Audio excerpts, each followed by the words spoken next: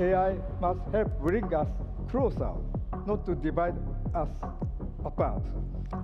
And that's one of the foundational promises of AI for good.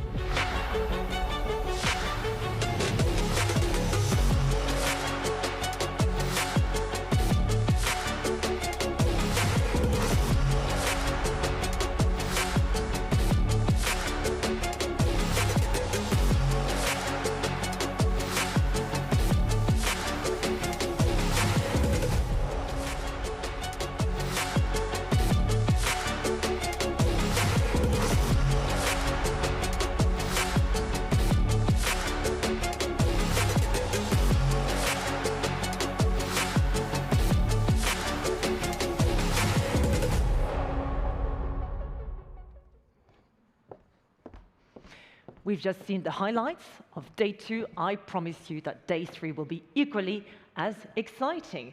So good morning, everyone, and welcome to the opening of the AI Governance Dialogue at the AI for Good Global Summit 2025. We are delighted to see many of you here this morning because today is an important day of crucial conversations where we will share good practices and work on common tools to steer the future of AI in the right direction. Please note that live interpretation is available in the 6 UN languages. And to begin our important conversation today, it's my pleasure to invite to the stage Mr. Thomas Lamanauskas, Deputy Secretary General of the International Telecommunication Union. And please join me in wishing him a very warm welcome. Welcome, Thomas.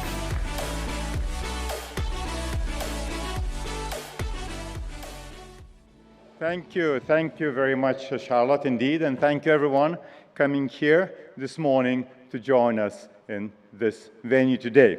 And indeed, it's a pleasure to welcome you to the second AI Governance Day, to AI Governance Dialogue this year.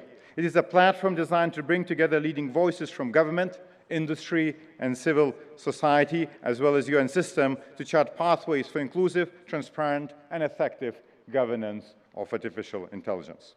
Since its launch last year, this annual dialogue aims to build on and complement ongoing work and global processes on AI governance. By hearing from more than 1,500 of you on this day last year, over 70 ministers and regulators, over 25 UN representatives, and over 100 industry and academia representatives, some clear themes emerged for our collective action.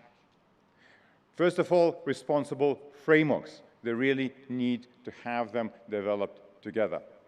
Interoperability among both technical platforms, but also regulatory approaches. International technical standards and their role to make sure that policy and regulation is flexible and agile. And then importantly, the need for global solidarity and resource sharing.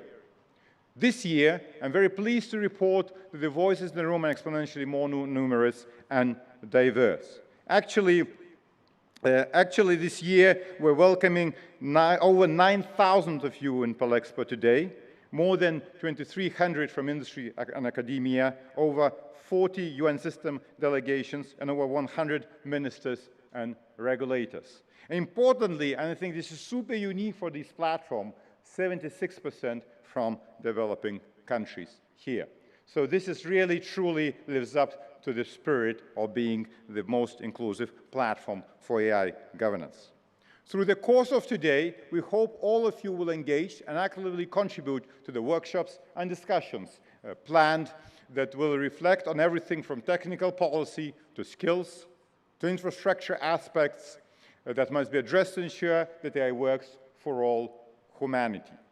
As we had done last time, 220 experts and policymakers will also convene over lunch, chaired by our co-chairs today, and I'll introduce the co-chairs in a minute, to tackle some of the biggest questions of the day and chart a path forward that we'll present to you at the end of today. In order to ensure that this day reflects a diversity of perspectives and delivers tangible outcomes, 2 of the global leading voices on AI have agreed to act as co-chairs for the day. And it will be the structure that allows for shared leadership and balanced facilitation and making sure that all your voices are heard. They will help draw out key insights and build convergence around common principles and actions. This year, we have the honor to have two global thought leaders to steer the programs and discussion. It is my privilege to present to you the co-chairs of the dialogue, and I'll have one of the co-chairs in a minute with me on the stage, and I'll invite him at that point. So first of all is His Excellency Engineer Majid Sultan Al Masmar, Director General of the Telecommunications and Digital Government Regulatory Authority, or TDRA for short, of the United Arab Emirates, and Madame Anne Bouvreau, France's Special Envoy for AI.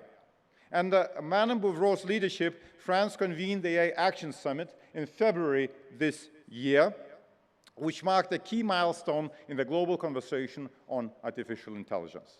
The OE, meanwhile, has been a steadfast champion of this process that, of course, happens also in the halls just next to this this year. And the process, which is stemming from World Summit on Information Society, that has guided our digital cooperation for over 2 decades now, and the 20 years of which we're celebrating in these nearby halls there this week as well. From the annual WSIS Forum to active engagement in all key IT processes, and I think UAE holds the unrivaled honor to be a host of all ITU statutory conferences. So UAE demonstrates a clear commitment and leadership to multilateral dialogue and inclusive digital development. Also, Madame Bouvreau could not join us in person this morning. She has a vital role in shaping this dialogue and will be here today to share her insights later. And I'm sure that her staff is here also taking copious notes to make sure that her report is also as extensive. Together, we look forward to facilitated and dynamic and action-oriented exchange throughout this day, one that reflects the urgency and opportunity of this moment. With that, it is my pleasure to invite and hand the floor to His Excellency Majid Sultan Al Masmar to the floor. Please, Your Excellency, we'll invite you to start the co-chairing. Thank you.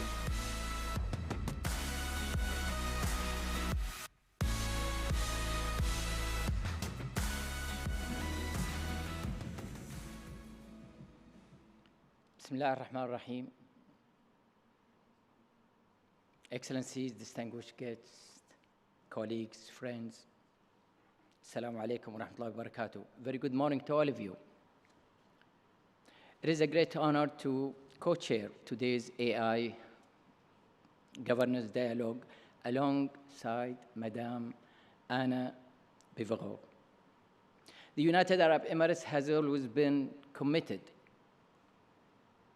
partner to the ITU and multilateral and multi-stakeholder process like WSIS, particularly in addressing the opportunities, challenges posed by emerging technologies such as AI. We believe that inclusive international cooperation is a key to ensuring that no country or a community left behind. Today's dialogue is a unique opportunity.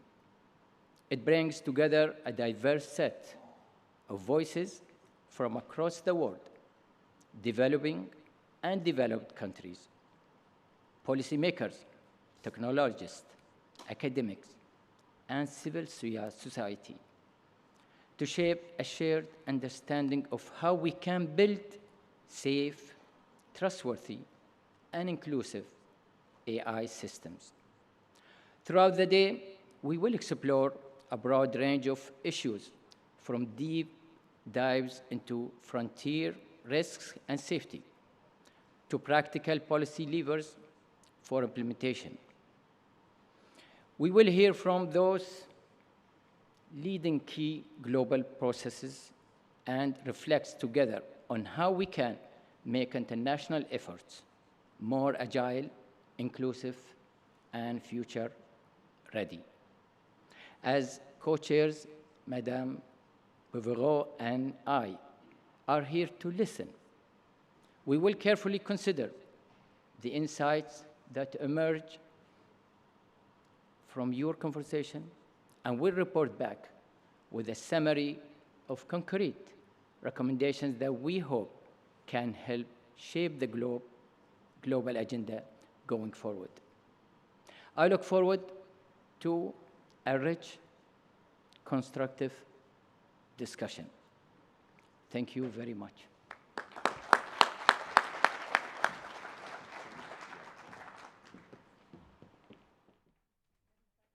Both of you, Your Excellency and Deputy Secretary General. And this opening speech session concludes the opening of the AI governance dialogue. We invite you to stay engaged throughout the day as the dialogue unfolds across several focused discussions with perspectives from across regions and sectors. So let's let the conversation begin. I would like to now invite to the stage a round of leaders to discuss how we will lay the foundations for AI governance.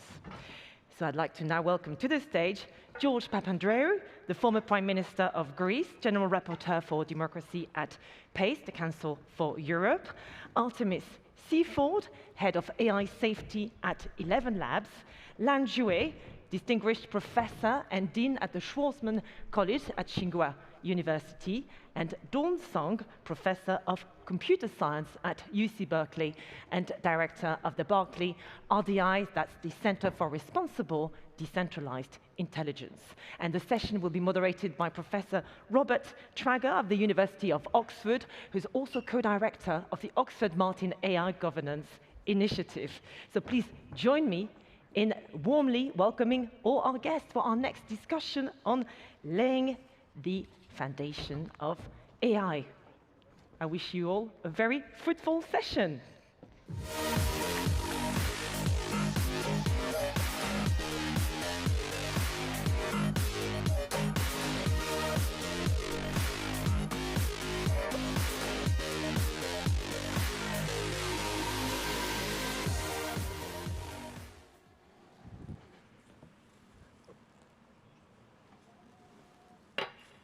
Right, I think we're ready, and I would like to welcome the panelists up to the stage now. First, we have Dean Shui Lan, Professor Dawn Song, former Prime Minister George Papandreou, and finally, Ms. Artemis Seaford. So, please welcome the panelists with me, yes, and welcome to you, and good morning to you. We're very glad to be here. This morning, we're going to be talking about principle to practice. In the last few years, we have had many discussions of principle, many very important discussions of principle, and statements of principle, and we have been trying to transform principle into practice, and therein the challenge. So that is the exciting topic that we want to discuss today. And we have really an all-star panel to talk about that. I believe they have been introduced to you, and so I won't do that again. But they're very exciting, and we will just dive right into the discussion. So, if I may, I will start with former Prime Minister Papandreou, and I want to ask each of them the same question, which is, from your perspective, what is the single greatest obstacle preventing us from translating AI governance principles into effective real-world policy and practice right now? Thank you very much, and it's an honor to be here with such a distinguished panel. And I would say there's not one single, but I would try to be very quick in saying what I think are important. And in the Council of Europe, where I work, there is now a convention on AI, which of course is the institutional proposal of how we could work together, not only in Europe, but globally. And we do ask people to sign up to this. But that's the institutional, and as you said, there is the question of what are the obstacles to this? Going a little bit back in the past to ancient Greece, the ancient Greeks were very much preoccupied on how we use power. Now, AI, with other technologies, is an immense power that human beings have. The question is, do we use it well, or will we abuse it? And in ancient Greece, if you were abusing power, it was anathema to the gods, and you would be punished for that. Now, I think this is one big issue is how we use power, how we control power, and this is a question of both political will and institutions. Obstacles. First obstacle, geopolitical tensions. Are we in this world where we need to cooperate, because we will not solve the big issues, which could be solved with the help of technology, without cooperation, whether it's climate, pandemics, whatever, financial crisis, which I went through. Will we cooperate or will we compete? And this is where AI, we will have sort of a gain of function idea to be who will be the best and outsmart the other side. That is a threat not only to governance, but also to world peace. Secondly, AI and internet and social platforms were there to decentralize power. However, we are seeing a further centralization of power, and through the centralization of power, it's also an economic power and a wealth power, and that does not allow for regulation because the big tech giants and oligarchs do not like it. And this, I think, is another big obstacle.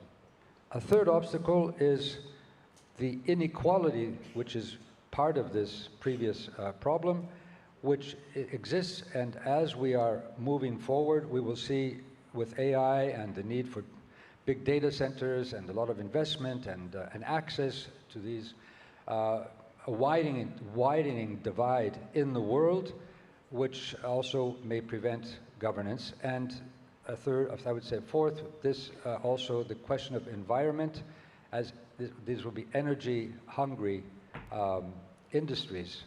I think these are some of the basic issues. Maybe I would add at the end a behavioral issue. We have become, as societies, addicted rather than being freed, which should be. By liberating us, we have become addicted in our societies to these social platforms and AI, and this could create a behavioral problem, which we as politicians know also creates problems in how we deliberate, how our discourse is, how democratic discourse is, to really be able to solve problems rather than bullying each other. I think these are some of the 5 basic issues which I see as risks, but also as obstacles to actually moving forward to implementation of some real control, democratic control and governance, both at the national but also at the global level. And at the global, one more thing, I think with the competition can also create this issue of split domains, where we will not be able to, we will have separate domains, separate for Europe, separate for the US, separate for China, separate for other countries. This may also create problems for governance. Thank you very much. Thank you very much. Okay, I think we'll turn now on this question of obstacles to Professor Dawn Song. Okay, great. Yeah. This. Okay, great. I think this works. Yeah, this is a great question, and former Prime Minister George has made really good points. So I think actually, so my answer actually follows very well from George's points. So what's the one big obstacle we see is that there's a lot of fragmentation in the space in terms of what is the right approach for AI policy, governance. And these are due to, as George mentioned, potentially different power balance and other geopolitical and even other even within the AI research and policy community, there are actually different opinions. There's fragmentation in terms of what is the best approach, how we should go about developing AI policy, AI governance, and so on. And because of this challenge, we realized that we actually need to develop an approach actually to bring everyone together to the table and have essentially a unified way for people to have conversations about AI policy, AI governance to make progress. So recently, together with a number of other leading AI researchers and so on, we actually put up a proposal called a proposal for a path for science and evidence-based AI policy.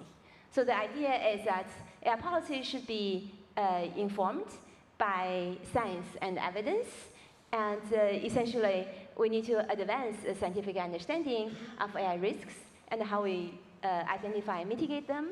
And this is how we should inform the AI policy and the AI governance.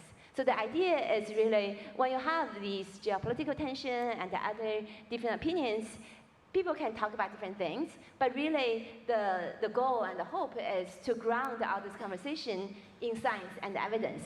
So this is the common language, providing the common ground and foundation to actually have everyone to come to the table and speak essentially in the same language, and then we can use this science and evidence to actually inform the decision making and for AI policy and so on.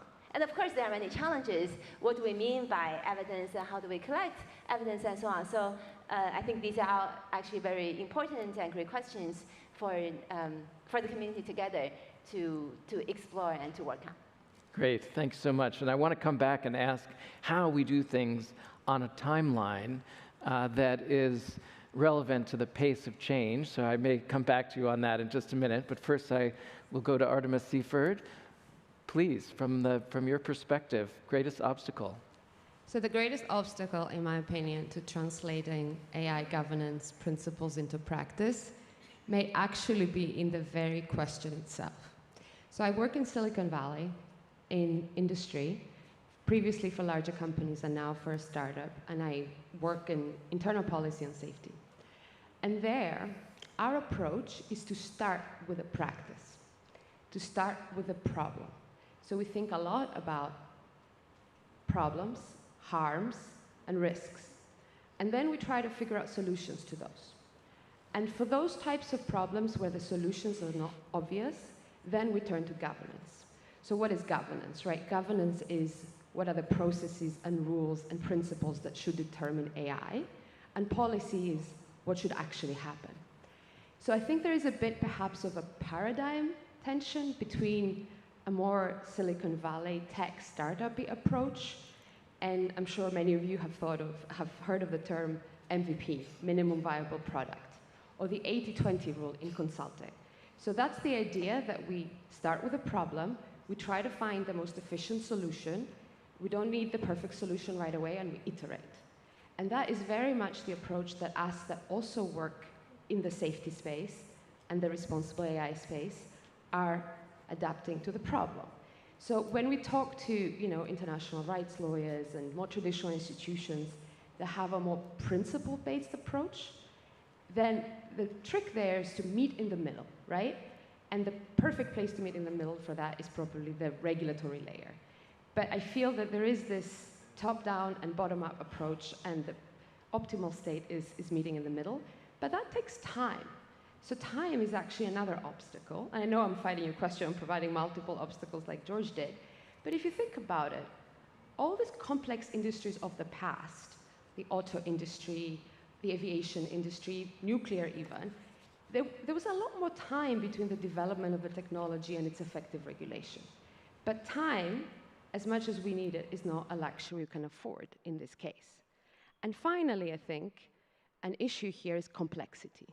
So we're not talking about one problem, we're talking about many problems, many different problems that also importantly interact, from alignment risk to adversarial abuse, to accidents, to ecosystem problems like labor and over-reliance.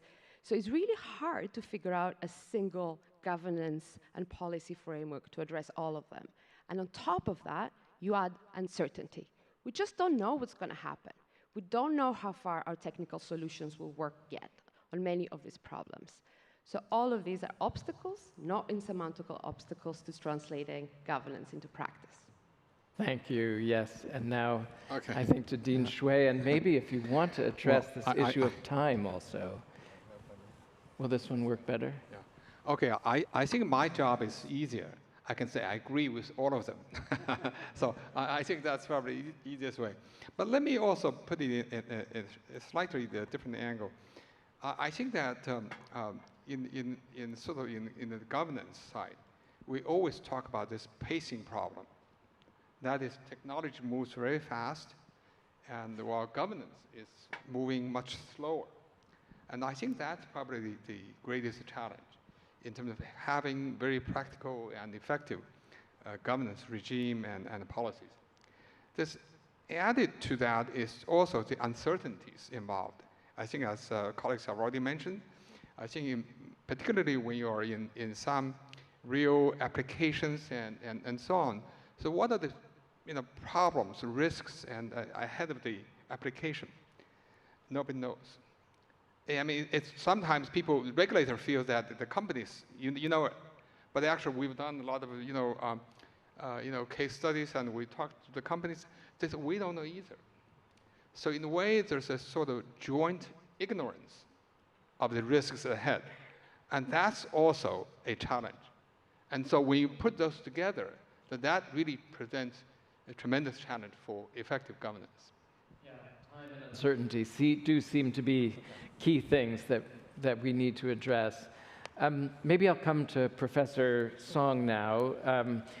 You are a computer scientist who's recognized as having made fundamental contributions in several areas of the field. A lot of our audience members, I suspect, are from the policy space. So maybe you could tell us about a particular technical innovation that you wish policymakers and the broad policy community knew more about. Okay, yeah, that's a great question. I think in AI safety and security, we are facing huge challenges. The field is moving really fast. AI is advancing at amazing speed, but at the same time, we don't really understand how deep learning, large language models really work, and what are there are all these different types of AI risks and so on, and how to mitigate them. So I feel that actually the biggest hindrance for deploying AI is how we can actually ensure the safety and security of AI. And in order to address that, as I mentioned, there are many, many challenges. And unfortunately, today, we don't really have very good solutions. So we actually need to develop new technologies. In particular, today, as we deploy AIs, we know that Holiness has various vulnerabilities and so on. So there's actually no proof of guarantees that the deployed AI systems will be trustworthy, will be safe and secure, and so on. So this is a huge, actually, open challenge in the space. And to address this, recently we actually have launched an effort together with Yoshua Benju and a number of other leading AI researchers on what we call quantitatively safe AI. Essentially, how we can develop AI systems with better probable guarantees, with better quantitative safety guarantees, and so on. And this, I would say, is particularly important as going forward as we deploy AI systems that makes more important decisions and so on. And I would like to just give a very quick example of a particular area, which is also in, for example, cybersecurity. So recently, we also have done some work showing that AI agents' capabilities in cybersecurity has increased drastically. So our recent work on CyberGym and Bounty Bench, so these actually showed, for the first time, showed that the AI agents can now find 0 days in widely distributed open source software, actually relatively easily. And also, AI agents now can solve these bounty tasks, which are bounties that developers put out in the real world to get white hat hackers to help them find vulnerabilities and produce patches with monetary rewards. And these AI agents can now also solve these bounty tasks that's worth tens of thousands of dollars and so on. So this shows that the AI is actually improving really fast in its capabilities in cybersecurity. However, AI is a dual-use technology. It can help both attacker side and defender side. So then who is AI going to help more? So with our recent analysis, it shows that unfortunately, AI is going to help attackers more in the near future. But however, overall, the states on the internet, the security posture is really not actually very good. And with the increased AI capabilities helping attackers, this can really help attackers to significantly reduce attack costs and increase scale. So then we really need to figure out what we can do to change this balance between attackers and defenders to have AI help defenders more. So this also leads to what I mentioned earlier about developing what we call safe by design, secure by design approaches for building secure systems and also building secure AI systems so that we can provide more probable guarantees to actually help essentially shift the balance to help AI help defenders more. So this is a quick summary of what I hope that actually policymakers can actually pay more attention to. Yeah. The safe by design, secure by design approach. Secure by design, exactly. Something that requires a lot of work to get there, that we're not there yet. So AI may be advantaging attackers for now, but with work, it sounds like we might get to a place where the reverse is true. Yes, we hope that's where we end up with. Yes, thank you so much. I wanted to turn to Mr. Papandreou to ask you about the role that, since you're the former Prime Minister of Greece, as well as Foreign Minister, how do you see the role of Greece and countries, maybe broadly, that are in a somewhat similar position in AI governance, both domestically and internationally? I can see that a country like Greece, which is a small to medium-sized country, which is both in the European Union, so a developed country, but also has a lot of the problems of developing countries, could be a very good experiment to how we can see dealing with some of these challenges. We're in a country of many islands and mountains, so also pilot projects could be very important to see. How do we've already done this with environment, for example. We have some green islands completely free of fossil fuel. So that's an experiment. How is our future society? Why not use sort of an island or a small mountain village as an experiment for the future and working with the international community? But I would add one other element, again, going back to our tradition. Greece, being a center of the ancient philosophers and democracy and so on, we need to bring back critical thinking, ethical issues. The ancient philosophers may not have had all the solutions, but they did put all the questions, the ethical questions, and particularly around power. How do we use power? What is it, and how do we debate? How do we create just societies? How do we interact with each other in a peaceful way? That's what democracy is. How do we make sure that power is not concentrated in the hands of a few? I think these are the issues which we need to go back to. So I think that a global conversation on the ethical thinking, the education, the use of powers we have, I think is tantamount, is paramount, is absolutely important. And I would just add to this that three areas which I think are difficult, which we have to look at. Again, the concentration of power, because if we go back to ancient Greece, politics was basically to imagine that citizens can have the view of their future, can shape their future. What we've seen now is we've seen a movement from political institutions, and many people here work in institutions, outside of the governance, the normal governance structures, to powers beyond. So the big corporations, huge powers influencing politics, and that of course puts governments in a very difficult situation. We do not really have power that people think we do. Secondly is this idea that simply with technology, I think Artemis, you mentioned, let's just do more and more and more technology. That would solve the world. No, technology is not neutral. How it is used is important. So we have to think about that issue. Final idea is complexity and uncertainty, which you all mentioned. Complexity, uncertainty, and time. Politics, we politicians, the complexity of the world means we need, first of all, cooperation, so trust, but to bring trust, we have to bring in our citizens. So going back to an ancient idea, the idea, and I proposed this in the Council of Europe in one of my reports I made on participative and deliberative democracy. In the ancient times, well, not everybody was free. There were slaves, there were women, didn't have rights, but the idea that citizens participate was absolutely important. I think we cannot deal with these complex issues if we do not bring in the collective wisdom of our societies and the agency of our societies. So why not create a fourth branch of government, a deliberative branch, using AI, so merging technology for democracy, where citizens can deliberate on all the laws and policies which we are discussing as politicians, where they have a voice, where algorithms allow for real debate, not bullying, not polarization, but real debate, but also consensus building, where everybody has a voice, but one voice, and truly can participate.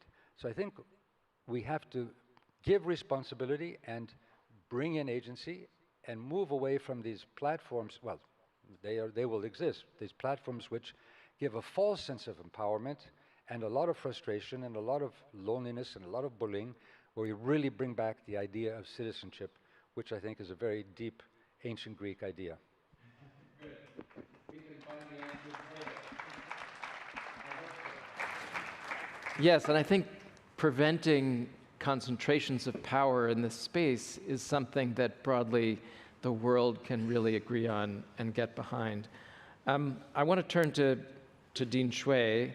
So both companies and countries have started developing best practices for governing advanced AI. So what are the prospects for internationalizing this, internationalizing best practice, coming to common standards and so on? Yeah, I think there's indeed, I think there's a tremendous potential of really how to really collect the best ideas. I think a lot of companies, a lot of, industries have already done so in having their own best practices and how we actually can collect them and add international platform to exchange ideas and to make sure that they can be synthesized into global standards and so on.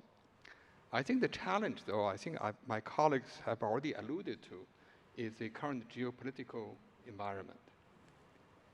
I think on this score, I think I must say that China, since was often viewed as a party in this geopolitical competition, I have to say that actually China does not want to get into this geopolitical competition.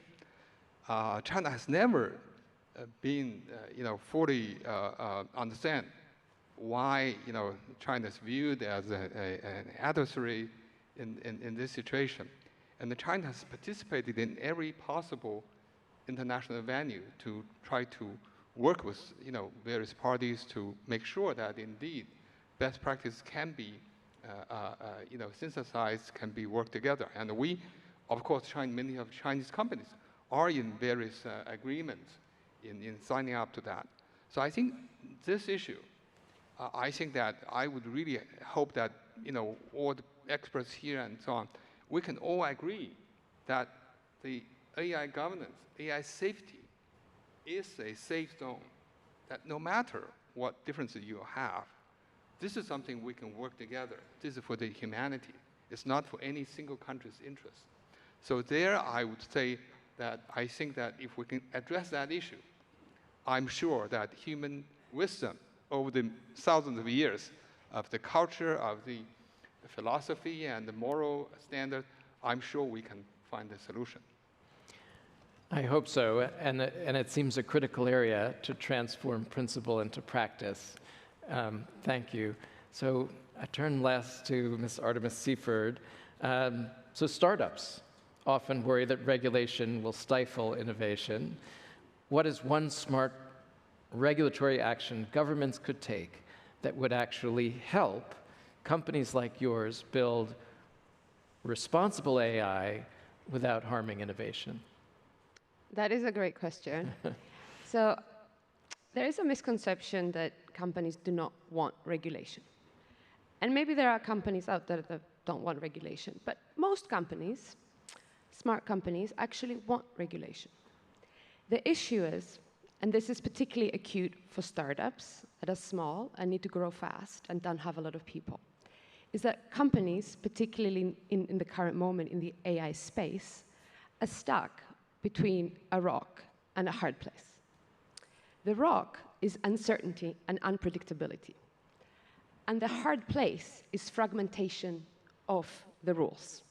It's different jurisdictions coming up with a bunch of things that don't make sense together necessarily, either across jurisdictions or even in one jurisdiction the various set of rules that may apply to a problem may conflict.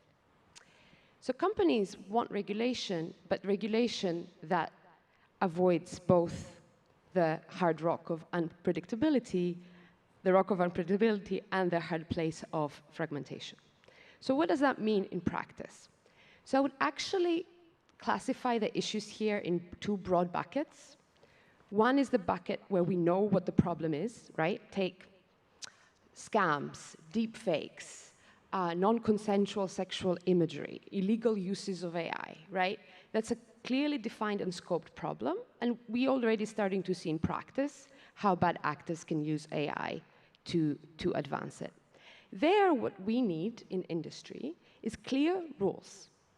So what is the line, and who is responsible for holding it? A big question in industry is the chain of responsibility. So if you think about it, AI industry is incredibly complex, right? You have the chip manufacturers, and then you have the model developers, and then you might have product deployers, and then you might have a customer, and then a customer that buys from that customer. So it's really complicated to understand how to allocate responsibility for a downstream problem up the vertical chain. So clarity on what the solution is and who owns responsibility for it will actually be quite welcome by industry if done sensibly. The second bucket of problems, which are problems that have uncertainty, like, is AI going to kill us all, and how, right? We just don't know yet. Or how are really bad actors going to abuse AI when that becomes extremely advanced? Because there you have uncertainty, you don't have a clear solution. So that takes us back to governance. There you need to create the bodies that work with industry over time to share information, reduce informational asymmetries, do iterative policy that doesn't hamper innovation too early, but also doesn't catch the problem too late. Great. Yes, thanks to all the panelists. I think we just have a tiny bit of time. So I guess maybe it's up to me to quickly sum up what has been a very rich discussion. So what were the fundamental obstacles that we identified? I think 4 of perhaps the overarching main ones that really run through the discussion are: number 1, time, how little time we have given the pace of technology. Number 2, the uncertainty we have about technological futures given that time. Number 3, geopolitics, of course. Everybody knew that one was coming. And finally, number 4, concentrations of power. And we heard both about challenges in the sense of AI finding 0 days, for instance, and also about hope in the sense of maybe AI, even in the near future, if we work at it, providing solutions to some of those very challenges. So unfortunately, we have to leave it right there, but please join me in thanking this wonderful panel.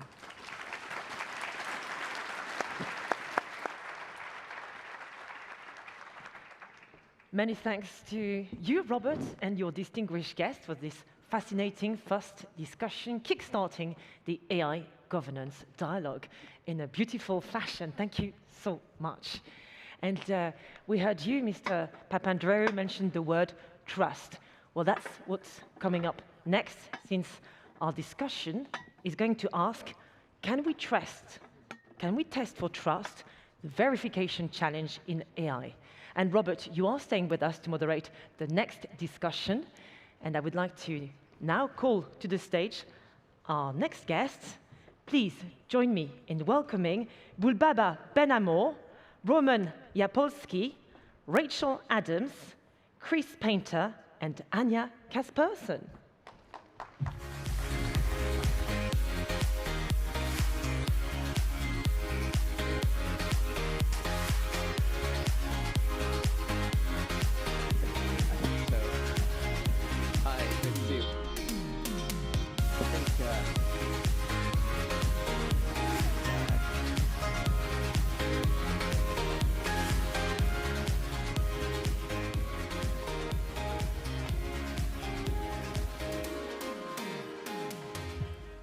So welcome back.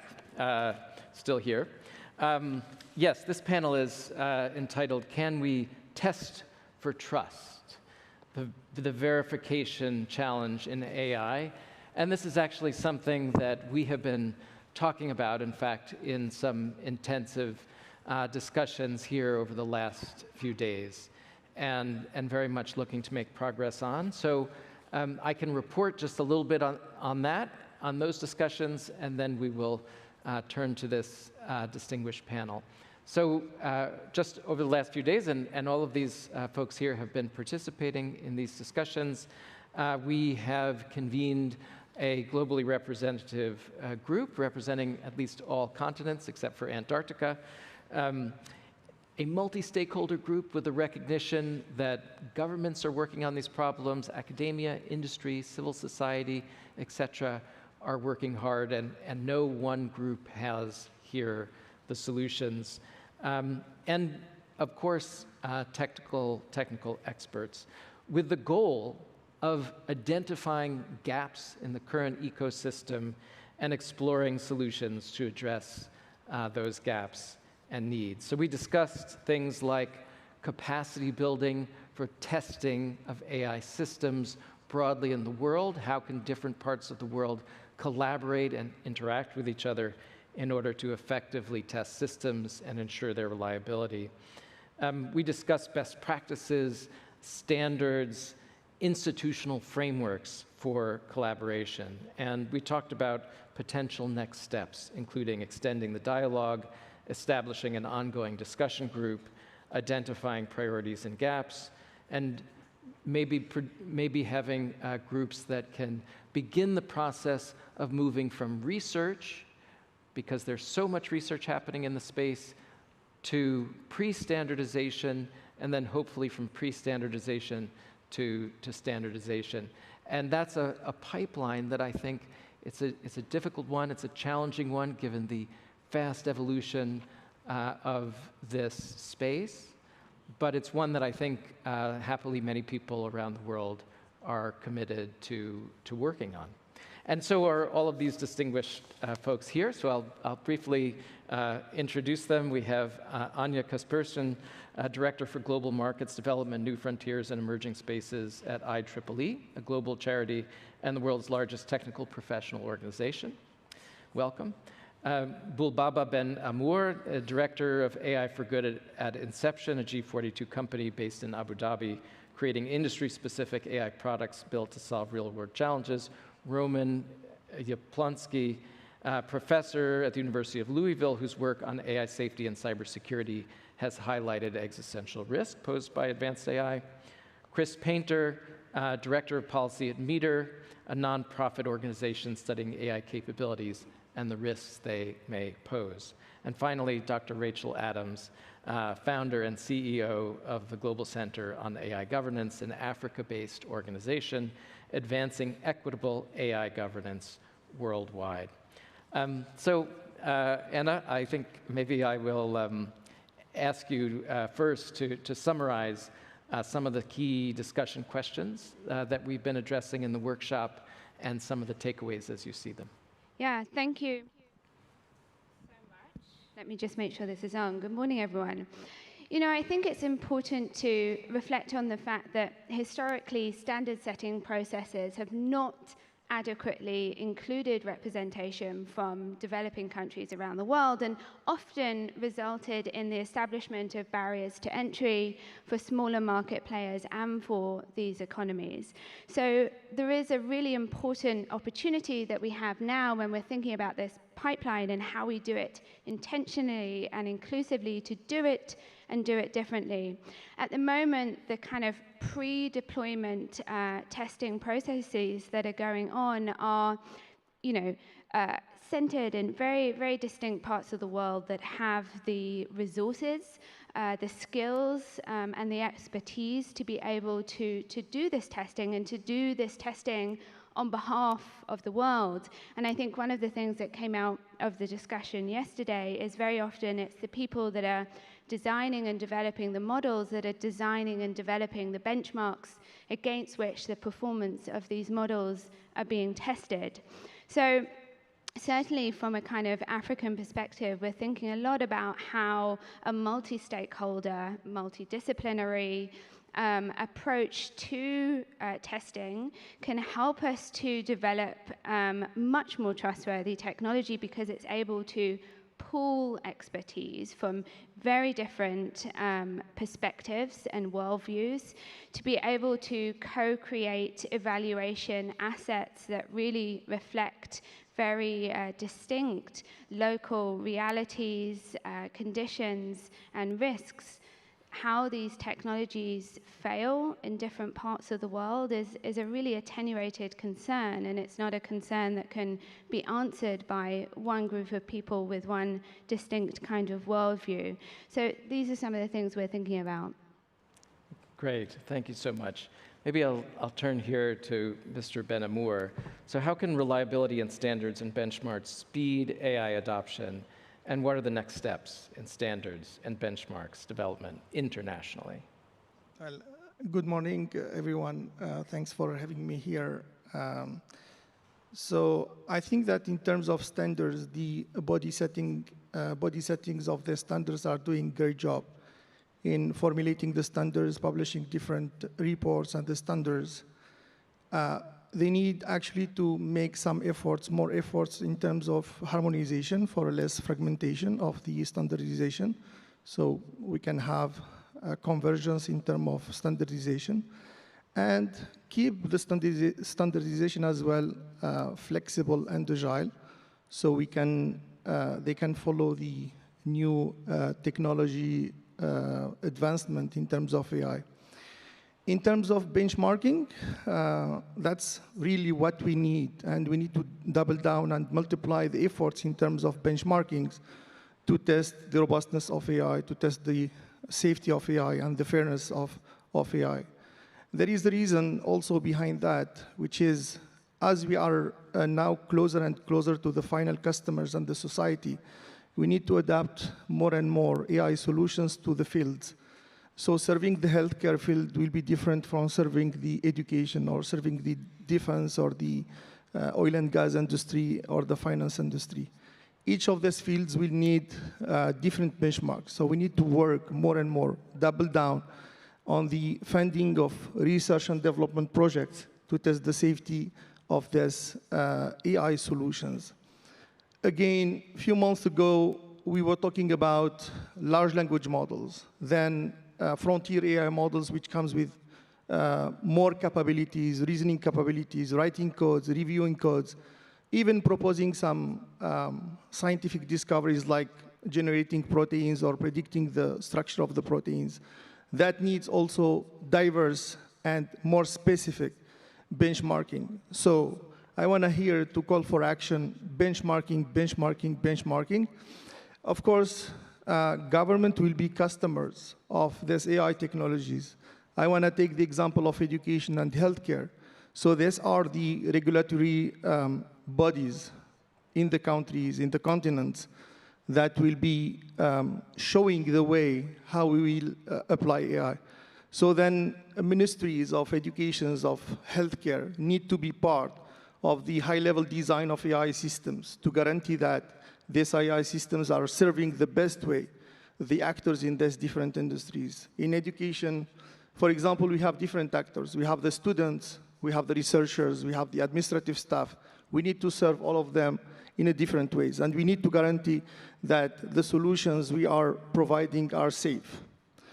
The other point that I would like to highlight is that today we are talking more and more about agentic AI solutions rather than models, right?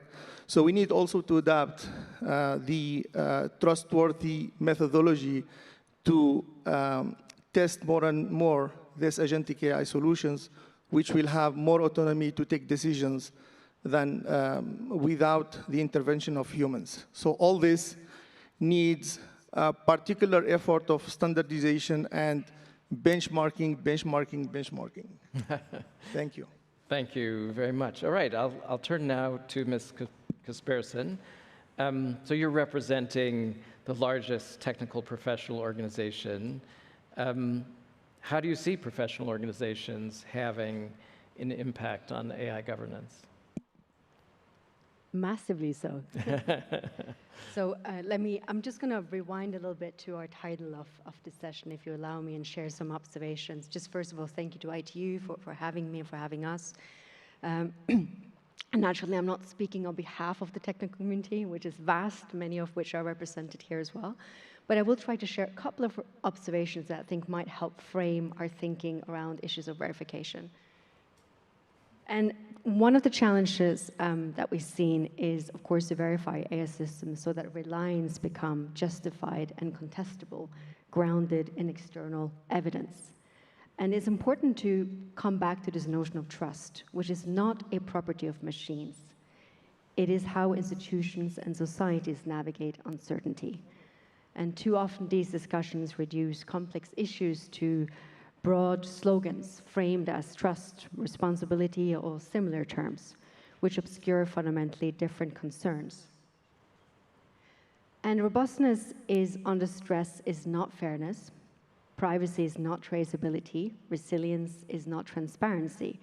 Each of these terms and each of these processes demands distinct technical methods, oversight structures, and lines of accountability. That is why professional communities, including the IEEE, the largest global technical organization in the world, looks at really integrating ethical considerations in all of our processes and standards-making processes. Sorry.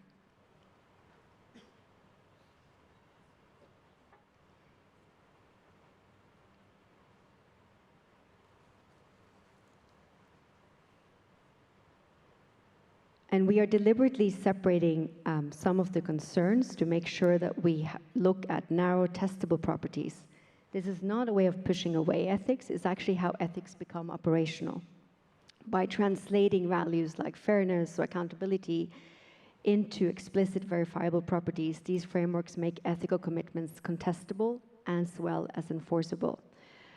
We heard over the last few days a lot of use of different terminology, and nomenclature really matters when you're trying to govern this space.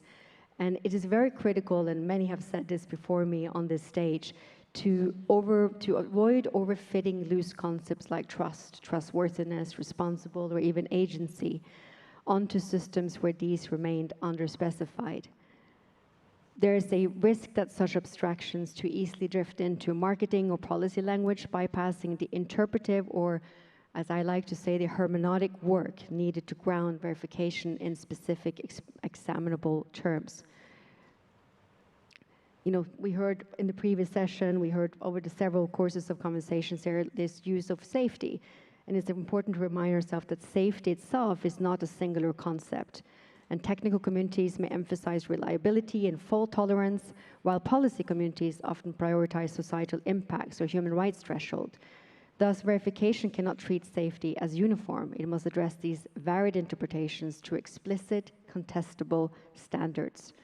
And from my own experience working in the verification space, but more around arms control and disarmament, it is clear that formal compliance is never enough. Systems can pass technical checks, yet fail under real-world conditions. Thus, verification cannot stop at nominal tests. And it's important that many failures only appear when systems operate under compounded, realistic stresses. So these are very important as we look at verification. It's not one thing. There is a lot of experience looking at verification across different domains, which we can learn from in the AI space, and especially when it comes to the social technical dynamics that shape how societies absorb disruption. And as my colleague here was saying, this is particularly important points when we talk about generative models that do not just map inputs to outputs, but they frequently adopt, shift, and influence exactly how decisions are framed or even done to begin with. So I'll leave it there, and then we come back to more, I'm sure, with your questioning. Thank you. Thank you so much. I want to turn now to Chris Painter, Director of Policy at Meter. So you've been working hard to develop best practices in the space of advanced AI with the ultimate goal of getting companies to adopt those best practices. What have you learned, and where are we in that journey? Yeah, this mic is on, I get nervous hearing the term best practices because it feels like kind of the first pass practices or something. But I can speak to what the train of AI feels like it's moving down the tracks very quickly, and so many people are trying to figure out very quickly what is worth testing for, and what the first set of risk thresholds are that could arise from AI model development that would need to be responded to. So I can speak a little bit to that. So. The many companies, both in the US and internationally, have created these testing and evaluation frameworks. They go by many different names at different companies. You have the OpenAI preparedness framework, the Anthropic responsible scaling policy. Other people have used different terms. The kind of catch-all term that we use for this is frontier safety policies, but you can call them what you want to. And the core idea in these policies is asking AI developers to state specific evaluations that, if passed, would make them think they have a model on their hands today that they don't know how to safely and securely handle. And this is kind of downstream of the field of AI dangerous capability evaluations, where we're talking about AI evaluations that measure something you in some abstract sense hope to not see AI systems get better at, right? So this is things like, can this AI system assist with the creation of some kind of weapon? Can it automate some kind of cyber attack? Can it assist in the synthesis of a biological weapon? Or can it do some dangerous string of tasks autonomously? And these are also threats, I should say, that are kind of asymmetric, large-scale risks to public safety and security, things that wouldn't show up in the normal process of product reliability. I think many other categories of things are important to test for, so I'm only speaking to that narrow slice of dangerous capability evaluations that are occurring at AI labs. But so like I mentioned, the idea with this is you say specific evaluations that, if passed, would make you think you have a model on your hands that you are unprepared to safely handle. So an example of this might be, if we see that an AI system is able to assist technical novices so undergrad students in biology, for instance, is able to assist them in synthesizing a biological weapon that they otherwise would, or chemical weapon, that they previously, without the presence or access to AI, would have been unable to synthesize, then perhaps we need additional, stricter information security on our lab. We need some reliable process that can be red teamed for making sure that we're denying that capability via an API or via the front door kind of product interface to the model that we've developed. And what happens when you set out this kind of series of conditional red lines is you get a sort of manifold for, if you identify a series of threat models that you want to monitor for, it lets you kind of back out of this a roadmap for where safety and security on the level of like lab model mitigation. So what is the model refusing to assist with, or what kinds of tasks is it refusing, and how strict is your lab's information security? You sort of back out of these policies a roadmap for where companies will need to be in the future on those practices to ensure that the safety and security mitigations are keeping up with model capability. And the nice property that this has is it lets you kind of move past kind of abstract debate around how fast AI dangerous capabilities are progressing, and it lets you instead talk concretely about what, for every individual threat model, how will you operationalize when the model is capable enough that a new risk outcome has become more likely, right? So you can say, rather than talking in the abstract about is AI progress going too quickly or too slowly on any of these capabilities, these dual use capabilities, you can say, what specific thing, if we observed it, would make us think that some kind of response was warranted? And this has become a sort of pseudo-standard in some sense, where many of the companies have published these policies, so you can directly compare both the detail that goes into them and the adherence of the companies to these policies. Are they publishing evaluations that describe how they've ruled out each of these capabilities for their models? And there was one other thing I was going to say about it. Oh, I think one thing that also is nice about this is it promotes clarity inside of AI developers, where they know it makes it clear that progress on things like information security And model level mitigations or monitoring model capabilities internally could become an actual roadblock to further progress, right? The safety and security progress becomes a rate limiting step in further model development, which I think is a good thing for companies to be clear about. I think that there are many kind of issues, with the paradigm as it's currently set up. All of this is happening in a voluntary context. There isn't standardization among, even the practices that the companies are employing. These are all unilaterally described, and they're more kind of like illustrative roadmaps of what the companies believe the threat models will be and where they think security and safety will need to be, rather than a formal kind of coordinated commitment throughout industry. And yeah.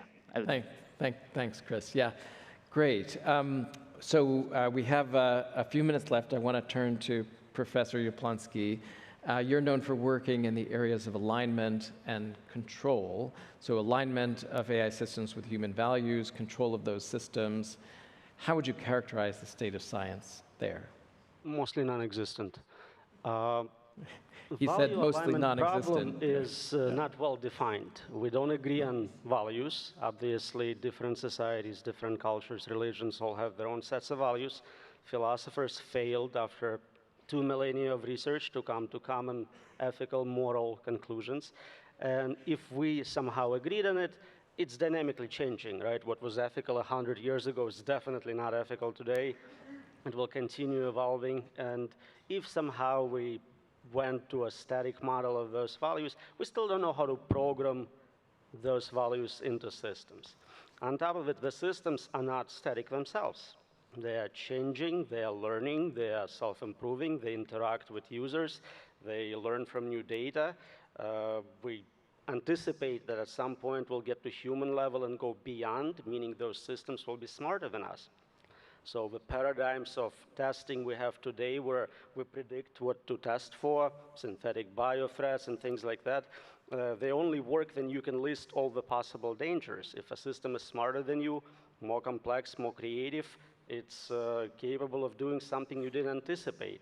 So we don't know how to test for bugs we haven't seen before. General testing process allows me to say, oh, I found 2 problems, I found 2 bugs, I reported them, I fixed them, but it doesn't say that I proved the system is bug-free. It could still have many problems remaining. And even if during initial testing phase we did well, it doesn't mean that new capabilities are not added after deployment. So there is really very little we know how to do in this space. There's strict limits for understanding how the system works, explaining its behavior, predicting its behavior, and verifying code. There is verification with respect to either a specific verifier AI or a human mathematician model, but that's just infinite regressive verifiers. You can still have bugs. It's just the verifier itself was not perfect. So while progress in AI is really exponential or hyper-exponential in terms of capabilities, progress in safety, progress in our ability to control those systems is linear at best, if not constant. Thank you. Yes. Well, the half an hour goes quickly when we all have a lot of really interesting things to say. So I think what we will do is turn to the rapid fire round now. So I'm going to ask each of you, based on your area of expertise, what is a lens or a point of view that is currently not being considered by policymakers when discussing approaches to testing and mitigating risks from AI? And maybe we'll just go down this way, please. Thank you. Thank you. So while the measure efforts is turned to evaluate and benchmark AI models, we need to move as quick as possible to evaluate AI solutions, AI products, and AI features. Because companies are making great job in building their solutions, and their solutions are based on primary models, but around these primary models, there are also safety solutions, security solutions, and so on and so forth. So we need the policymakers to focus more on product conformity, on the adaptation also of risk assessments for the AI solutions. While it is important to keep working on the evaluations of AI models, we need to go as soon as possible to evaluate the AI solutions and AI products. This is what the end users and the society will get to use at the end of the day. And again, this is what we are trying to do at G42 as well. We are establishing a Responsible AI Foundation where we'll have an AI Safety Institute doing all the external and independent evaluations of different models coming from third parties. We will have a research lab doing AI for good research on different projects for biodiversity, sustainability, and so on, and serving also low represented populations. So we need to diversify also and to include in the different policies, different cultures, different languages, different fields, including the scientific discoveries, which will change a lot with AI and the imagination of AI. Thank you. Thank you. Please. I think, following up on the issue of language, I think one thing that we often overlook is the terminology piece. So I think there's a great need for policymakers and technologists to sit down together and try to actually go through the classic terminology. I'm not talking about taxonomists now, but the actual comprehension of terms. Because there's a lot of terms in a technical space that mean something very different in the policy space, and vice versa. And that gets in the way of really robust verification efforts. It's also that verification must be understood as an open-ended, continually adaptive process, just as these technologies are fast adapting. Just want to take us back to a conversation that happened at this stage last year. It was actually the head of OpenAI in a conversation with Nicholas Thompson. And towards the end of the conversation, he said something really interesting, where he was predicting that what happens in the governance space, and I'm quoting him, would asymptote off. It is a mathematical term. So implying that as technology evolves quickly, the governance piece would not be able to keep up. And I think that's an important point to make sure that that does not happen, that there will become two parallel routes where governance evolves at its own speed and technology evolves in a different one. Then just one very quick point, because I think the Greek minister that was here earlier made a really important point around practical wisdom. And I'm probably going to pronounce this wrongly, but in Greek there's a word called phrenesis, which is exactly this practical wisdom. We need to hone in to avoid the hubris, because there's a lot of hubris going on. And hubris is a way of masking that fact that these are about dynamics of power and distribution of power. And to fight back against hubris, the best way is to use practical wisdom and really pull on that collective insights. Goes back to your first question, Robert. Does the technology community and technical community play a big role? Absolutely.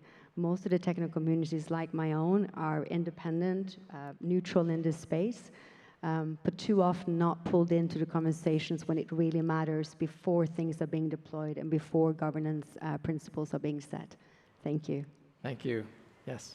Yeah, thank you so much. And I also wanted to pick up on a point you made, but also a point that the minister from Greece made in the previous panel. When we're thinking about how we test for trust, there's a really significant difference between, is a technology trustworthy? Does it work in the way we expect it to work? And do people trust in AI technologies? And one of the ways in which we can test for that is public perception and social attitude surveys, which are entirely missing from the African continent. We have, so please watch this space, just done the first public perception survey on AI in South Africa.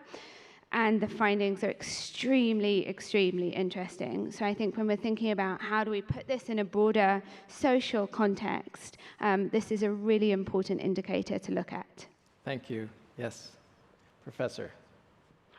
Any legal solution, any governance solution requires technical ability to monitor capabilities of that system. We cannot monitor live training runs of large, complex AI systems. And even after training completes, it takes 6 months, a year to fully test it, to understand what capabilities it has. And after deployment, we still discover new capabilities in those systems. So the legal measures cannot meaningfully be implemented. Thank you. Chris, final word. Yeah, I think the thing I would say is something like, if you see that lots of testing is going on today for AI systems, you might think that there is some safe, idealized AI system that developers know how to build that they're working back from. And I want to emphasize that that's not what's happening. The testing that is occurring is people checking against capabilities, or some of the testing that's happening is people checking against dangerous capabilities that they expect the models will become proficient at very soon. And so it's more about gathering evidence and trying to detect the moment when these dangerous capabilities arrive in AI systems. And I think that's really important for governments and the public to understand, right? This isn't about, some of the tests that are happening aren't able to actually check reliability or whether the system is safe. They're waiting to detect the moment when the evidence arises that these, somewhat alarming capabilities are coming online. Great, thank you to all of them. To all of you. We'll have to leave it there. We had a number of gaps, quite a few, I think, very significant gaps identified, as well as some solutions. And in the spirit of the 3 secrets of French cooking, or butter, butter, and butter, perhaps the 3 secrets to AI governance are benchmarking, benchmarking, and benchmarking. But please join me in thanking this rich set of panelists. Many thanks indeed. Some great pointers here as to how we can test for trust. Many thanks to all of you, our distinguished guests, for your fantastic insights. And to you, of course, Robert, for your expert moderation. Thank you very much. We're going to carry on to dive deeper and deeper into the world of AI governance. Our next conversation is entitled From Principles to Practice, Governing Advanced AI in Action.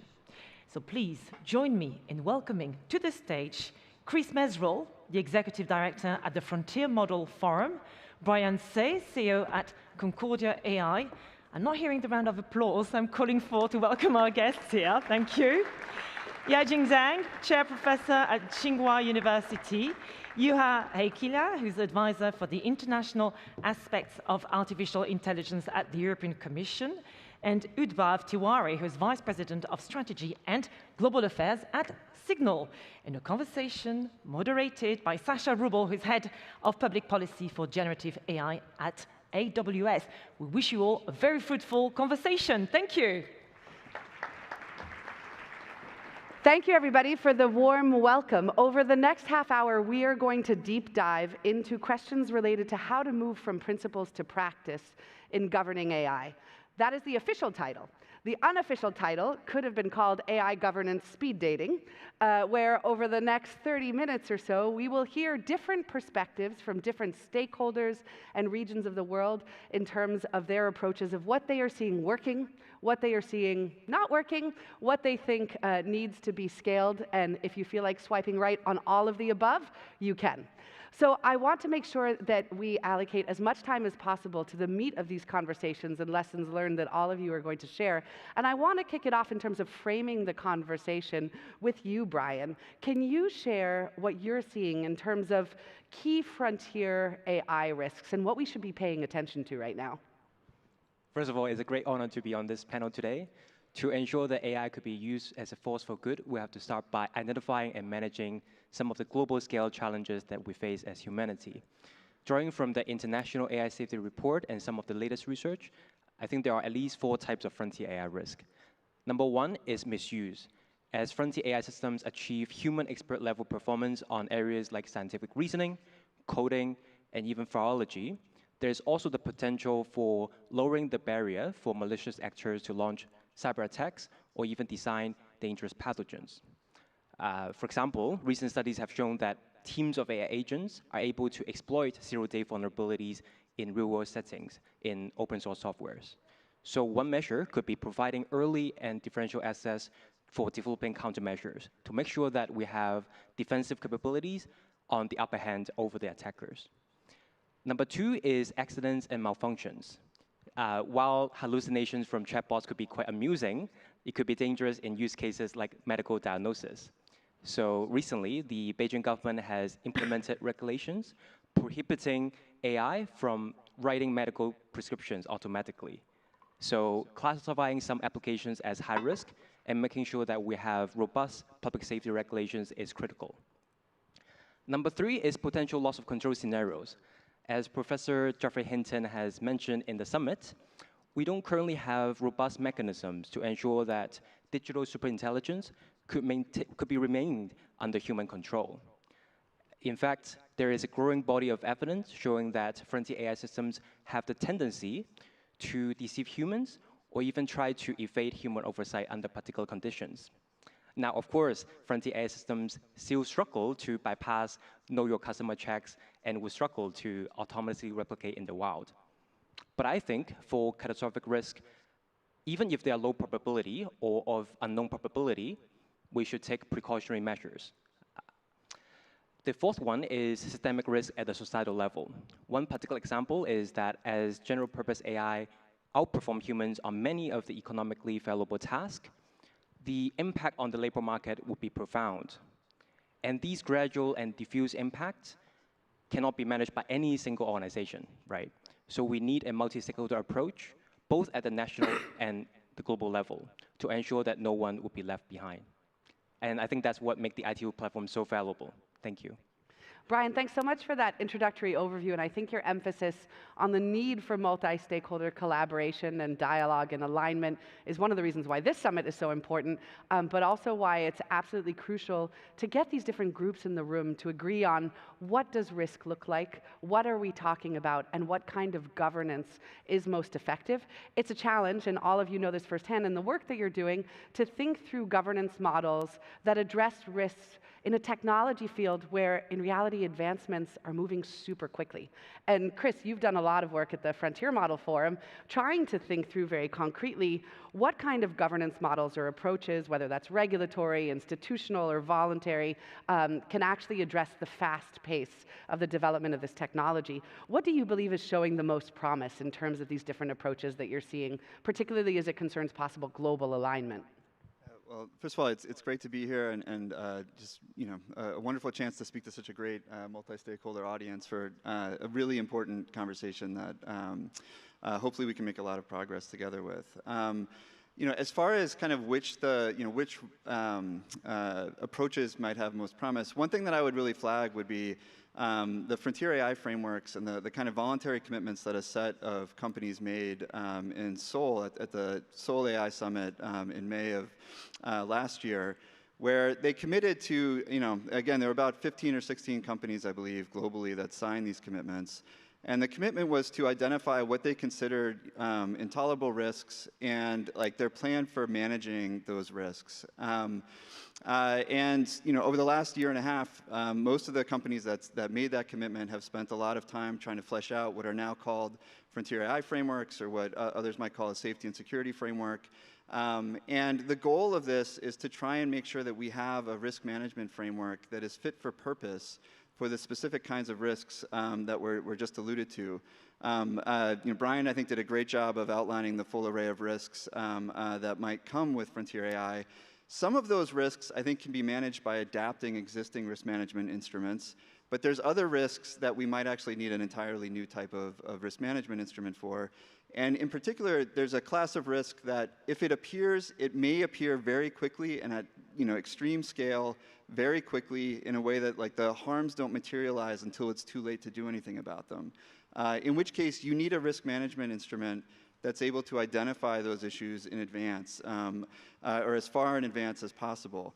And that's what Frontier AI frameworks are really designed to do. And I think there's been a tremendous amount of progress over the last year in identifying which risks fall into that category. I think there's growing consensus that bio risks, advanced cyber risks, autonomous R&D capabilities, those kinds of capabilities really require, I think, a fundamentally new type of risk management instrument that we're starting to see a lot of. I would say right now we're in the kind of emerging experimentation phase of what those should look like, but hopefully over time we'll increasingly institutionalize them going forward. Chris, I love how you underlined that a lot of the risks that we're going to have to pay attention to are probably going to emerge really quickly. And the question of, okay, how do we see what already exists that can be adapted? And then where do we see the need to completely invent a new approach and framework to risk. And I want to turn, Yaqin, to you because I'm curious, in this kind of approach of seeing where the risks are, what might emerge, what exists already, and what we might need to develop, what do you see as the practical challenges when implementing AI governance approaches, especially as models become more and more powerful, and how can we actually overcome some of these challenges? For me? All right. Nice to be here. There are a lot of impediments in implementation. I will just list the three. First is just the rapid technological development events versus the governance regulatory lag. And if you look just in the last 6 months or a year, there'll be tremendous advancement, particularly the agentic AI, and also moving AI from informational domain to physical, cars and robotics. So the risk has been magnified. But obviously, the governance, the regulation have not caught up with it. The second, issue is really the companies, the companies in China, in US, the rest of the world, are really busy with innovation, right? and in a kind of locked, tight arms race. And especially there's no clear accountability, no clear regulation tools. So sometimes they might not put the safety as the highest priority. Number three is really the geopolitical issues. Different countries, regions have a different attitude and different approaches to AI safety. UK, EU have different guidelines. China has different guidelines. And US has very different guidelines as well. I would say China is quite open and very inclusive in terms of how to approach the thing with company, work very closely with industries, defining how you collect data, how do you do testing, how do you register, and how do you release the big models. How do we overcome them? Probably time is not enough, but let me just mention one thing. We need to continue to invest in R&D in terms of how we identify those critical risks, catastrophic risks, to come up with the red lines, the benchmarks, and the thresholds, and the warning system. Let me also I will talk later if I have time, the 5-stage process, testing, auditing, verification, monitoring, and also the mitigation. But overall, I think the most important thing is for all of us to come together for enhanced global collaboration in forum like this. Yaqin, I love your emphasis on needing to invest in R&D and also the need to have regulatory clarity in light of the pace of the technological advancement, but also the context that you provide in terms of different countries going ahead and developing different approaches to questions around risk and also to AI governance. And I want to turn to you now, at the forefront of a lot of these conversations in the EU as the EU implements the EU AI Act and the secondary legislation and guidelines related to its implementation. What are you seeing as practical challenges when implementing AI governance? Again, especially as these models are becoming more and more powerful. There were conversations during the EU AI Act about thresholds, systemic risk, guidelines that are currently underway with the Code of Practice for general purpose AI. What do you see as the challenges and also the opportunities to overcome them? Thank you. Thank you very much. It's indeed a great pleasure to be here and to be a member of this panel.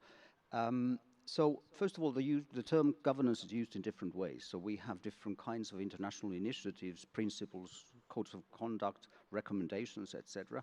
on the one hand. Then on the other hand, we have indeed either soft guardrails or hard law within jurisdictions. So those have of course, slightly different consequences, different implications in terms of compliance and monitoring compliance and enforcement, and the possibility to do that. So this is actually one challenge in and of itself, which is not necessarily even dependent on, though it is complicated by the progress of this technology. It is, of course, a well-known fact, as you said, that the European Union has decided to regulate AI. For us, it's key to ensure trust, and we felt that for ensuring trust, legislation was necessary, because trust is really the sine qua non for the take-up of this technology, which is a sine qua non for the benefits of AI to materialize. And we do believe that there are really very many benefits in this technology. So in the AI Act, we have introduced a mechanism of enabling updates in a way which can keep up with its technology. So we have the high-risk areas defined in an annex, and that can be updated much more quickly and much more easily than having a full revision of legislation. On the other hand, you mentioned the code of practice. This is a process which is producing an instrument, a tool to help facilitate compliance with the provisions on general purpose AI models. This process, it's about to be published, this code of practice. It has been conducted, led by independent chairs and co-chairs, with strong multi-stakeholder support. We've had more than 1,000 stakeholders involved in this, and indeed this highlights one of the aspects that was mentioned by Brian at the very beginning. This multi-stakeholder aspect is very important in these processes. But the code of practice is aimed at taking into account best practice, current industry practice to the extent that it is feasible, and also to make it as future-proof as possible. But there is also some flexibility in implementing it. So those who sign up to this code of practice, they can, in some cases, choose the way, for example, how to put in place mitigation measures for this, to comply with this code of practice. And this then obviously would be a presumption of compliance with the relevant provisions. It also refers to the state of art in a number of places, so that kind of can be interpreted flexibly to take into account where we are. And of course, it is possible also for us to review it and revise it as necessary and clarify concepts if it's required. Thank you. Thank you, Juha. I again appreciate your emphasis on the question of trust, because one of the things that we're seeing in conversations with organizations across the world as a blocker to AI adoption is actually the question of trust. And how do we build trust both in the technology by having an approach of responsibility by design, but also between stakeholders that need to come together and work together to design these kinds of governance approaches. And I want to turn to you, Udbav, on that specific issue, because I'd be curious to hear from you at Signal, what are you seeing in terms of the practical challenges in implementing governance, but also building trust? Signal has really been at the forefront of making sure that trust is the center of the ways in which you operate as an industry counterpart. How are you implementing AI governance inside of Signal, and what do you see as both the challenges, again, but also opportunities to build that trust that's necessary? Thank you. Maybe I'll start with an example, right? And the purpose of the example is to illustrate how Signal as a player in the market is being both impacted and affected by AI, but is in turn also shaping how AI is deployed in practice, and maybe use that to talk about governance and what's working and what's not. So quite recently, Signal rolled out a feature on its desktop installations where if you run Windows 11 and you try to take a screenshot on Windows 11 of the Signal application, all you will get is a blank screen.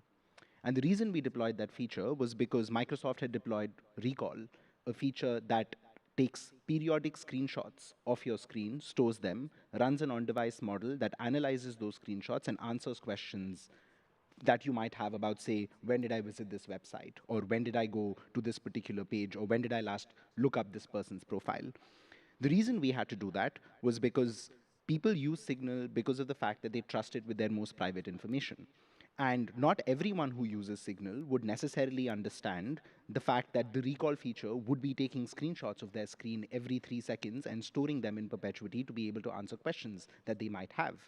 Now, if you look at Signal as a player in this market, AI regulation has existed in some form or the other for quite some time. Voluntary efforts have existed for quite some time. But yet Microsoft could deploy a system that would take a screenshot of your screen every 3 seconds and deploy it to billions of devices around the world. And there was none of these efforts did anything to actually prevent that from happening. And that's why we had to take action in our own hands, because we had to protect the privacy of our users against the kinds of technologies and contexts in which they are deployed, which are quite different from the context of many other AI systems, because a lot of the people who use Signal are particularly high-risk individuals. Which is why, connecting that to governance, I actually think that the solution to a lot of this governance conversation is all of these things need to happen in parallel. I don't think Signal is under any belief that a law will suddenly come into place by early next year that will prevent things like recall from being deployed without users understanding what it really means. I don't think it means that only voluntary efforts are enough, because I think we've seen a lot of precedents from social media and a lot of other places in the industry that self-regulatory efforts have not really worked in practice. And I think ultimately acknowledging that as much as we talk about advanced AI, it is just as important to recognize the very real harms that are occurring to real people with very real consequences that are taking place today because of these AI systems. And unless we choose to address them rather than wondering whether AI will control Skynet 3 years from today, I think we're going to end up in a scenario where some very real harms will occur, and the trust that the society has on these technologies, which is already falling quite a bit because it's not exactly a very popular technology, if you talk to an artist and talk to a lot of other individuals, will keep decreasing. So if we want to earn society's trust, I think we all need to both work together but also ensure we prevent today's harms from occurring rather than focusing too much on what might be possible tomorrow. I love that call to action, Udbhav. Yeah. I love that call to action. It's clear that many of you in the room also love that call to action in terms of making sure that we're thinking through and starting with and working backwards from the impact that this has on individuals and users and communities. But I also think your emphasis on privacy by design and working in parallel are equally important. How do we embed in the approach from the beginning and the ways in which we develop this technology in parallel to efforts of governance and regulation and voluntary commitments, privacy and responsibility by design, in order to build that trust to encourage responsible adoption. We've heard a lot of different kinds of models and lessons learned from the five of you, and I want to shift a little bit to think through concretely, if there was one element of governance that you would suggest be widely adopted or better coordinated across jurisdictions and stakeholder groups, what would it be and why? Some of you talked about R&D, voluntary commitments like in Seoul, legislative initiatives like the EU AI Act, internal governance approaches like what's happening at Signal. What is the model of AI governance that you would want to push forward and make sure that there's more cooperation on a global level on that we can develop, as you said, Udbhav, very elegantly, in parallel at the same time as the development of this technology? And Brian, I want to start off with you. Thank you. Given the profound impact from frontier AI systems in the coming years, it's quite striking that we have more regulations on the food safety of dumplings than AI today. And so I think we need more binding regulations, especially for the most powerful AI systems. Just to share two regulatory measures from my region. So the first is pre-deployment registration and licensing. Currently in China, all generative AI would have to be registered with the government before they are deployed to the public, going through a set of safety and security assessments. And this type of registration and licensing could adapt to different regional needs, as well as to adapt to emerging challenges as our understanding of the threat landscape deepens. The second would be post-deployment transparency. For example, having content provenance and watermarking on AI-generated content to make sure that users and society are able to differentiate the realities between those generated by AI versus humans. I think that's critical. And that's something that China has also implemented through a national standard requiring both developers as well as platforms to have explicit labeling as well as implicit metadata. Thank you.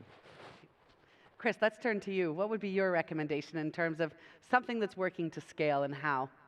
I think I would build on the comments I was making earlier in the sense that I think one of the things that hopefully will happen over the next 12 months is an increasing push to start standardizing frontier AI frameworks or risk management systems.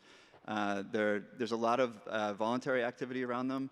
That means there's a lot of different types of frameworks that have been published.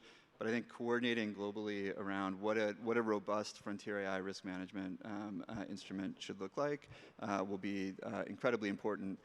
And in doing that, though, I think we need to identify how we're going to create formal standards on a very quick timeline, because I think the things like SC 42001 at ISO, which is a great AI risk management standard, I think it took 4 or 5 years to develop, and I think we need to really be able to provide something with that kind of rigor, but in a much shorter timeline. I love that emphasis on the question of standards in terms of their importance in providing clarity, particularly as we think through and hear from organizations that want to scale, but in a safe way. Udbhav, over to you.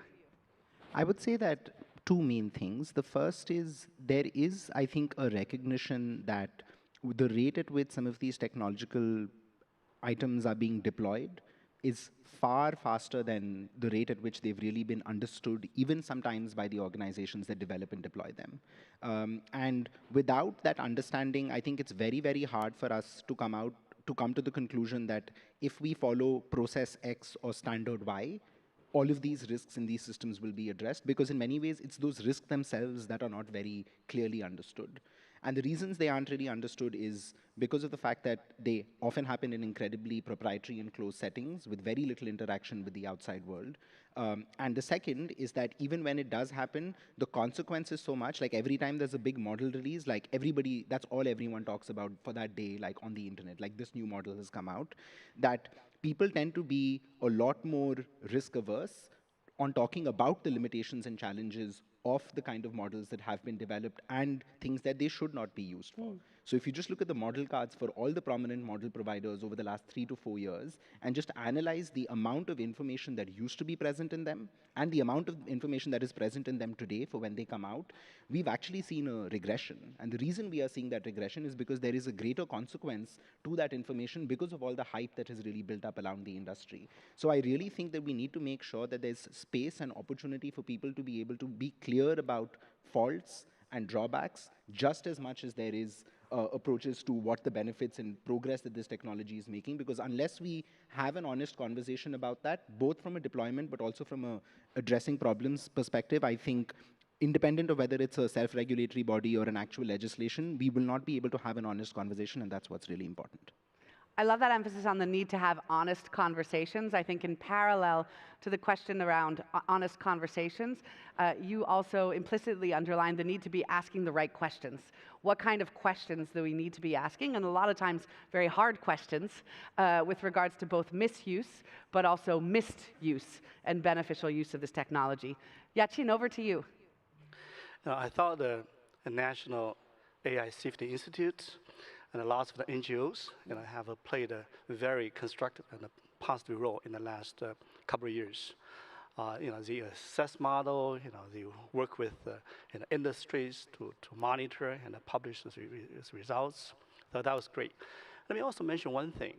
I'm glad to see top academics and the thought leaders like Yashua Benjo and a lot of the AI pioneers are working with industry leaders and the policymakers.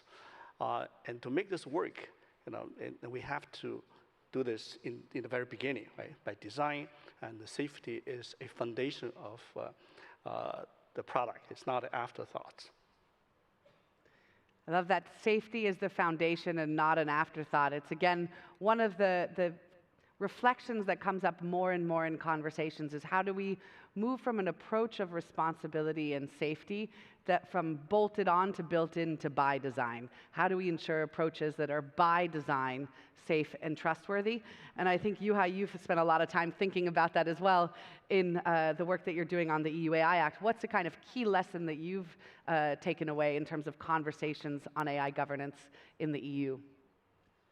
Well, I think there are a number of lessons that could be drawn from that and could be related. But I think, these are complex issues, and they don't actually, complex issues rarely lend themselves to simple solutions, as much as we'd like to have simple solutions.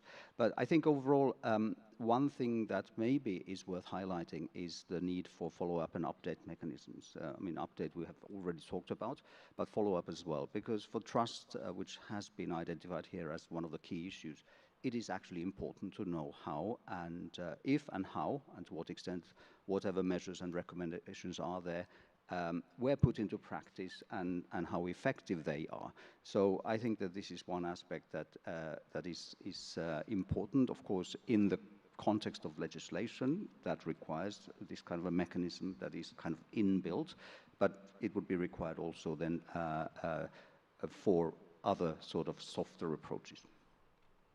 I want to build on your last statement, Juha, and shift to a kind of closing call to action and reflections in the couple minutes that we have left, and ask all of you, looking ahead over the next 12 months, and 12 months in the time of AI is probably in dog years, 12 years, what's one concrete step, is it a norm, a protocol, collaboration that's needed, a standard, you'd like to see move forward to make AI governance more effective in practice? A lot of you have talked about the need for international collaboration and alignment, the need for gaps analysis, the need for multi-stakeholder conversations. What's one thing that you would like to see on the international agenda prioritized in terms of an approach that you're seeing work that will move the needle on AI governance and particularly trustworthy and safe AI? Chris, I want to start with you. Yeah, well, I would just pick up with on Yuha's point about trust and say that one of the things that really needs to happen globally is a norm that's developed where firms that are developing frontier AI models, like genuinely kind of the newest, most powerful models, that they publish a risk management framework about how they're going to handle the most extreme risks associated with their technology. And then that they also publish, this is a point that was also made, that they publish kind of systematic updates on how they're implementing it so that the public can be aware of the activity that they're doing and can kind of judge for themselves exactly how trustworthy these products are. Great call to action. Brian, over to you. I think a concrete step I would like to see is an international effort to define what we view as red lines or unacceptable outcomes from advanced AI systems. And based on those red lines, we can also better define a set of risk threshold and early warning indicators, as Professor Zhang Aiqin has mentioned. And what is acceptable and what is safe should not be left to the AI industry alone. And as hopefully we have learned from past financial crises and environmental disasters, some of the unchecked risk-taking by a few elites could actually lead to systemic risk on a global level, including for the global south and unprotected communities worldwide. So I think this is an area where the international community and civil society have to come together and have a strong and decisive voice. I love that call to action of coming together. Juha, what would you like to see over the next 12 months? Well, 12 months is a long time in AI, but it can also be quite a short time for some things. And I'm thinking of one thing in particular, which is the fact that we've had kind of a proliferation of initiatives, which also means that there's been a proliferation of monitoring, reporting, etc., requirements, and this can put burden on developers. And I think that maybe some streamlining of initiatives would be quite useful. For that, however, 12 months is quite a short time. So it really depends on what you look at, whether that's a long or a short time perspective. Great call to action on streamlining. Yachin.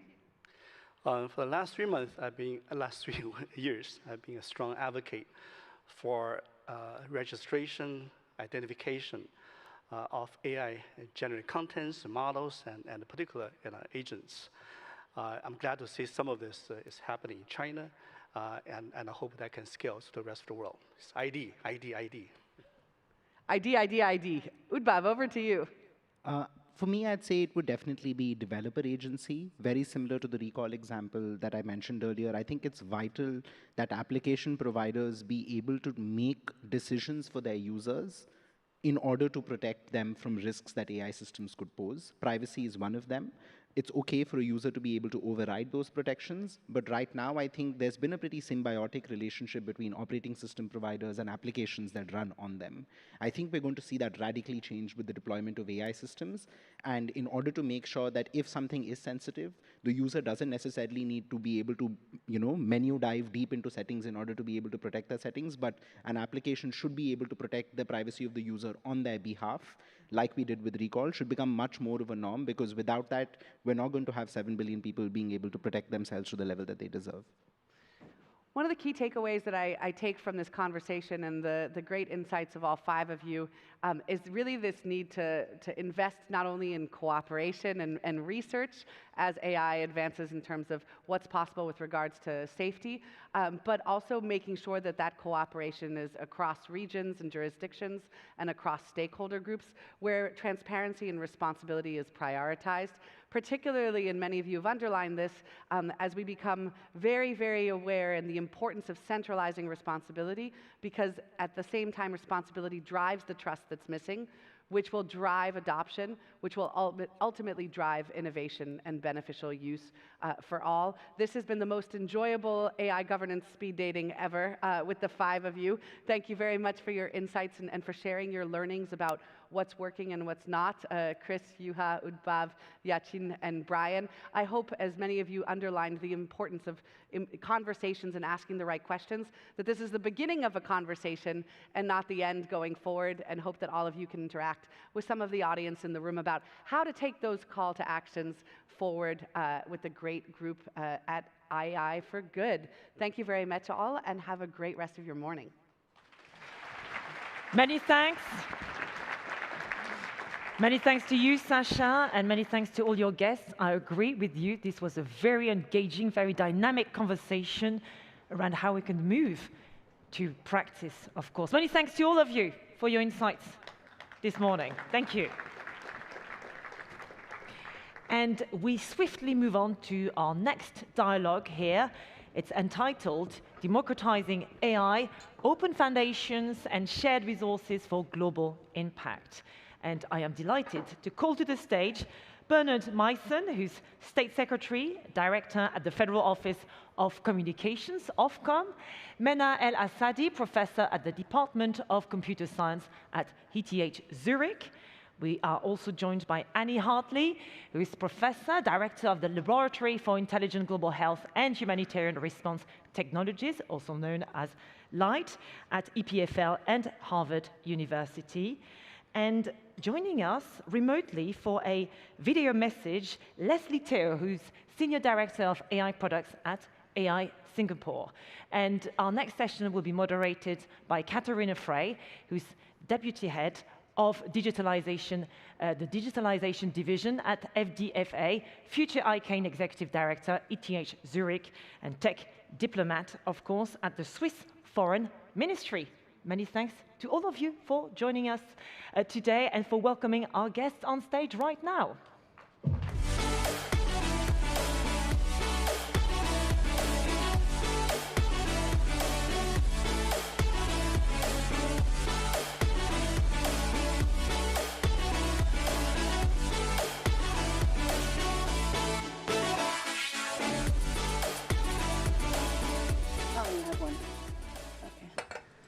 Hello, everyone, and thank you so much for the introduction and already announcing everyone. It takes some work away from me. Thank you for coming here and joining this session on democratizing access to AI. So I would like to step immediately into the show and hand over to State Secretary Meissen. Please, Bernhard, could you share some view of why Switzerland thinks democratizing access to AI research and implementation is important? Yes, thank you. Hello, everybody, dear panelists. Nina, thank you for giving me the floor. In the global technological and economic competition, countries have a strategic interest in developing sovereign AI capacities while also seeking international partnerships. Switzerland is well placed as a small country with diplomatic acumen and strong research and innovation capabilities. On the diplomatic side, Switzerland played an important role in the making of the Council of Europe's Convention on AI, Human Rights, Democracy, and the Rule of Law, and is currently active at the United Nations level to implement the Global Digital Compact provisions on AI. Since late 2023, numerous high-level AI summits have convened across different nations, reflecting the urgency of establishing collaborative frameworks for AI development and regulation. However, mounting geopolitical tensions and intensifying perception of AI race among leading nations threaten to deepen global polarization. Against the backdrop, political summits focused on AI cooperation become vital for fostering dialogue and preventing fragmentation. Recognizing this critical need, Switzerland will host an AI summit in Geneva in 2027.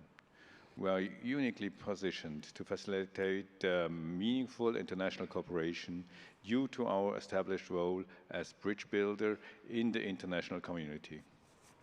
Yet, all this multilateral talk is not enough if we cannot deliver on cutting-edge sovereign tech through innovative partnerships, thanks to our research institutions. This is why we are gathered to be here today. Switzerland aims to set a course for AI to prioritization quality over scale, public-private collaboration, and ethical AI development. 2 initiatives will be presented from a Swiss perspective. We will also demonstrate, in collaboration with our partners from AI Singapore, how the mentioned collaboration can work in practice. The Swiss National AI Institute has the goal to provide a national perspective on AI-based research, education, and innovation. Currently, researchers from ETH and EPFL are working towards a Swiss language foundation model focused on an open and trustworthy AI. The goal is to deploy models in core areas such as healthcare, sustainability, science, and beyond. True to its long-standing humanitarian tradition, the Federal Department of Foreign Affairs, ETH and EPFL, and international partners launched ICANE, an initiative to create a global infrastructure for accessible compute on AI collaboration. With existing use cases and the institutionalization of the organization, we are seeking partnerships with a wide variety of stakeholders. ICANE aims to ensure that as many voices as possible are heard in AI research and that AI solutions for real-world challenges are perceived to serve global public goods accessible worldwide, for instance, through equitable access to supercomputers. I'm now leaving you to the capable hands of our panelists and Nina, and I hope we can find ways to work together to ensure that AI is beneficial for all. Thank you very much. Thank you so much, State Secretary, for already laying a bit the ground on exactly these 2 concrete initiatives. And I think I would like to use the time now to dig a bit deeper. You had mentioned the Swiss-made LLM. I think that's what they called it. It was announced yesterday in the media.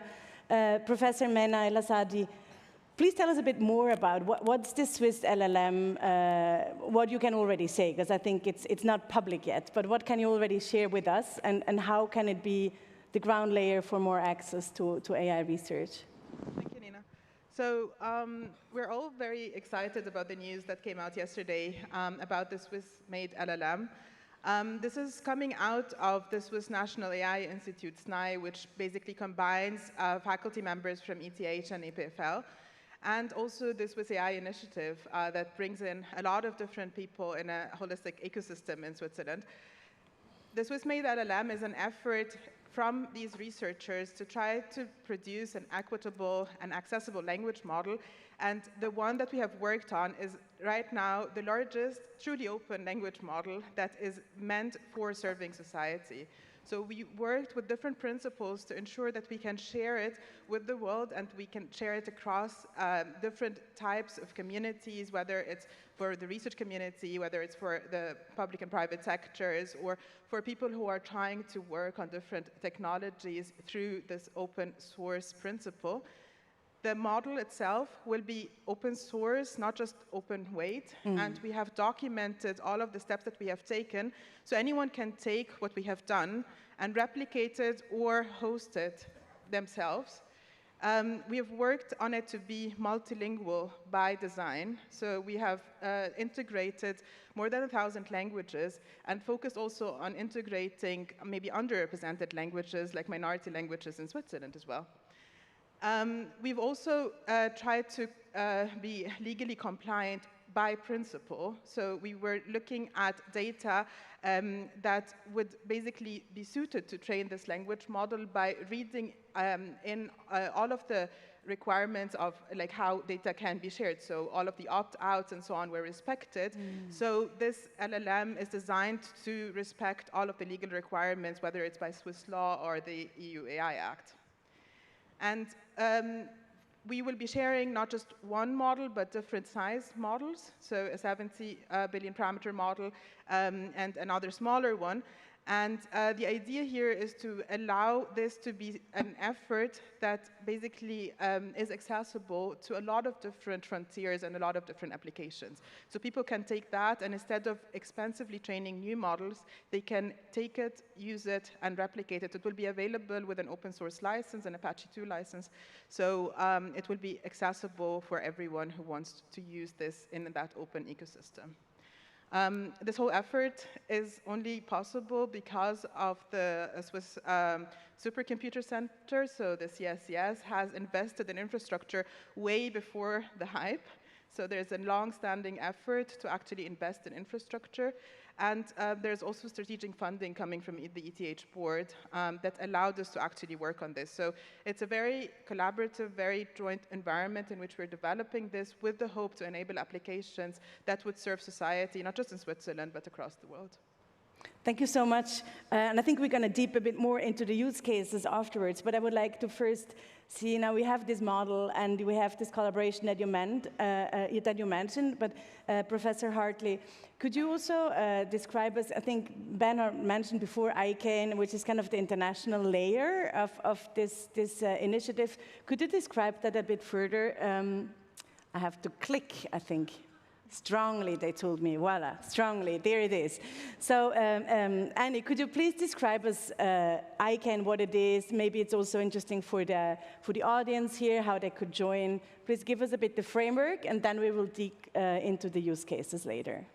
Yeah, sure. I think what we all saw with the use case over there is what is possible when people work together and when they are convened on purpose, right? And with a specific purpose in mind.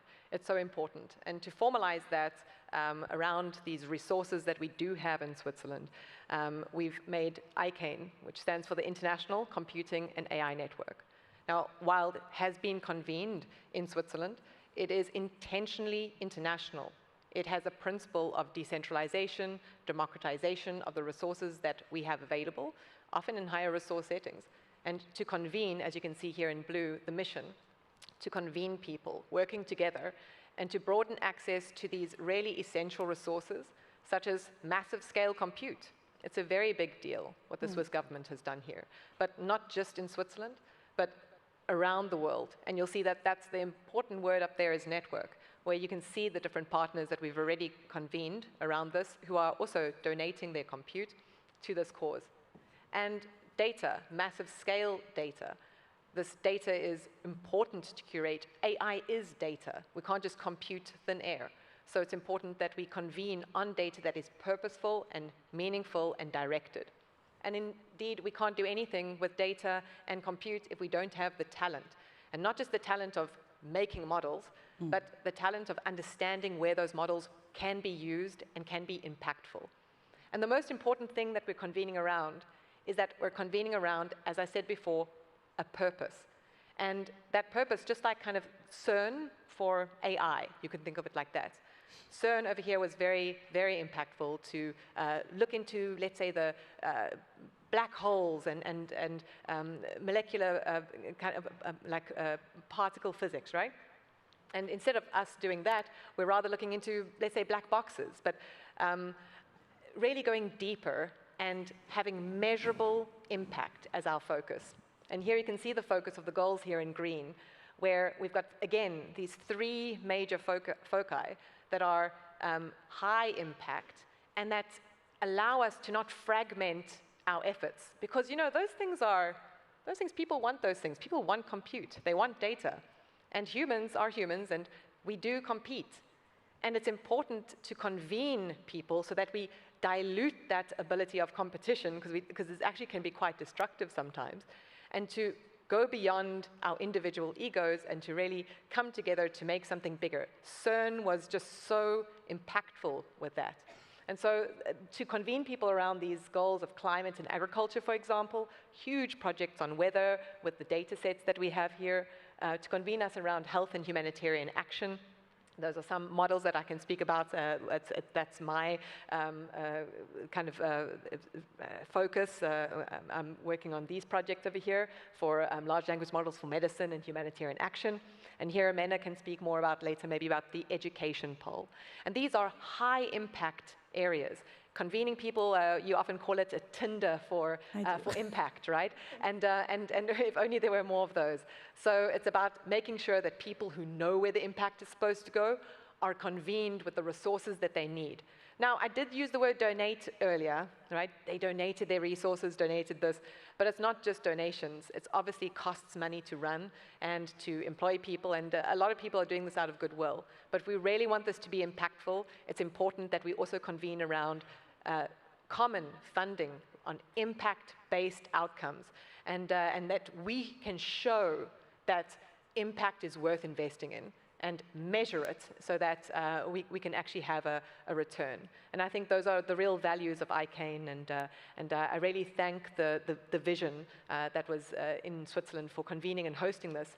But again, it's decentralized, and that relinquishment of power to make sure that you have access is actually very extraordinary. So yeah, thank you.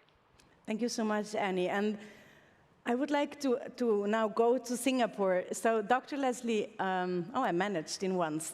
Dr. Leslie Teo, he couldn't be here in person, but he pre-recorded a message, and I think it was important for us to already showcase the concrete application and collaboration that has been mentioned by my colleagues before of this Swiss-made LLM with AI Singapore's work. So if I could ask the colleagues to show the very short video message by Dr. Leslie Teo from AI Singapore, please. Swiss AI's development of state-of-the-art, open foundation models that are multilingual represents a key contribution to the global AI ecosystem. The Sea Lion team is proud to collaborate with Swiss AI to leverage on these open models to build more inclusive AI for Southeast Asia with its 700 million population. This partnership demonstrates how we can all work together to address diverse needs and different communities and languages across the globe. Thank you so much. I hope it already gave you some ideas about this really international collaboration and concrete impact. I would like to use the last 15 minutes that we still have to talk a bit more about concrete use case. I think it would be helpful also to the audience. If you could dig a bit deeper, you mentioned the 3 thematic pillars of climate and agriculture, health and humanitarian and education.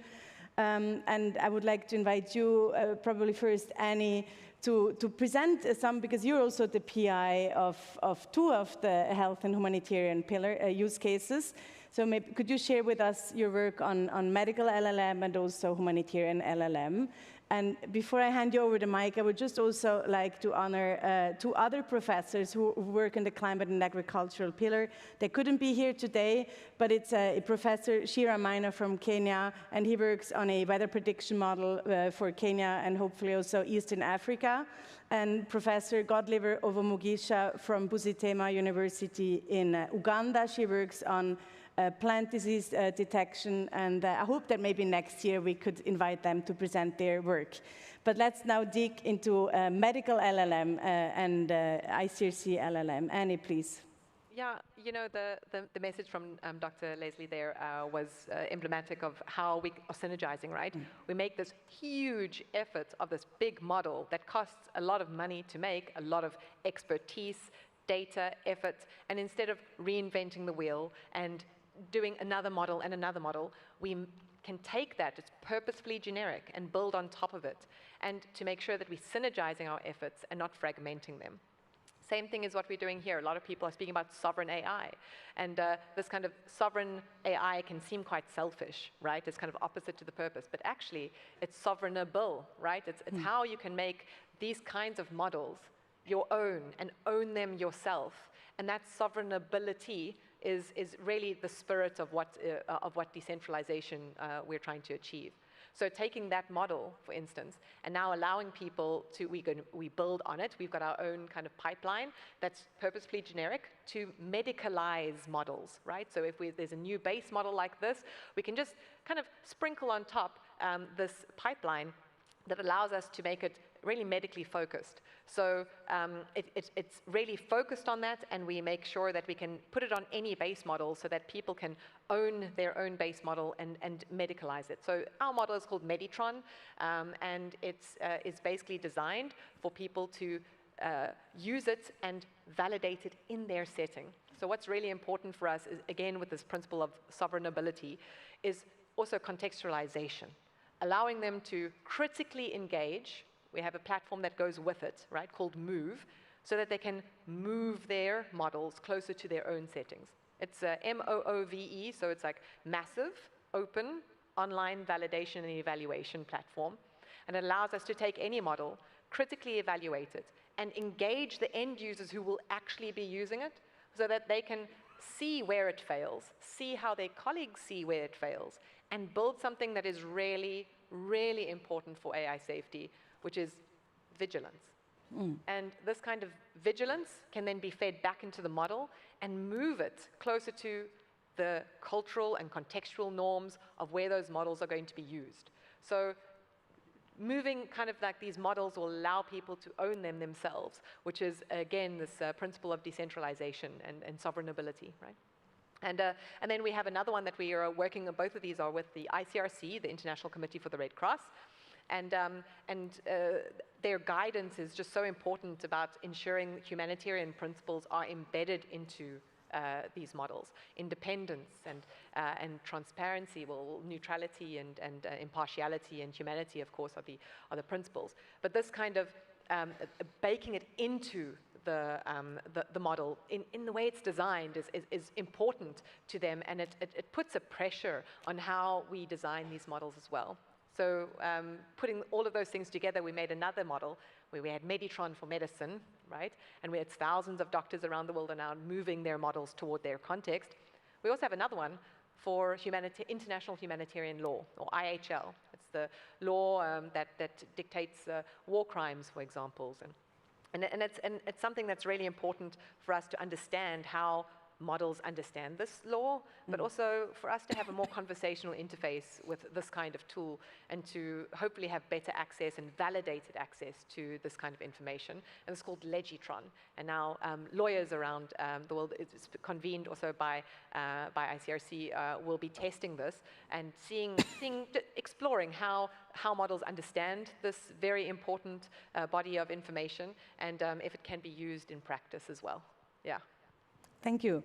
Thank you. I think that explained a bit like the concrete applications. And I think one of the other pillars that's from ICANN is also, I'm sorry, I'm losing my voice, is the educational pillar. So, Mena, could you give some concrete examples? I'm sorry for my voice. Yeah, so for the education pillar, I wanted to highlight maybe two different initiatives.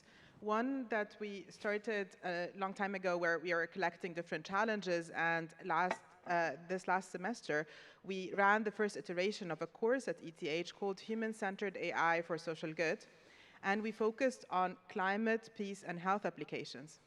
The way this course was set up is pretty unique. So on the one hand, all of the partners who kind of came to us with different challenges, whether it's the ICRC, methodological organizations, and others, we kind of assembled all of this and tried to kind of form them into course projects.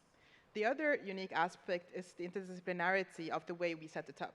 So we collaborated across 4 different departments with professors coming from different perspectives, and put together teams of technical people, of domain experts, and others in order to work in interdisciplinary fashion as teams of students working together to solve one of these challenges through human-centered design principles.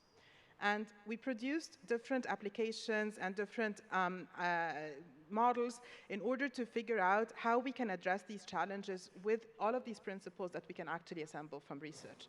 So for example, we have models that build on climate modeling, where we developed interfaces for counterfactual explainability or trying to answer questions like, what if this parameter would be different? Or what if my own understanding would form like this and that?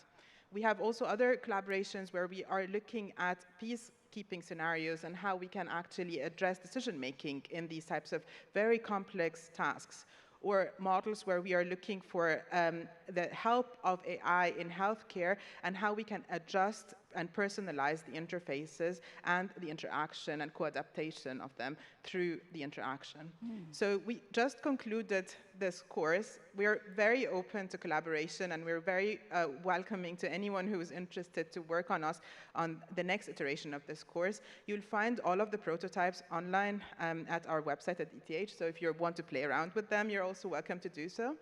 And then the other example that I want to highlight very briefly, because it's just in its starting phase, is a collaboration that we will start through ICANN with Data Science Africa, where we'll be working on an educational game to really teach the base principles of what it means to think in a computational manner and to use AI in an equitable and explainable and trustworthy way. So our idea is to develop a card game.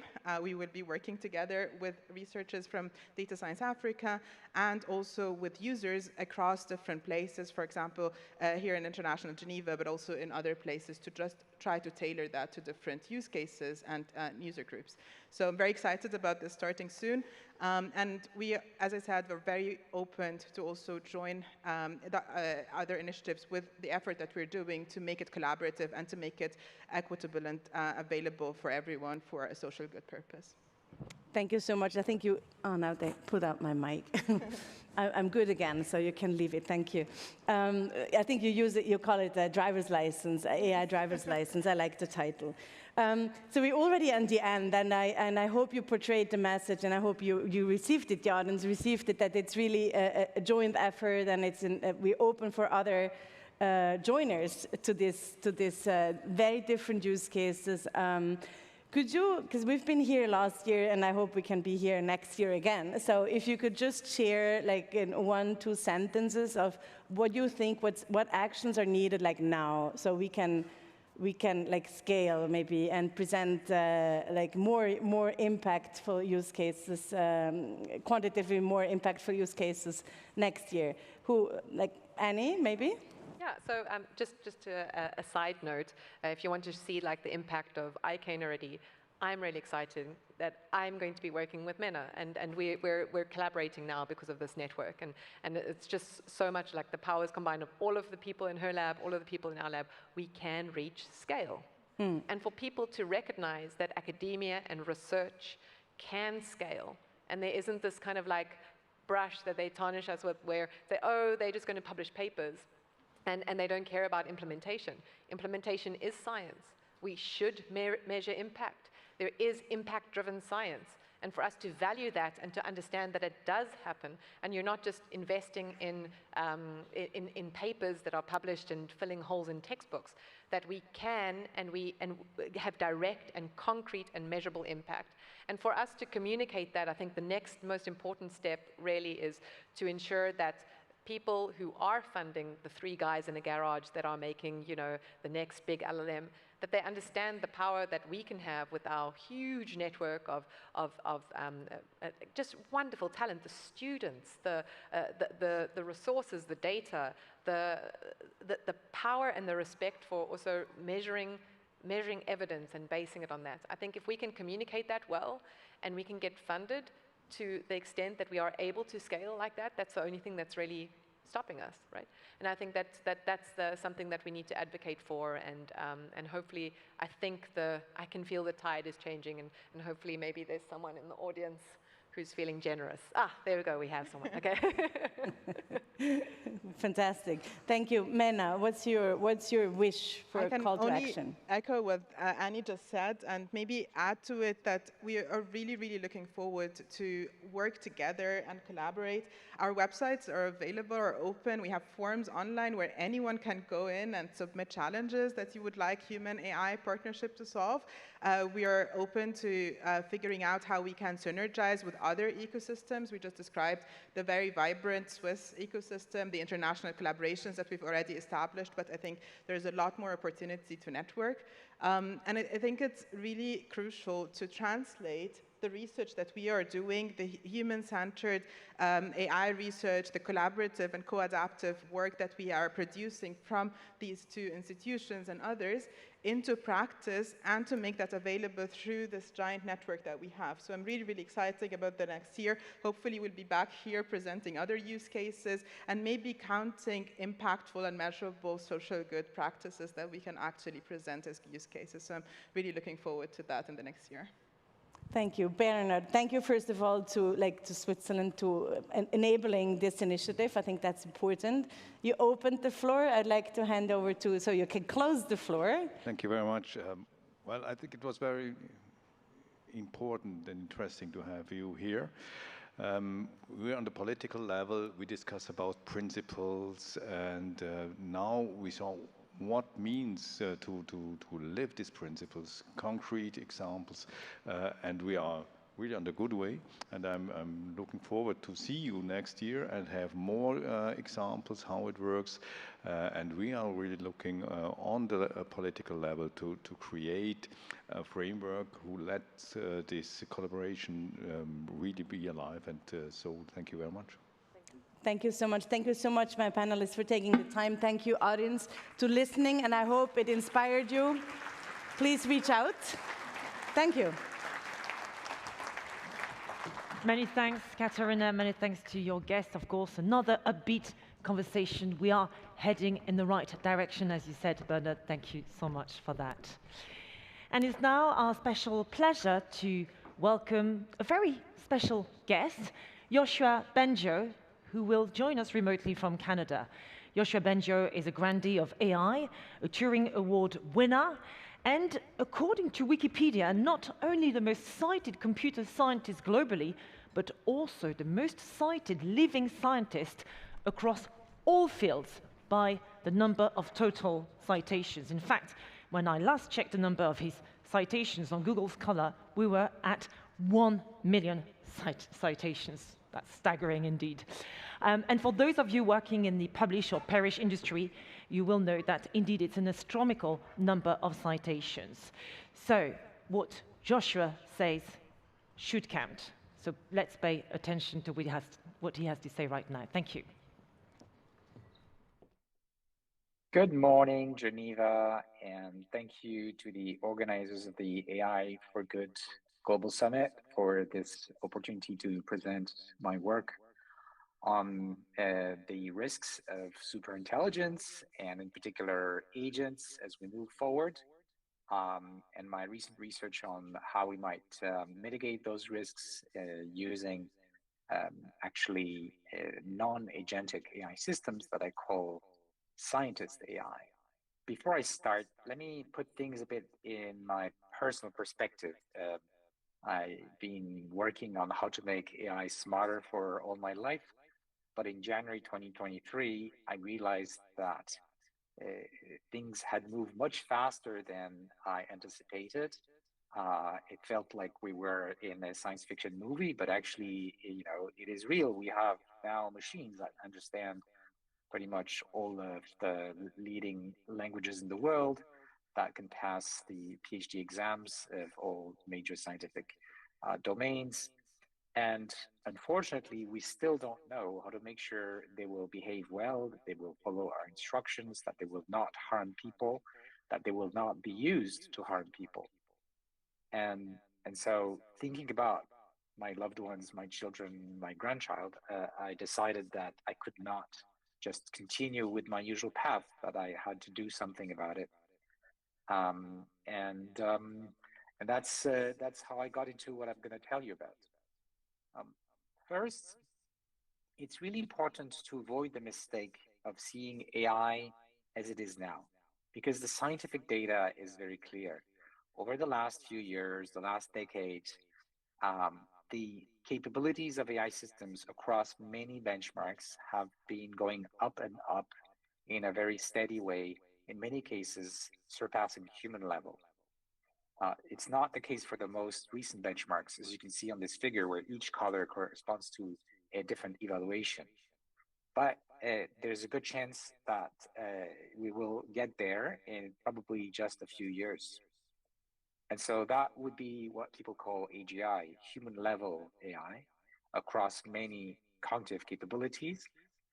And it's also plausible that human intelligence is not the apex of intelligence. And we already see in some areas that computers can be smarter than us. So there's a good chance we'll end up with AI systems that are superior to humans across the board, not just comparable to humans. And what does that mean? How do we make sure we all benefit from that and not create huge dangers for our democracies, for society, for humanity? To better understand this, it's important to put things in perspective of, what are the capabilities on which AI is currently weak compared to humans? And clearly, reasoning and planning, which are closely related, come to mind. You still see a lot of incoherence, but a lot of progress on both of these fronts in the last few years. And of course, there is bodily control, robotics, which seem to lag compared to the cognitive abilities, but are also on the rise. And it's important to realize that even without reaching human level in bodily control, AIs could be used in very dangerous ways. But there's also a chance that AI advances will be used to make advances in robotics even faster, and advances in AI more broadly even faster. A few months ago, I was really surprised when the first reasoning models were presented, how good they got at some reasoning benchmarks, especially abstract reasoning benchmarks, which I had thought would take many, many more years to reach. And this is an example of the data that's been shown and discussed in the International AI Safety Report that I'm sharing. And so, I encourage you to actually look into this report even more, where you'll find a lot of information about the advances in capabilities, but also what's the state of the art in terms of mitigation. One area that I'm particularly worried about is the advances in agency. In other words, the ability of AIs to do things in an autonomous way. What I mean, for example, is programming tasks, which requires a lot of interaction with the computers, or the kinds of tasks where we see companies wanting to automate the work of humans with AI systems, the so-called AI agents. This figure shows a study of the planning abilities of AIs in the context of programming tasks. And it measures over the last 5 years the progress that's been made with the frontier models. And what we see is that the duration of the tasks that the AI models can do well is doubling every 7 months. So that's kind of exponential advancing.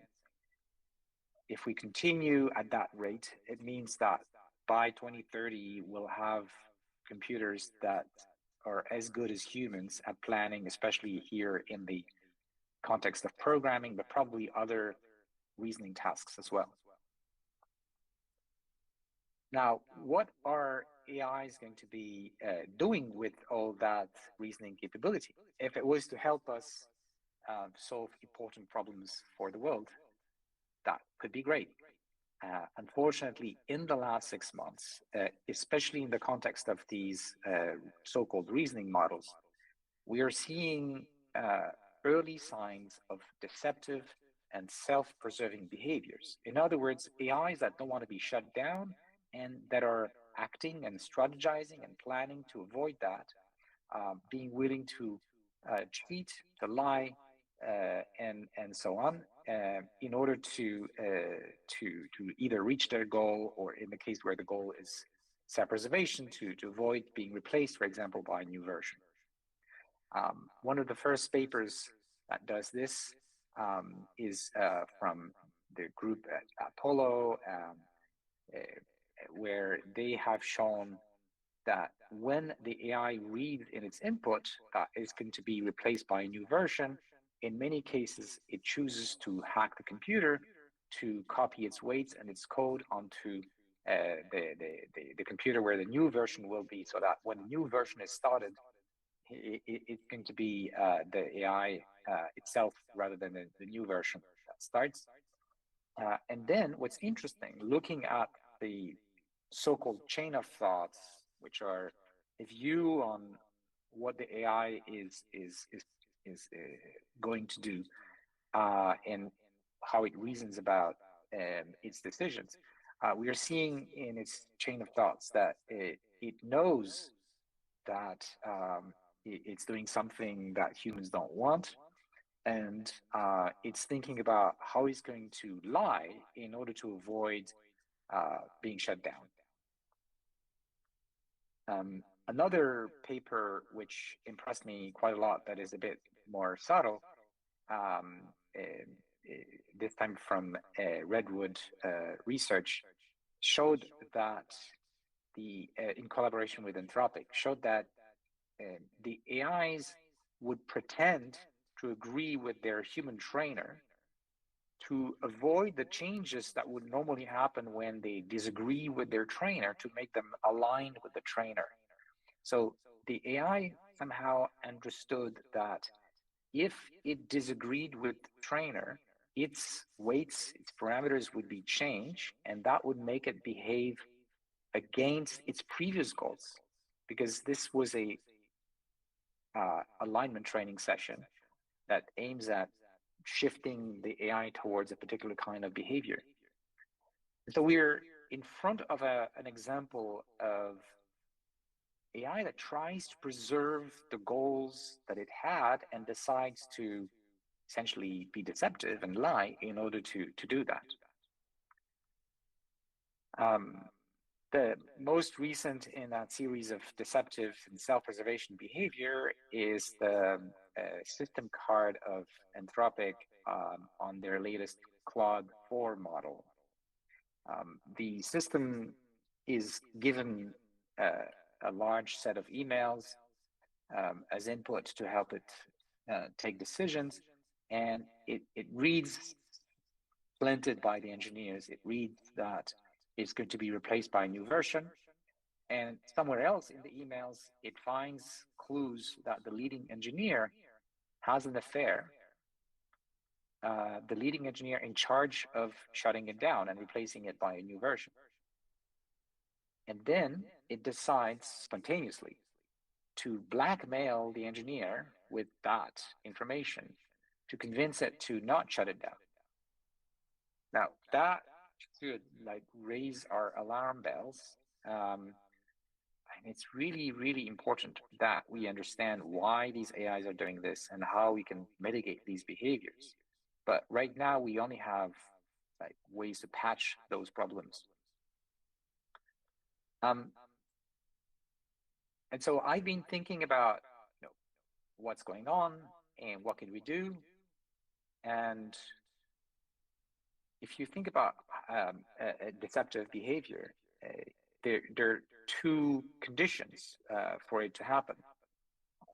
The AI needs to have the capability to do something bad, like blackmailing or hacking the computer.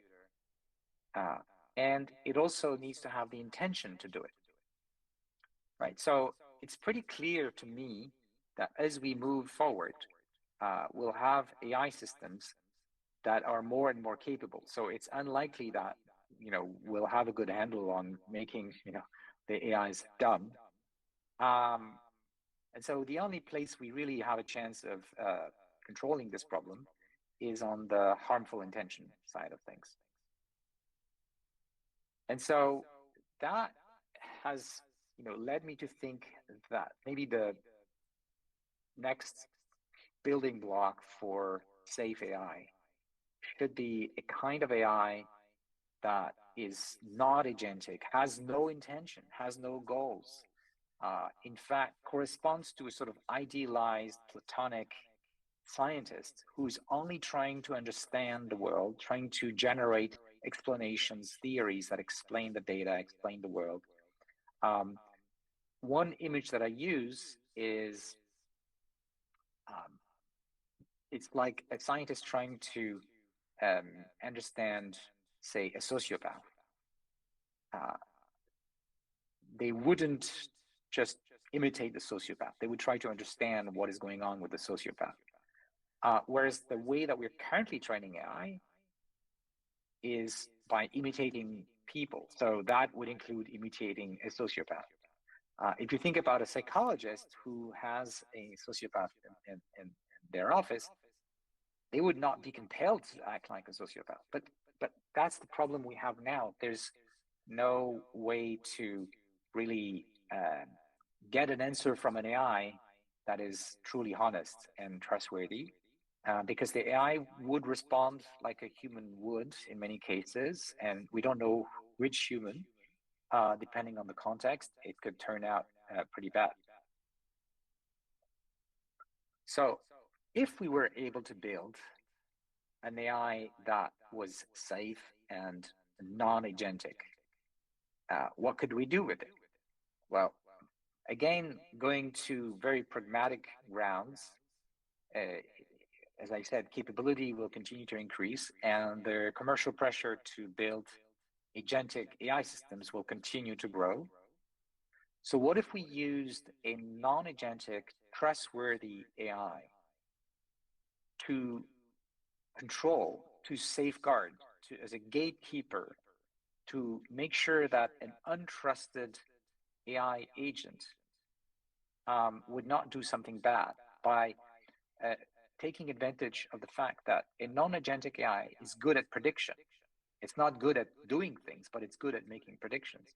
And here, the only prediction we need to control another AI to make sure it doesn't do bad things, the prediction we need is simply, is this action going to cause harm? Or with what probability is this action going to cause harm? If the probability is above some threshold, then we should reject that action. So that's the short-term plan that we have, but actually, the scientist AI is also something useful for research in general, scientific research, because what it does is look for explanations and make predictions, generate hypotheses, just like what scientists do. And so I think that there are many good things we could do with AI that would be absolutely safe if we choose that path. Let me try to bring together these different elements of what I've talked about. There are many risks ahead as AI becomes more and more powerful. I focused on loss of control because of the recent experimental results that I mentioned. But there's also a lot of evidence that we're approaching a point where AI can do really bad things under the instructions of malicious humans who want to use it, for example, to create attacks on our democracies, create new pandemics even. We're getting close to the point where AIs could do that. And we don't know yet how to make sure this won't happen, how to design AI so that they will not respond to these requests, how to make sure they will not be easy to steal by people who would like to use them for this kind of thing. So we need to navigate the risks of AIs doing bad things by themselves, AIs doing bad things because people ask them to do bad things. And among the bad things, it could also be helping some people or some companies or even some countries acquire and concentrate power in a way that's really excessive and dangerous also for our geopolitical stability. So navigating those risks is tricky, and we need to understand all of them. What I focused on today is on the side of AI research and development. There are things we can do to try to steer the research in a direction that would help us mitigate the risks. In particular, really the risks of AI systems comes as they become more and more autonomous and more agentic. The biggest risks come from there. And so understanding how we can build systems that are both helpful but not agentic is a really good starting point, because then we have a building block that is trustworthy and might even be used, as I give the example of the guardrail, to make sure agentic systems are behaving well. And so this is really a different path, different from what the companies have been doing in the last few years. And I would say, if we are wise collectively, we should choose these kinds of paths rather than just let the competition between corporations and the competition between countries decide on our future. Because that competition is really dangerous. It's making the organizations building AI cut corners on safety, on protecting the public's interests, and endangering the stability of our world. So an important message here is that we need to develop both technological and governance guardrails, and we need to do it at the global level. And my belief is that the only way we're going to get these things beneficial, especially when we get to AGI, is that we manage advanced AI as a global public good and not leave it solely to the market forces and national competition. Thank you for your attention and taking the time to digest all this.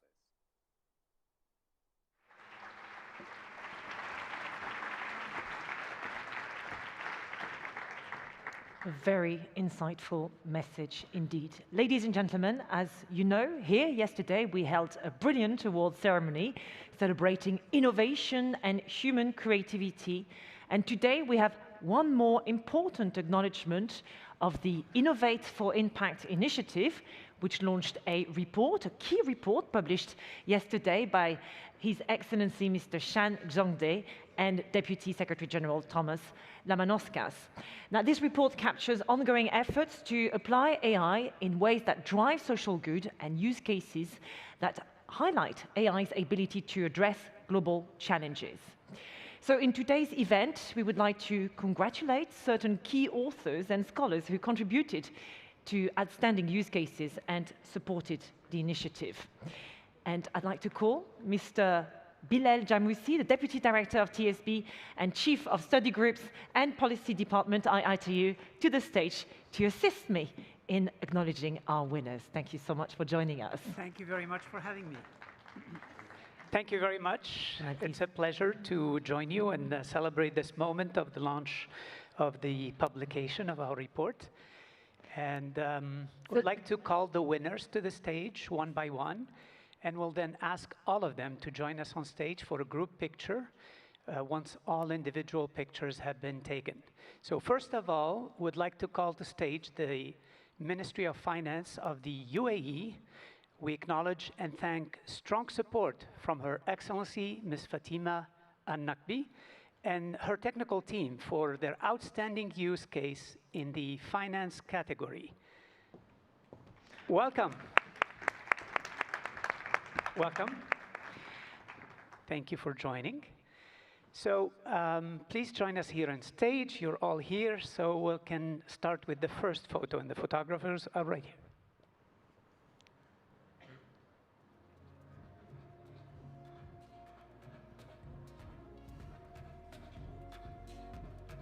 Thank you very much. And congratulations once again. Thank you. Thank you. Next, would like to is Dubai Airport for the pioneering vision and excellent execution results for the use case from Mr. Khalid Ishak and Mr. Yusuf Tangekar, optimizing passenger flow at Dubai airports using machine learning and predictive analytics under the category of smart home cities. A big round of applause for you. Thank you so much. Can I please ask you to take a step forward and move to the middle of the circle here to take the perfect picture, of course. And once again, congratulations. Thank you, and congratulations to you. Thank you. Shukran. Joining us now is the Ministry of Community Empowerment of UAE. We congratulate and thank Mr. Bakhit, Chief Artificial Intelligence Officer and the Director of the Digital Transformation Department of the Government of the United Arab Emirates, for his support and the excellent use case on community empowerment in the category of productivity titled Nonprofit Organizations AI-Powered Registration Process. Please come and join us here on stage. Thank you. Shukran. Marhaba. And congratulations on your excellent case study. Thank you. Shukran, Mabruk. Thank you, sir. Congratulations. Now, ladies and gentlemen, we are joined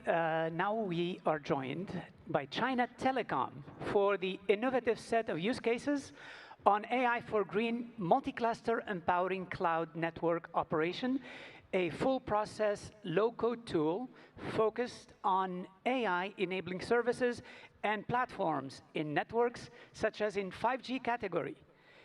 We have use cases titled AI full process, low-code tool, middleware based on 1 + 1 + 3 + n, very technical, and empowering cloud network operation with self-intelligence through the network large model toolchain platform.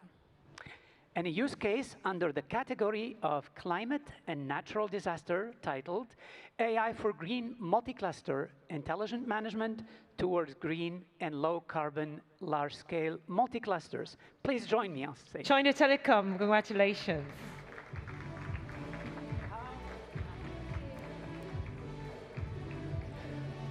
Maybe a step forward, please. That's it. Perfect.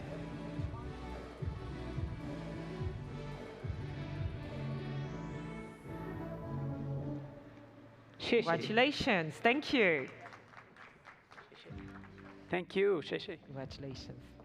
We now would like to acknowledge the excellent use case from China Unicom on the category of smart home cities titled Yuanjing Integrated Urban Management Platform. China Unicom, please come and join us here on stage. Please join us on stage for a photo. Welcome.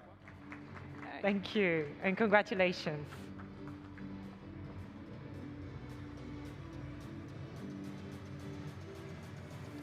Congratulations, Sheshe. We also thank China Mobile for the excellent use case on category of 5G titled AI plus 5G for enabling new applications based on AI and 5G with use case titled Intelligent Symbiosis, AI plus 5G Advanced, redefining sustainable guardianship in human-wildlife shared zone. Please join me on stage. Yes, congratulations. Please come and join us here on stage. Thank you. Congrats.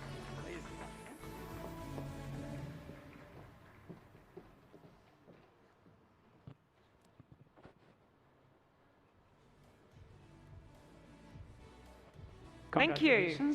Thank you so much. We're moving on to the next one. Next one. We're halfway through, actually a bit less. Yes, Alibaba Damo Academy for innovative use case in healthcare titled Multi-Cancer Early Screening with Non-Contact CT and Deep Learning and Climate Change, AI-powered high-precision weather forecasting model. Please join me. Welcome. And a round of applause, please. Thank you. Congratulations. All right, big smile.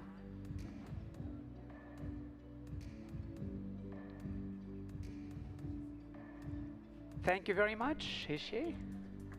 Shishi. Thank you, and congratulations to our winners.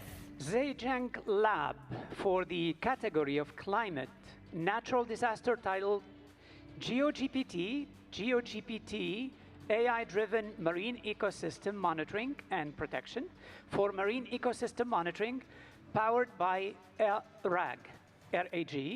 We thank the director of Zhejiang, Mr. Wang Qiang, for the strong support and invite him to the stage. Zhejiang Mr. Lab, Wang, please. congratulations. A big hand of applause for him.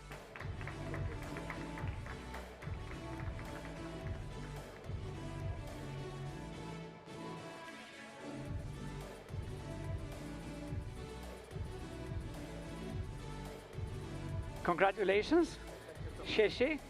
Thank you very much. We're now going to congratulate some of the scholars. Now we move to the scholars and who facilitate some of the work that we're doing. We call on Mr.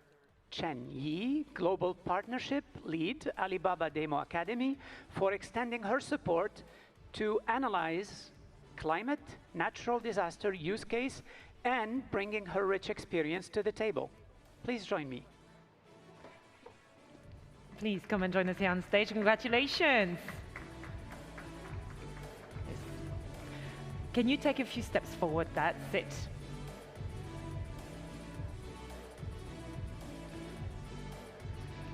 A certificate of excellence. Thank you. Let's keep Next going, caller. shall we? All right, let's do that. Miss Linbi Dang, for her meticulous analysis of the accessibility use case and unbelievable effort in editing the additional use case. Please join us here on stage to receive your certificate. Thank you. Welcome.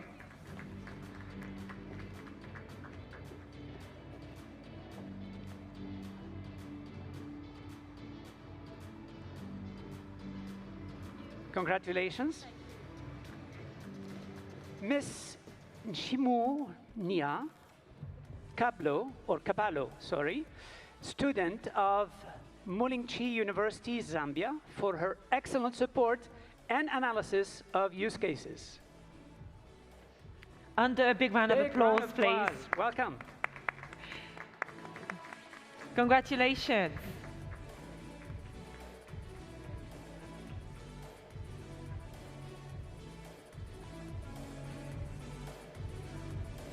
Thank you very much and congrats. Well done. Thank you.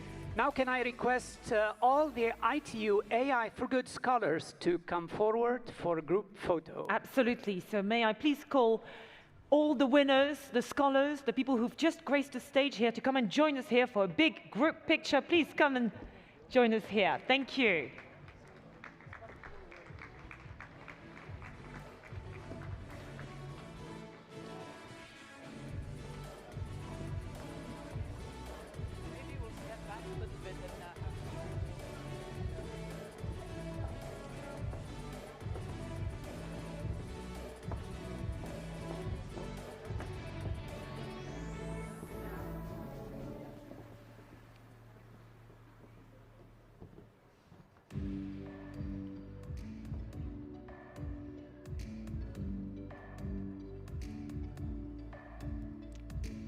Big smile. Congratulations, everyone. Another round of applause, please, for our winners.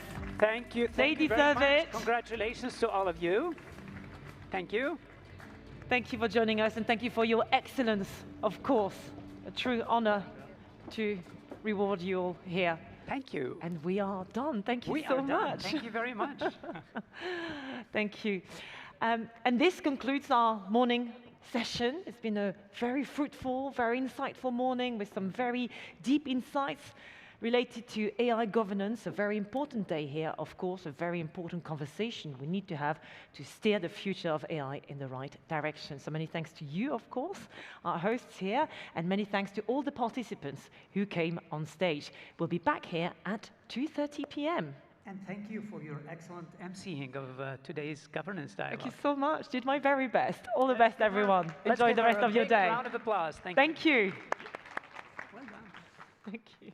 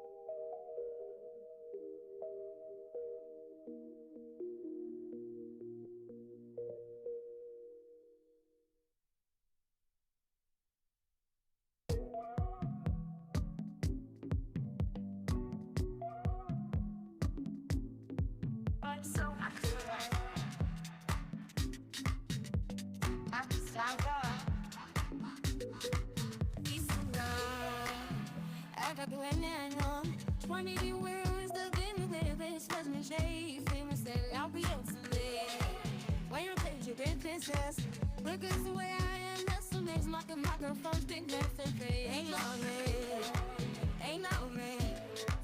I'm not your man, for this is a cold thing around me. That thing, I was all saying, you know, man. A man knows the same angry in my fast,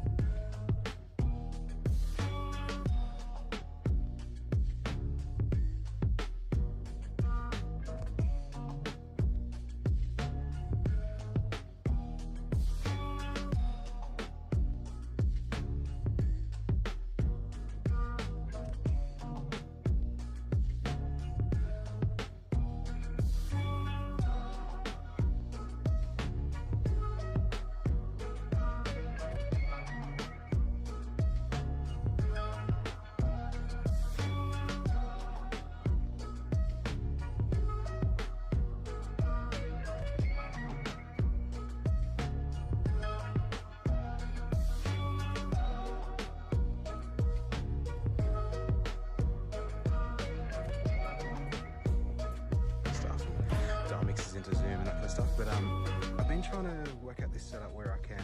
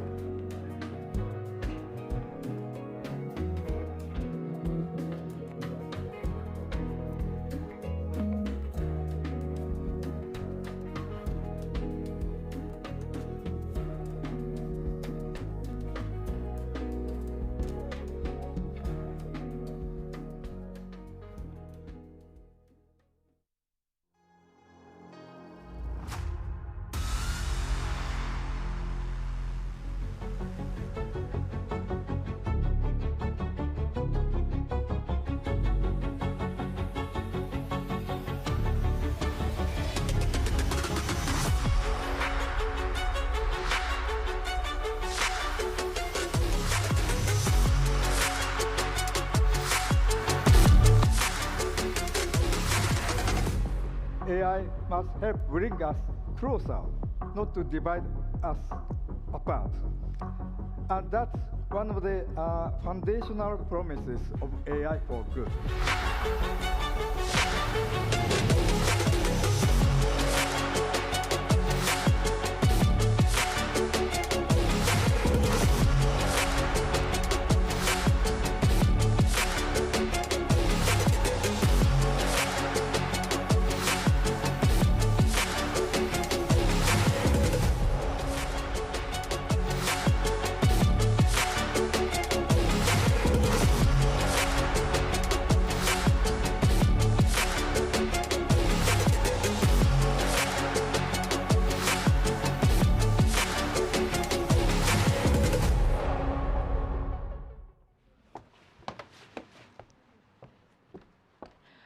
Good afternoon, everybody, and welcome to a magical Thursday afternoon here at the AI for Good Global Summit 2025, and for the first time here at Palexpo as well. We are so happy that you've joined us for the AI Governance Dialogue. This is the conference inside the conference, and today we are doing AI governance, steering the future of AI. I'm LJ Rich. It's a pleasure to be your host, taking you through this afternoon, and we have arranged a very, very special program for you all, filled with conversation starters and international heads of state and people in the know.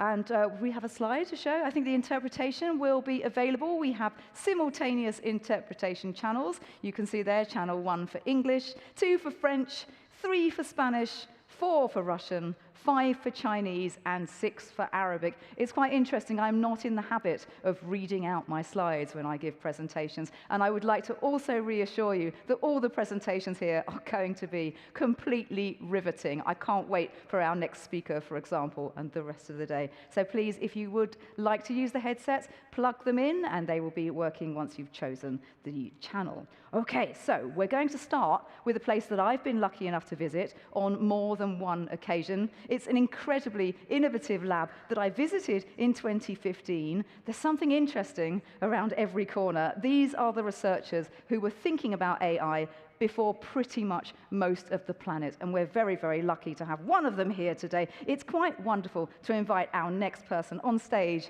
She's brilliant. She's from MIT's C-Sail Lab. It's the excellent and mesmerizing Daniela Rus.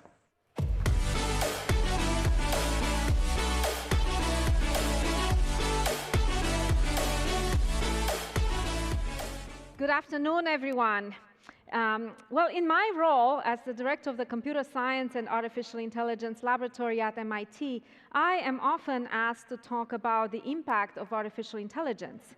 What will rapid advances in this technology mean for our lives, for our jobs, for our futures? Well, I believe that AI will make tremendous differences in our lives. AI will change the world in many ways, some of which we have only begun to imagine, and I'm very optimistic about what the future holds. But that depends on all of us. That depends on the technologists, the business leaders, the policymakers. That depends on all of us to come up with the right frameworks, the right ideas to make sure that the development of these ideas and of the deployment of AI products serve the greater good. And so that's what I want to talk to you about today.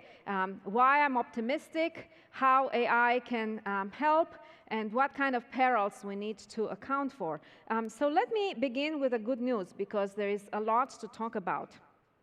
So when I think about AI, I think about my favorite Star Trek characters.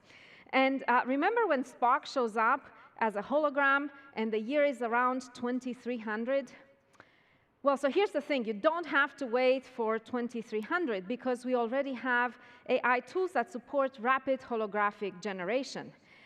Just imagine hybrid meetings where your colleagues from remote locations appear as active holograms, and they can interact with you more naturally. And do you remember when Mickey Mouse summons the broomstick in The Sorcerer's Apprentice? Well, you don't need magic to make that happen because we have AI. In fact, research in AI for designing allows us to turn pictures into animated robotic objects, like the one you see here, which was generated automatically from an image.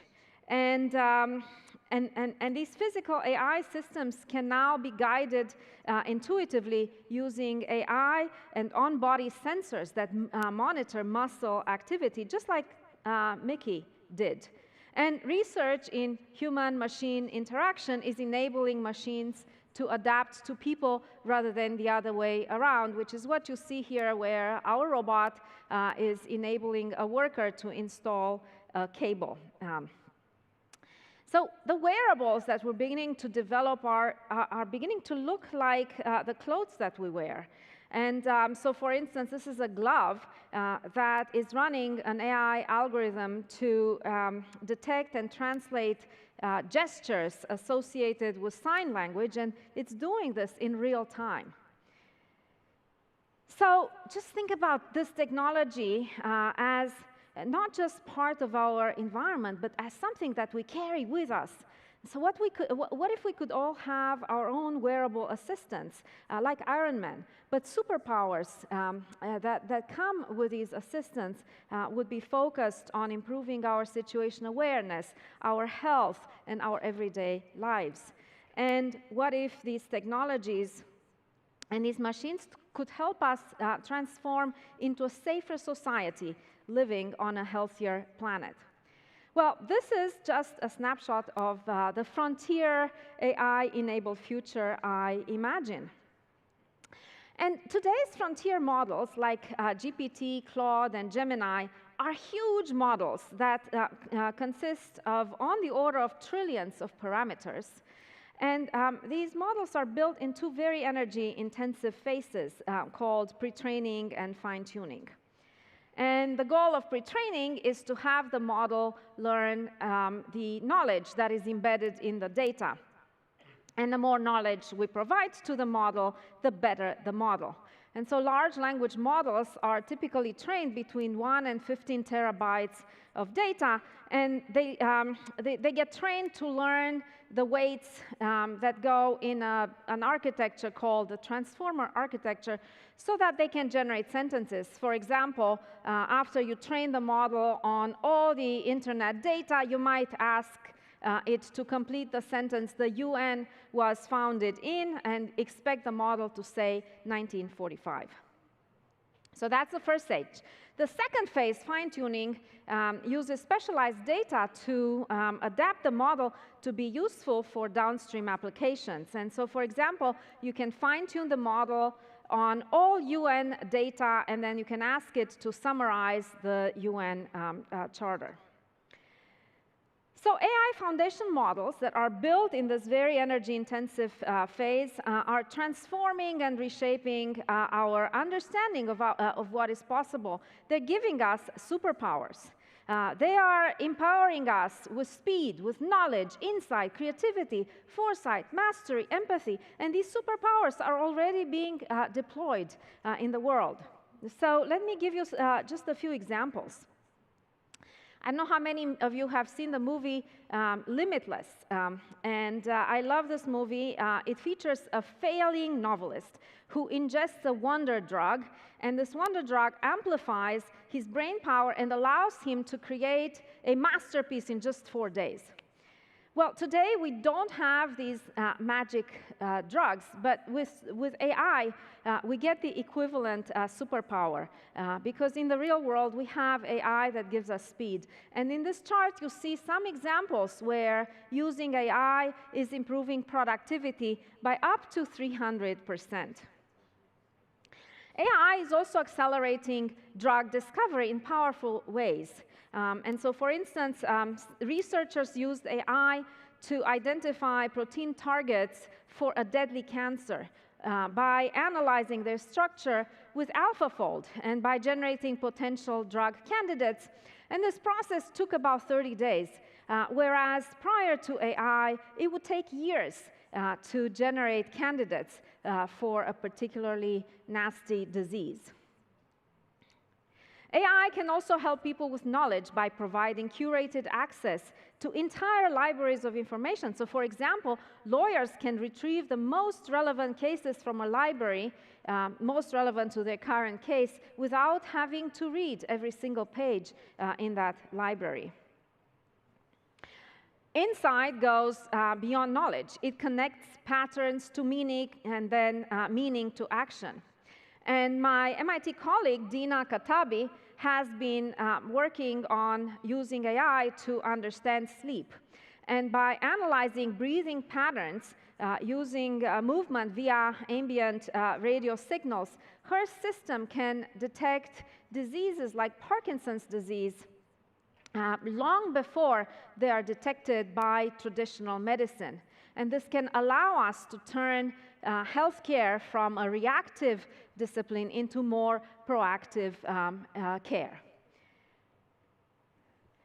The last example I wanted to show you is on creativity, and I'm sharing here artist Refik Anadol's unsupervised exhibit at the Museum of Modern Art in New York.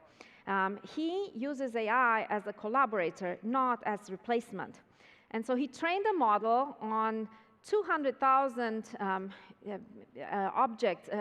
exhibits from the MoMA collection.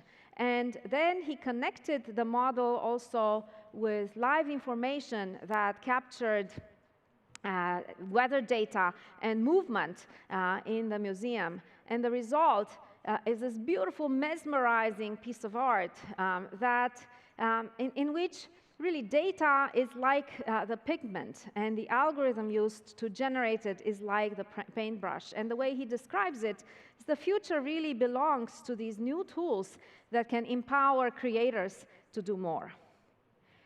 Okay, so a lot of great things we can do here, but AI systems are not perfect. And all of this is unfolding in the face of persistent technical challenges. From data limitations and escalating model sizes to very fragile robustness and a lack of interpretability, today's AI systems are as powerful as imperfect. And so as we scale their impact, it's very important that we continue to think about how the systems work and what we can do to make them better. And so here's my main comment about where we go with AI governance and stewardship. It's important to support innovation because it is key toward progress. Now, some of the technical challenges already have promising technical solutions, and we have to continue to innovate and to build on new ideas to develop solutions for foundational AI, but also for the applications of AI. And I want to give you an example of a solution designed to address a core challenge, the sheer size and computational demands of today's models. So we'd like to have our AI solutions run on our phones, on our enterprise computers, on sensors, on small devices, and right now we cannot. The AI that you run on your smartphone actually requires the cloud calls, and those are very expensive, and you really need to be in a region that is well covered. So we cannot use today's AI solutions because they require server farms. And these AI solutions today have a huge energy cost. By 2030, AI is projected to use 12% of the US total power demands due to scaling. And an interesting recent observation is that pure scaling is beginning to show diminishing returns in performance. So how can we innovate? Well, one idea is to use inspiration from nature. And in our group, we are using inspiration from a worm called C. elegans to answer how do we make better AI models. Now, in stark contrast to the billions of neurons in the human brain, the worm lives very happily on only 302 neurons. And biologists understand exactly how these neurons work. And so the idea is to use the math of the worm instead of traditional math to build a new class of AI we're going to call liquid networks, which are small, energy efficient, and explainable as compared to today's solutions. And so let me show you an example of how to think about today's solutions versus more efficient solutions. So here is our self-driving car. It was trained using a traditional model to drive by looking at how people steer and accelerate based on what the world looks like around them. And here's the dashboard of the solution. In the lower right corner, you see the map. In the upper left corner, the camera input stream. And this big box with blinking lights is the AI decision-making engine that tells the car how to steer and how to accelerate. And there are tens of thousands of artificial neurons in this decision-making engine, and it's impossible to correlate how they fire with what the car does. And if you look at the lower left corner, you see the attention map. This means where in the image this decision-making solution looks in order to tell the car what to do. And do you see how noisy it is? And also how this solution primarily looks at the bushes and the trees on the side of the road, which is not how people drive. So contrast that now to our worm-inspired liquid network for self-driving cars. Now we have only 19 neurons rather than tens of thousands, and that means we can explain how the solution works. And we also see that the attention map is focused on the road horizon and the sides of the road at the horizon, which is really how we drive. And so because these solutions are smaller, we can understand how they make decisions, and these solutions use much less energy. And so the question is, how is this performance possible? And so here's the professor in me. I just want to take 15 seconds to explain to you that in most traditional AI solutions, the artificial neuron is a very simple on-off computation. As compared to that, this is what happens in the liquid neuron. You don't have to worry about the math. The point is that this math inspired by the brains in nature, by the brain of C. elegans, is more complex than on and off. And because of this math, we can get models that are compact, that are explainable, and that really understand the task, and moreover, that can adapt after training based on the inputs that they see. So this is an example of how investing in innovation can get us to better, safer AI. Here is an example of how these networks adapt. This is a video that shows training data for the task of finding things in the woods. And so we trained all kinds of models to find things in the woods during the summer, and all the models learned the task. And now we tried the models that were learned during the summer in the fall, and you see that the traditional solution gets confused by the background and cannot work. But the liquid solution is actually focused on the task rather than the context of the task, and it's giving us reliable behavior. So the step forward is with investment in innovation. We have a new approach, a new idea for AI that gets machines to be adaptive to the tasks that they perform. And these solutions can actually be applied to any domain that has time series data and has huge improvements over traditional solutions. For example, 123% over transformers in physical real-world modeling. I know you can't read the table, but I just wanted to show you that we tested it on a lot of different things. Based on these new ideas, we started a company called Liquid AI, which brings to the world these energy-efficient models. And these Liquid AI models really compare very favorably against existing models. They have much better performance. They continue to improve as we continue to develop them. They have lower memory needs, which means that they can be deployed on your phones and on your enterprise computers. And they also have much better performance. They're much faster at both understanding the query and generating the response. These are complicated graphs, but basically the liquid solution is the graph at the top, and as compared to many existing solutions, you can see that it performs much better. So with that, I want to show you that we can build more efficient and adaptable models without sacrificing performance, and this is an important step as AI scales across sectors.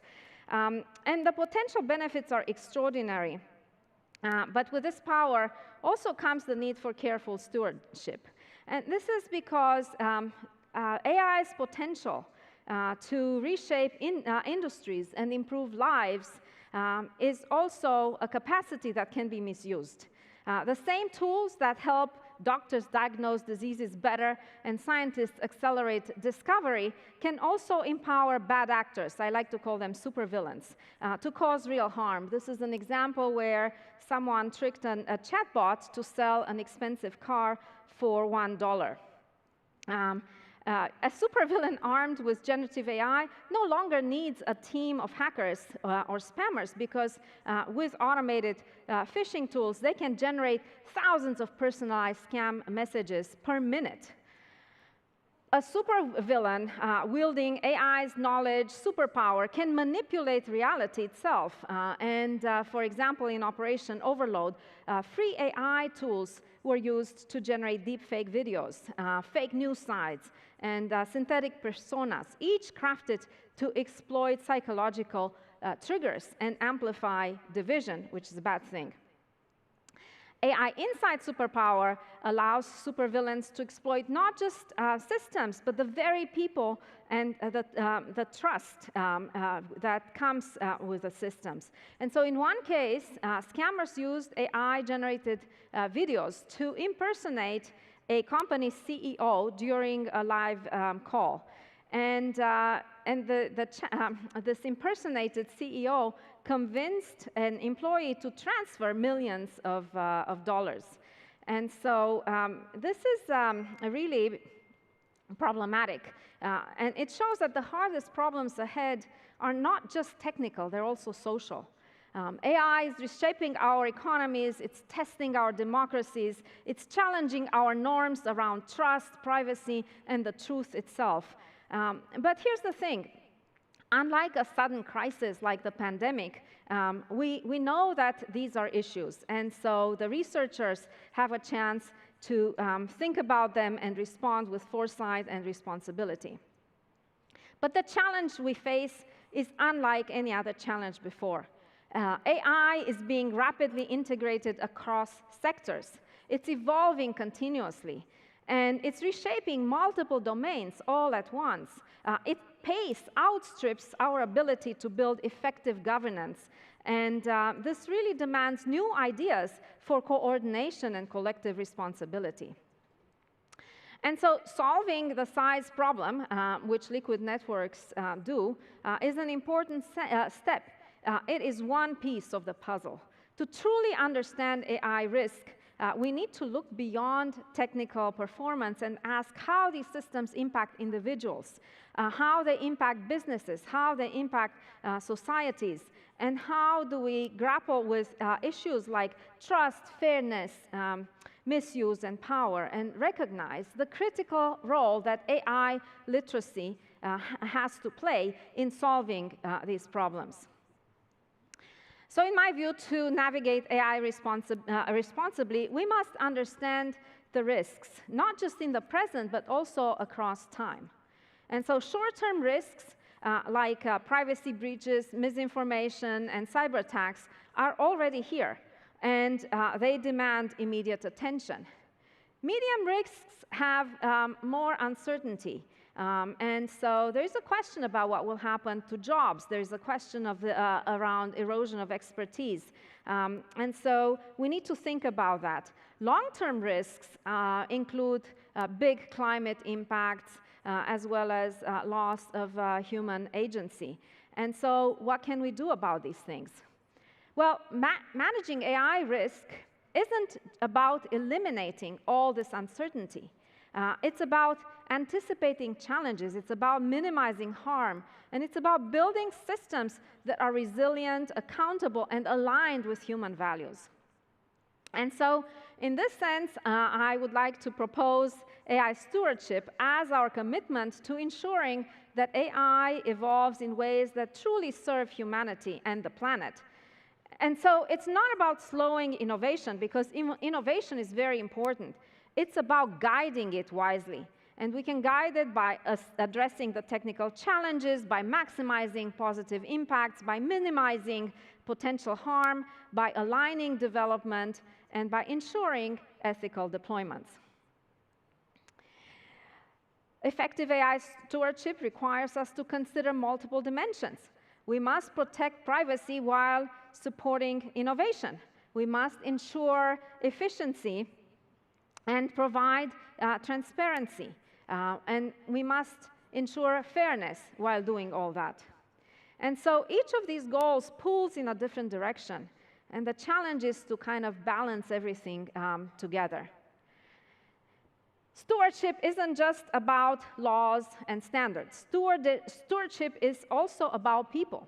And one of the most important questions, and one of the personal questions I always get when I talk about AI is, will AI steal my job? Will AI replace me? Or will AI empower me? And so let's take a closer look. AI does not automate professions. AI automates tasks. In many professions, people do multiple tasks. They do data tasks, they do predictable work, but they also apply expertise, they manage others, they do unpredictable physical work. And the tasks that can be automated are the data and the predictable physical work tasks. And so we can begin to imagine AI as our personal assistant to whom we can offload some of our routine tasks. And so whether AI commodifies or complements expertise really depends on how we choose to use it. And an interesting case I would like to highlight for you is the case of nurse practitioners. So nurse practitioners were created when, in the United States, it became clear that we didn't have enough doctors to support the population. And so with nurse practitioners, we created a new job category where the nurses were empowered to work on simple healthcare issues, routine healthcare issues, and they could do so without having to go through the rigor of an MD education. And so I like to imagine a future where AI could be deployed sort of like this, in a regime where AI takes care of clear, well-delineated aspects of our everyday lives. As you think about jobs, an important point I want to highlight is that every new technology creates new jobs. And so in the year 2000, when we had a dot-com boom, nobody was imagining these new types of jobs that were created because we introduced the smartphone, cloud computing, and social media to the world. So I believe that AI will create a wide range of jobs, and we are not even imagining what those jobs might be. The other point I want to make is that the world population growth is slowest since the Industrial Revolution. And so we will run out of workers before we run out of jobs. This shows population growth in the United States. So the rise of AI isn't eliminating roles, it's transforming them, it's creating hybrid skill sets, it's enabling new roles, and the roles are evolving. I'm ever so sorry to interrupt, but I need to make a very important announcement. Ladies and gentlemen, that was Daniela Rus, and ladies and gentlemen and excellencies, we are delighted to welcome His Excellency Mr. Alar Karis, President of the Republic of Estonia.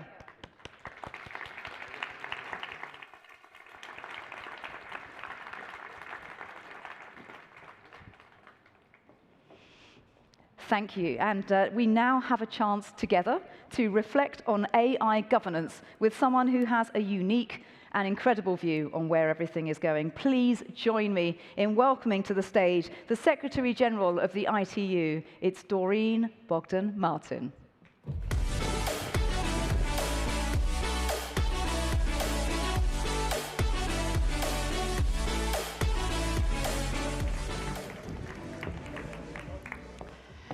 Your Excellency, Mr. Karas, President of Estonia, Excellencies, colleagues, friends, transformation is a word that we hear often in the technology world.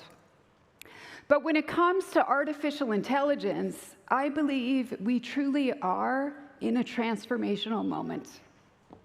The global AI race is well underway, sparking fierce competition between companies, countries, regions, reshaping diplomacy, economics, the labor markets, and exposing critical gaps in the capacity to develop, to deploy, and to benefit from AI. As this technology evolves amid fears, it will overtake human ingenuity. The challenge is not whether to govern AI, but how to ensure governance steers it in the right direction. We know this is possible because we've already caught a glimpse of it.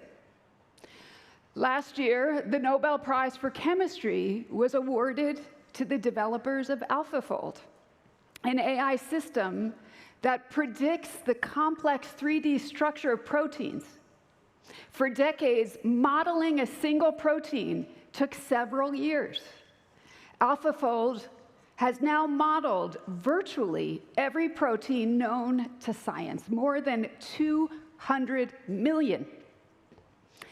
And those scientists made their work freely available, helping researchers worldwide accelerate drug discovery, transform medicine, and help the world to better understand. This was the building blocks of life that they shared with the world. That's the kind of AI future I think we all want. One where AI opens new frontiers of scientific discovery on Earth and in space. Ladies and gentlemen, this is why we're here.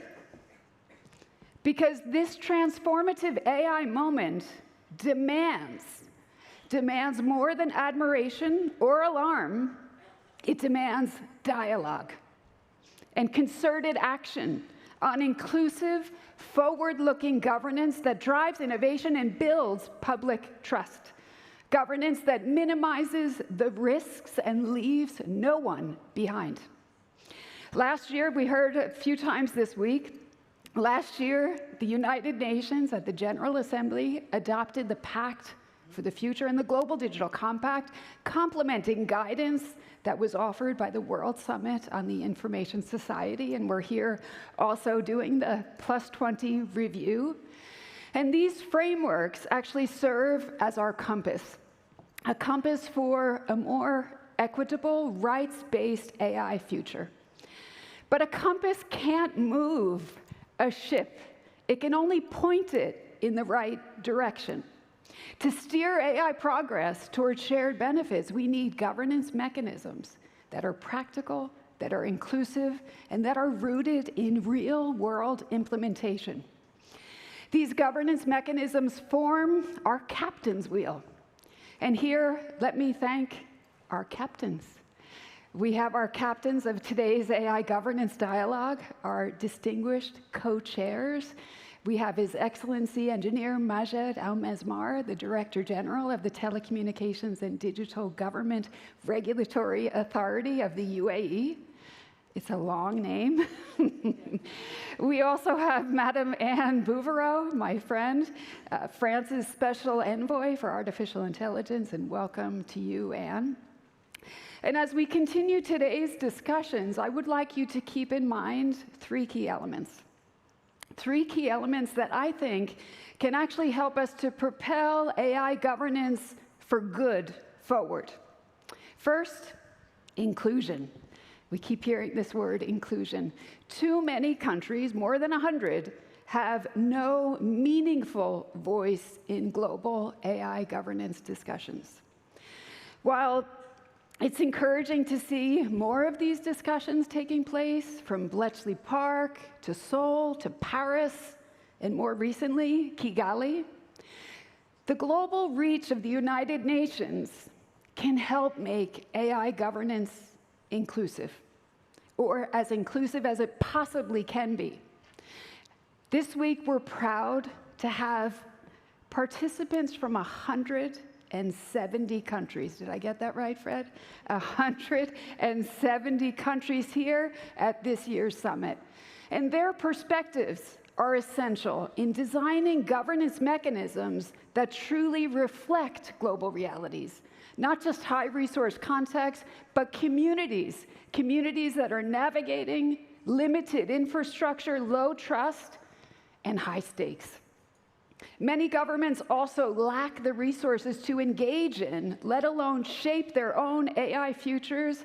And I think you would agree with me, ladies and gentlemen, that must change. That brings me to my second point, capacity. Capacity is linked to being connected to infrastructure, of course, and that includes access to compute, data centers, and other infrastructure for artificial intelligence. But capacity is also about people. It's about people and their ability to make informed decisions, and that's why we need to equip policymakers, public administrators, especially in developing countries, with the skills to assess, procure, and deploy AI systems.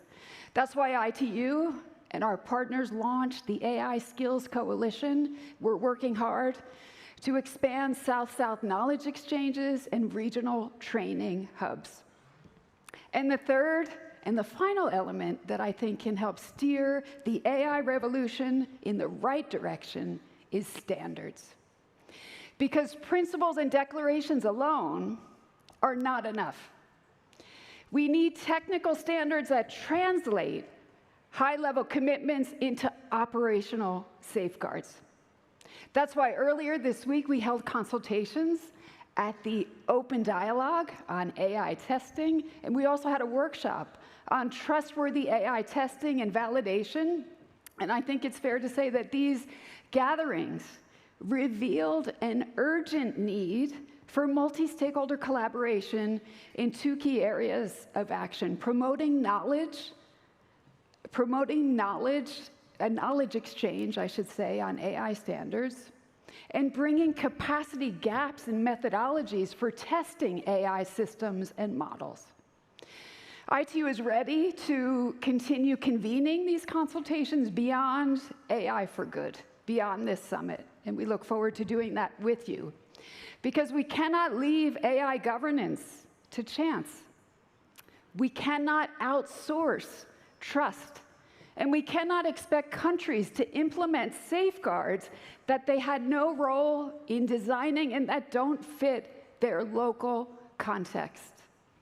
Bringing these three key elements together, the inclusion, the capacity, and the standards, is what coordinated steering looks like.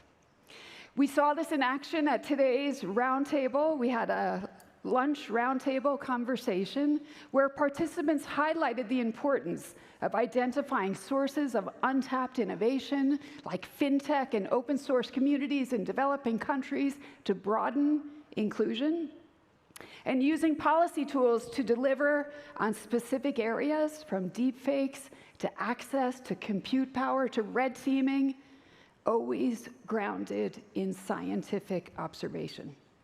And actually, one government representative, I should say, that was seated at a table, he requested support from his peers at that table.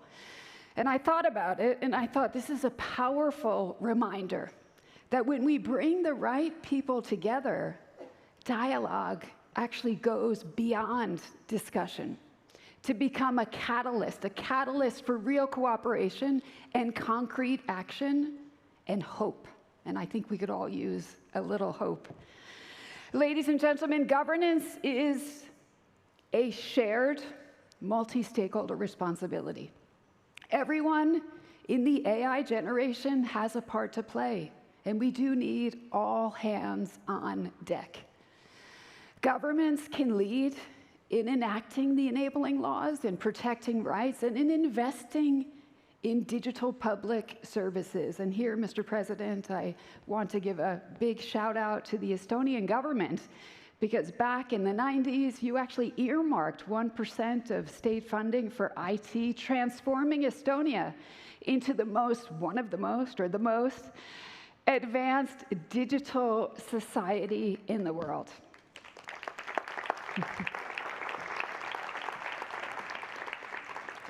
Industry also has a big role to play to develop and deploy artificial intelligence responsibly, and to be transparent about high-risk systems.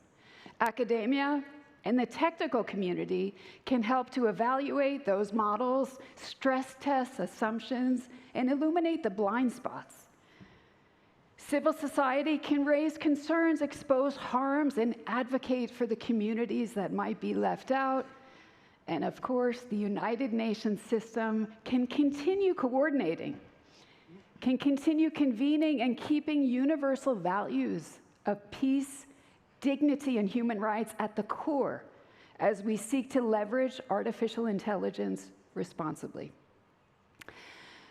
You will see maybe shortly on the screen our progress in terms of what we're doing in the United Nations system. Our last edition, we have this annual UN AI activities report that's been compiled by the ITU that we're proudly launching this afternoon. And the report shows how the UN is integrating artificial intelligence across our work. At the end of last year, we reported 729, to be exact, projects in 2024, and that was up from 406 in 2023. We're also seeing lots more engagement on artificial intelligence right across the UN system.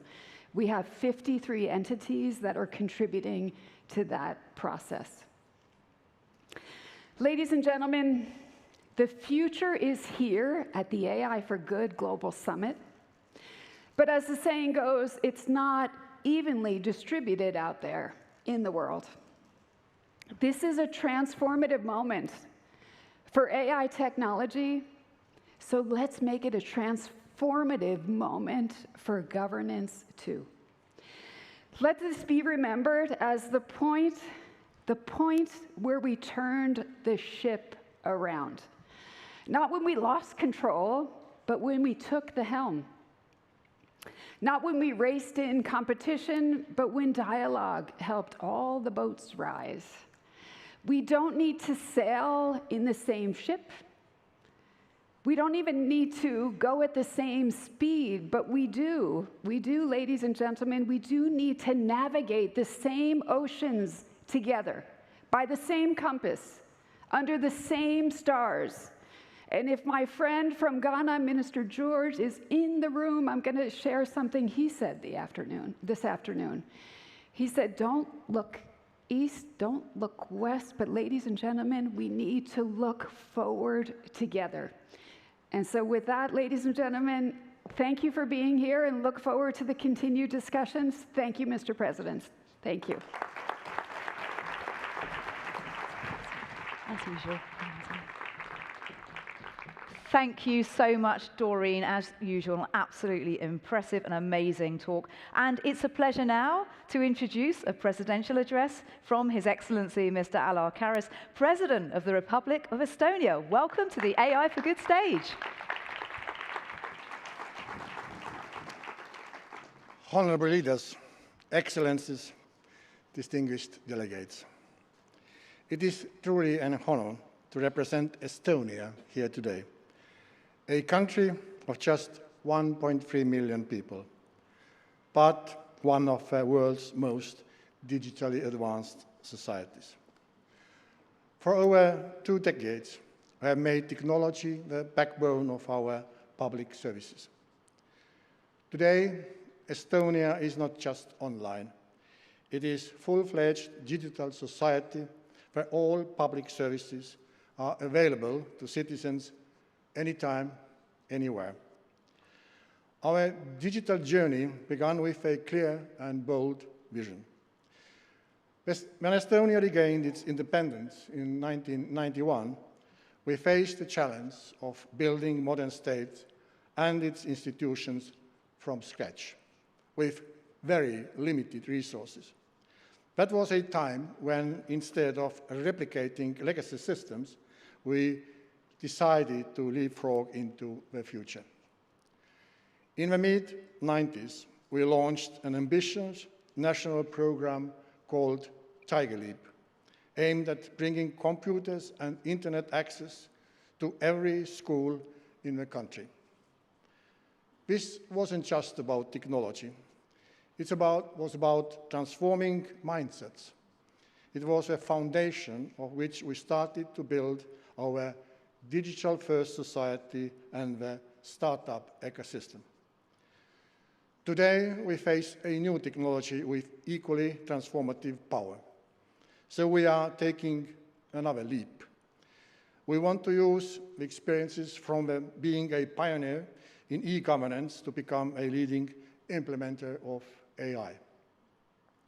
We are integrating artificial intelligence into our public sector and schools, not because it's fashionable, but because we believe AI can improve services and create real value for people if governed responsibly.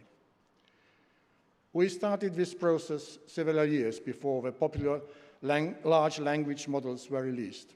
By today, Estonia has implemented approximately 200 AI applications across government institutions in fields as diverse as education, healthcare, justice, transport, the environment, and the culture.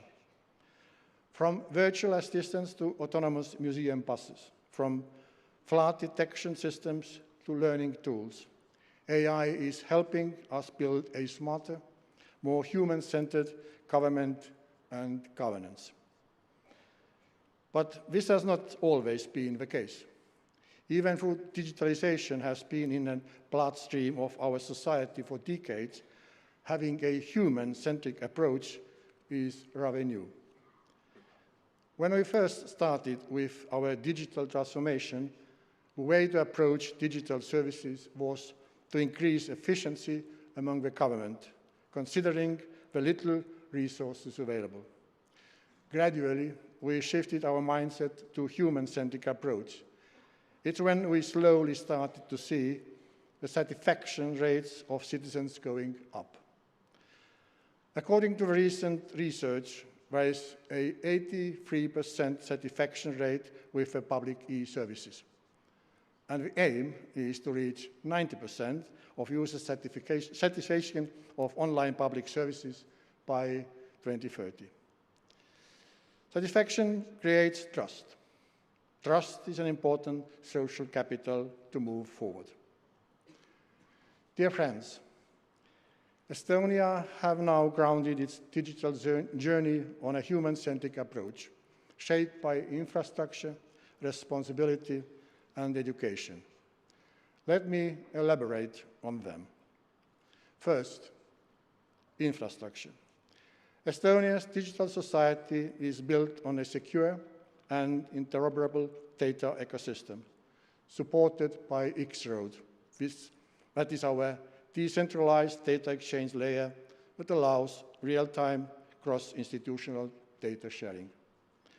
This system is developed and maintained in partnership through the Nordic Institute for Interoperability Solutions, a great example of regional cooperation delivering global impact. We believe that digital public infrastructure is the silent enabler of AI. It ensures security, resilience, and trust in every service we build.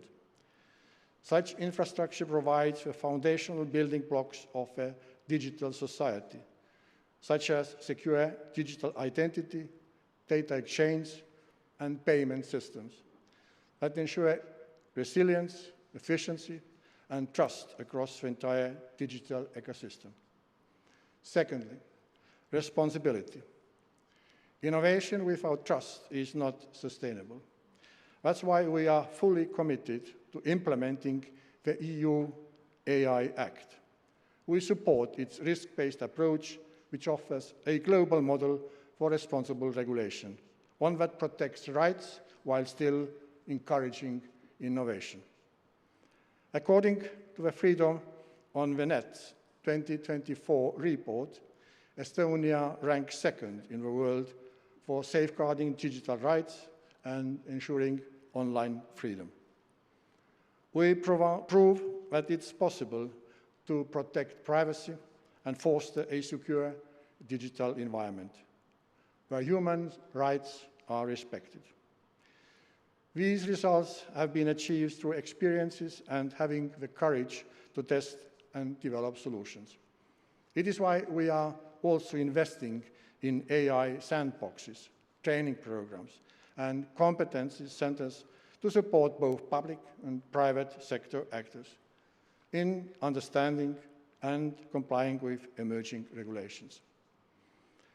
To enhance transparency and accountability, the citizens of Estonia can always see when and how the personal data is accessed across state systems. We have also launched an algorithm registry to document and explain how AI is used in public administration.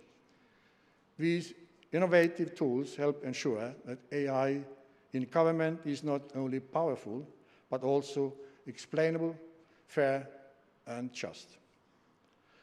Thirdly, I would like to talk about education. We know that any major transformation starts with education. If we want an AI-literate society, meaning resilient and ready for the future, we need to integrate these new tools into school curriculum. That's why, a part of our AI Leap initiative, we are providing 20,000 students and teachers in Estonia with free access to leading AI-powered learning tools. Responsibility is of utmost importance here as well. As evidence builds that misguided use of large language models can have a negative impact on people's thinking skills, we are designing the AI Leap to counter this. This requires both transforming mindsets and teaching methods and building responsible AI tools. Ladies and gentlemen, therefore, AI governance is not only a national challenge or a national accelerator, it is also a global one. Technology does not care about borders. Deepfakes, surveillance misuse, and algorithmic manipulation threaten democratic process everywhere. That's why Estonia supports the creation of non-binding global principles for AI governance, developed through inclusive, multi-stakeholder cooperation. We are therefore deeply engaged in many international forums. We support the Global Digital Compact, which defines global principles for an open, secure, and inclusive digital future, as well as the Open Government Partnership, which advances transparency and citizen participation in governance. We proudly co-chaired the Media Freedom Coalition for 2 years, and in 2025, Estonia have taken up the chairmanship of the Freedom Online Coalition, continuing our commitment to safeguarding human rights in the digital age. We believe that international cooperation and learning from each other are essential to ensure that AI develops in a way that serves the societies, democracies, and shared values. In October this year, I will host the Arroyolos Group meeting of presidents in Tallinn, where we will discuss the driving force and power, but also challenges of AI. In the same spirit, the Tallinn Digital Summit will take place on 9th and 10th of October 2025, which I kindly invite you all to attend. held under the theme Collectively at the Crossroads towards secure and resilient AI futures. The summit will bring together political and digital leaders to advance dialogue on AI governance and its social impact. It will be held alongside the Freedom Online Coalition Ministerial for the strengthening the strategic relevance of this topic.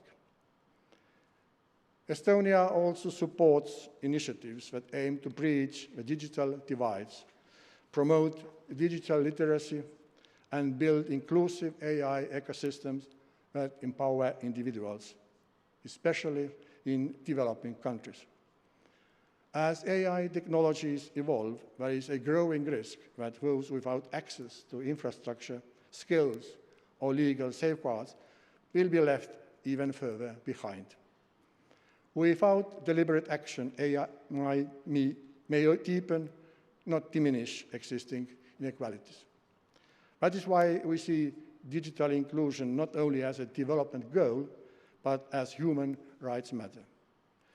Through ESTEV, our development cooperation agency, Estonia is sharing its know-how in digital realm with partner countries, from creating secure and transparent e-governance frameworks to support civic tech, digital right awareness, and AI-powered educational platform. For example, in Africa, Estonia supports Kenya, Uganda, Namibia, and Botswana in building inclusive, secure, and AI-ready digital societies. In Kenya, we have helped develop digital public infrastructure and e-services, strengthened national cyber resilience, and empowered youth through STEM and ICT training. In Uganda, Namibia, and Botswana, our cooperation focuses on digital health, e-governance, and entrepreneurship, laying the groundwork for ethical and human-centric AI in public services. These are only some examples of our steps around the world. Let me summarize my message in 5 points. First, AI must be human-centered, right-based, and transparent. Second, innovation and regulation must move on together, not against each other. Third, no country, no matter how advanced, can succeed alone. Cooperation is vital. Fourth, we must ensure that no one is left behind. Digital transformation must benefit everyone, every member of society, and reach all corners of the world. Fifth, education is a foundation of any social transformation, therefore also essential for safe AI adoption and societal resilience. Estonia's journey proves that digital transformation is possible, and it can be done with little of resources. In just over 3 decades, we have gone from rebuilding our institutions to leading the world in e-governance. Our success has never been just about technology. It's been about vision, cooperation, and trust.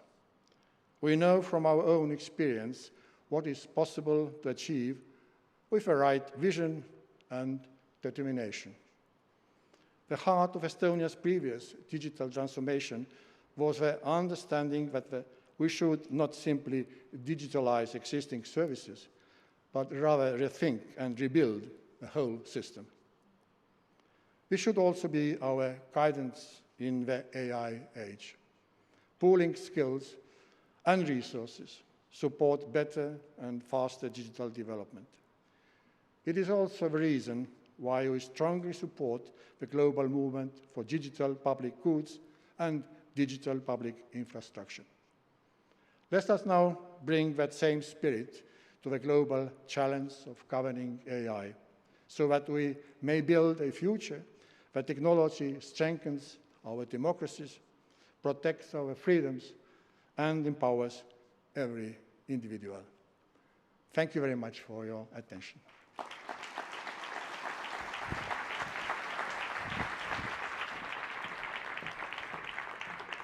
Ladies and gentlemen, distinguished guests, thank you very much to His Excellency Mr. Alar Karas, the President of the Republic of Estonia. It was wonderful to hear your thoughts. Thank you.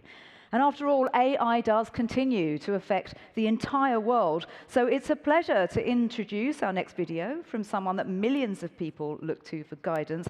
This is a message sent on behalf of His Holiness Pope Leo XIV, and it's delivered by His Excellency Archbishop Ettore Balestrero and Sister Raffaella Petrini, the head of the Governorate of the Vatican City State. Thank you.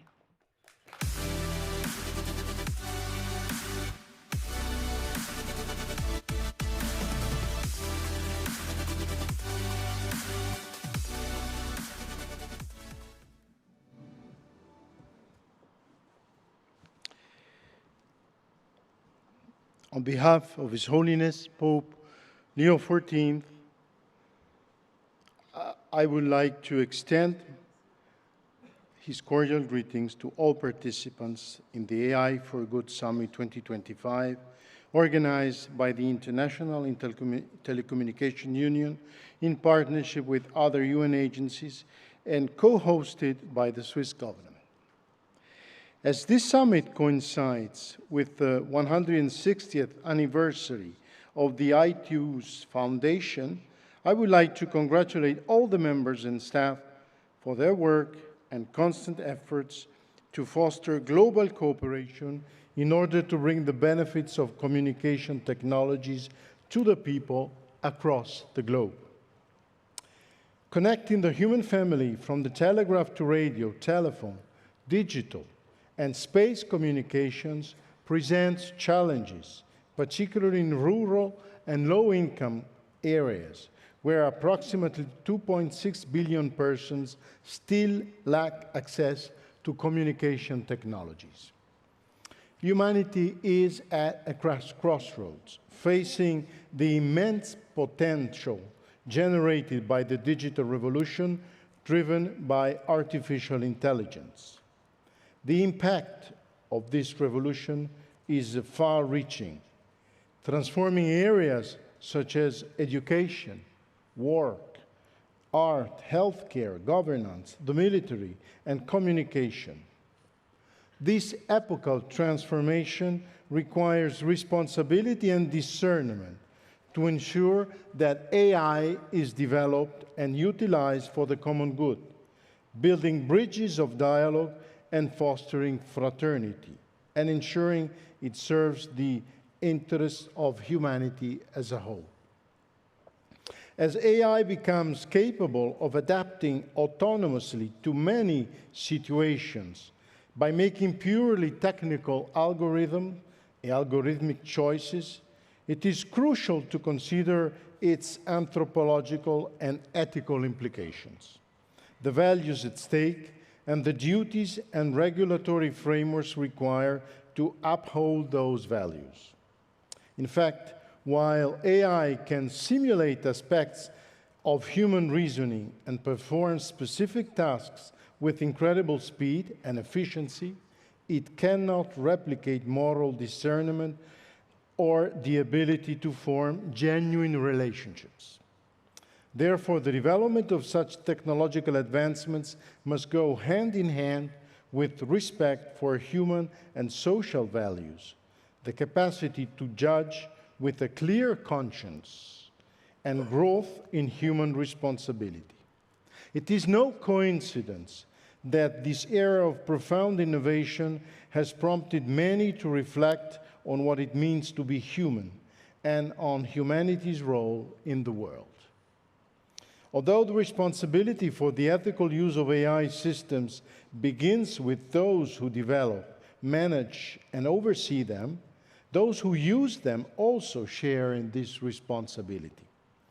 AI therefore requires proper ethical management and regulatory frameworks centered on the human person, and which go beyond the mere criteria of utility or efficiency.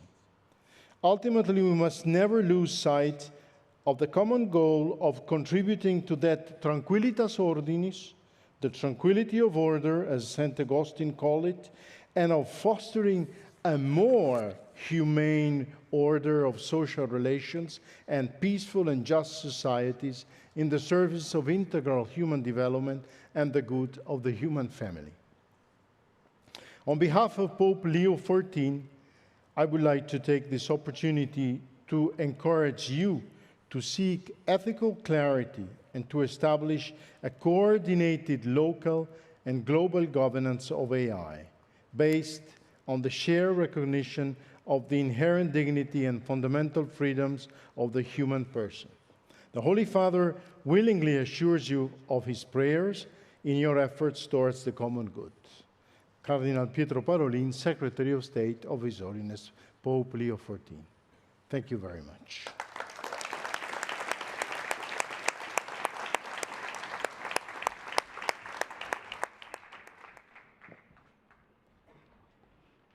We are very grateful for His Holiness Pope Leo XIV for his inspirational message.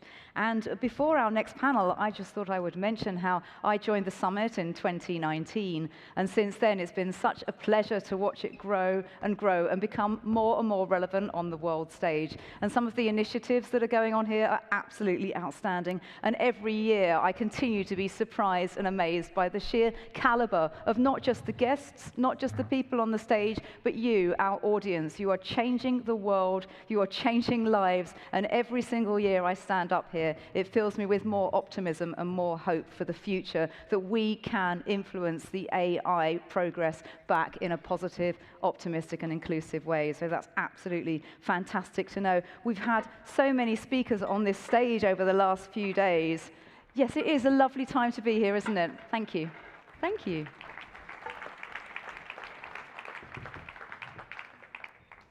Thank you so much to our amazing AV team who are able to make this go as smoothly as that. Look at that, 5 chairs have arrived, and we have a panel very, very soon. But before that, we're incredibly lucky to have somebody to give us views about making AI governance fit for purpose.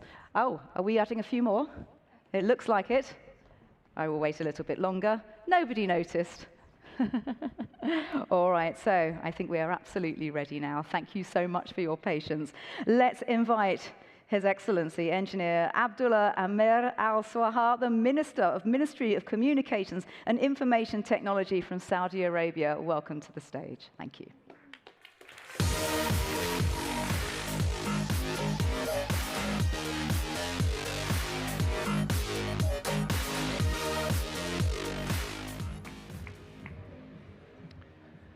Connecting the unconnected world. This is the mission that all of us, collectively, as thought leaders, government leaders, and NGOs and IOs, we have made ourselves committed to fulfilling that mission. But as we celebrate today, the past 160 years of the ITU, let's look how have we achieved looking at the analog world, the digital world, and moving ahead into the intelligent world. On the analog world, it took us just 112 years to connect 800 million people out of 5 billion folks.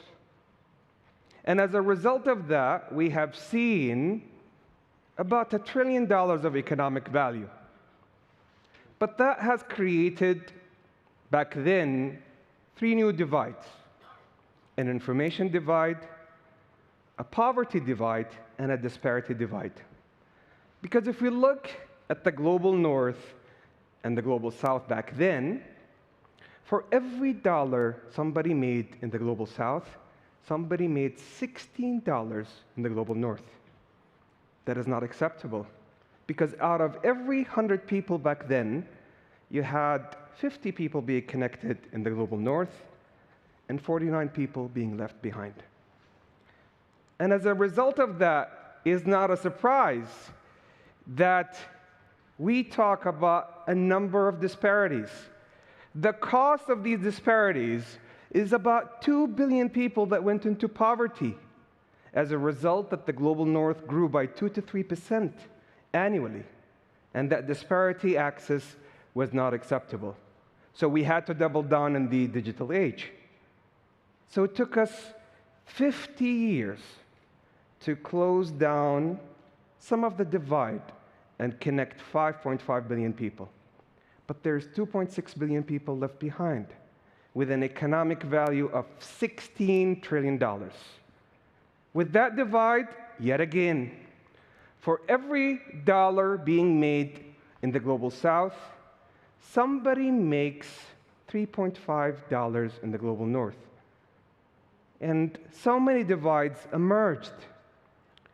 We spoke about the 2.6 billion people being left behind, 5 million cybersecurity professionals shortage, data scientists across the world. It would take us about a century to close down the gender divide. That is not acceptable.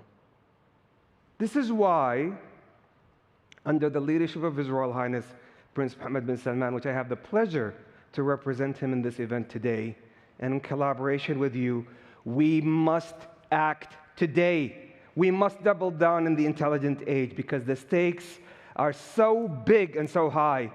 It took us 50 years to realize $16 trillion in the digital economy. It will only take us 5 years to realize that value, and we better make sure that we leave no one behind. And this is why we're talking here about a track record of working collectively with you, because we have a lot to celebrate. In the digital age, we managed to celebrate the highest women empowerment percentage in tech and digital, 36%, surpassing the Silicon Valley average. Thank you, thank you. A big round of applause for all of the amazing women leaders. And let me recognize a few of them from my team here. We have Noura Zaid, who has done a fantastic job as my Chief of Staff and Senior Advisor. Dima Al-Yahya, bringing 16 nations together in the Digital Cooperation Organization.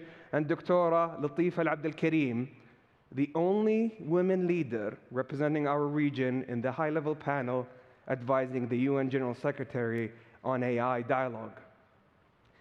And as part of that momentum, we've pledged our resources, delivering cows to the world, one of the top 10 universities in computer science, and has one of the top 1% research efforts.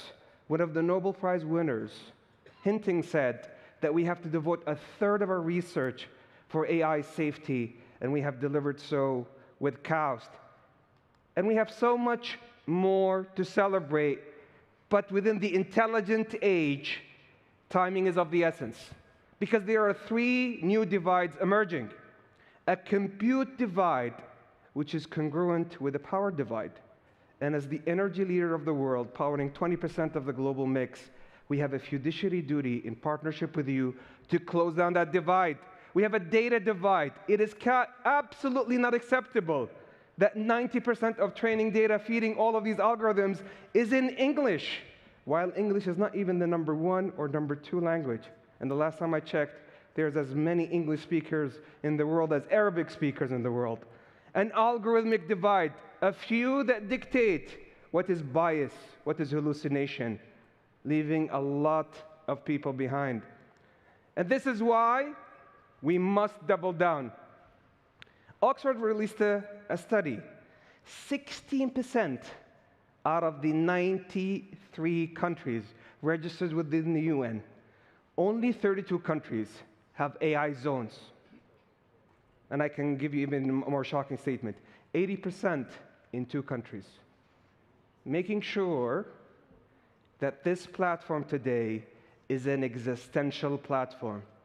Because if you're telling me that 2 nations that can control 80% of the destiny of the world, that is not a multi-stakeholder approach that leaves no one behind. And this is why the kingdom has pledged its resources with Humane Aramco and all of our power in partnership with global innovators. We were able to deliver an inference node that serves 70% of Asia, Europe, and Africa, delivering the lowest token per input per output, 11 cents per token.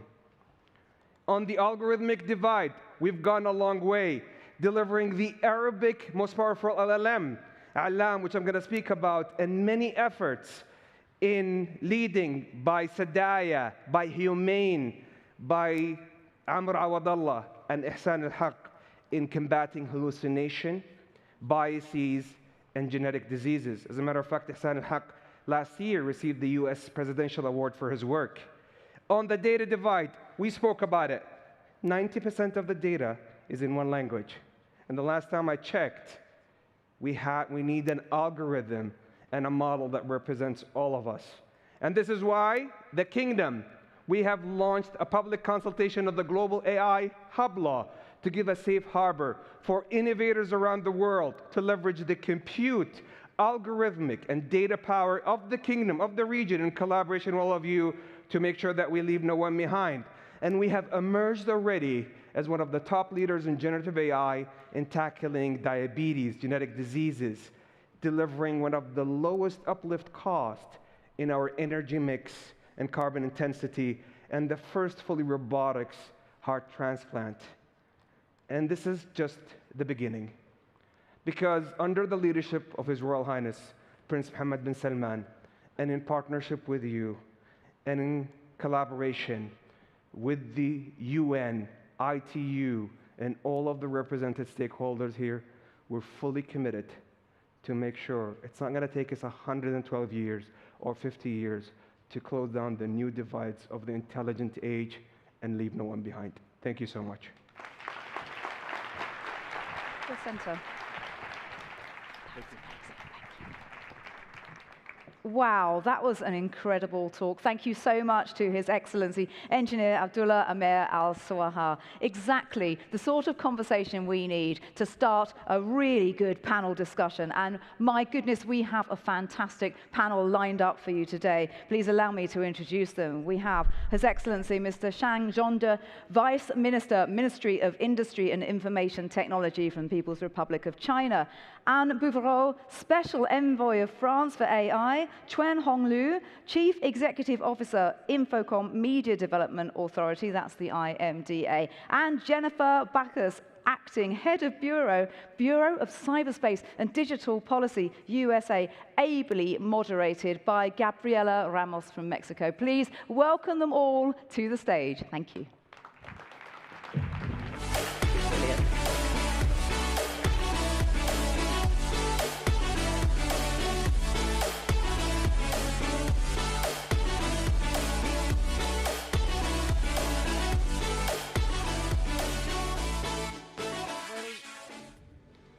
Hello, everybody, and it's great to be here. Doreen, Thomas, great to be in AI for Good, and to discuss what is in the mind of everybody, which is to get the maximum benefit from these technologies and reduce the risks. And here we are accompanied by a fantastic panel, because you will be sharing with us very different perspectives on how to achieve this goal.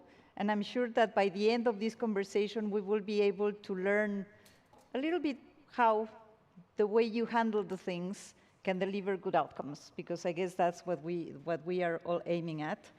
And we have with us, as was mentioned, Jennifer Bacchus, Acting Head of the Bureau of Cybersecurity and Digital Policy in the USA. Thank you, Jennifer. We have Shang Zhongde, Vice Minister of Industry and Information Technology and Policy of China. We were in the launch. Welcome.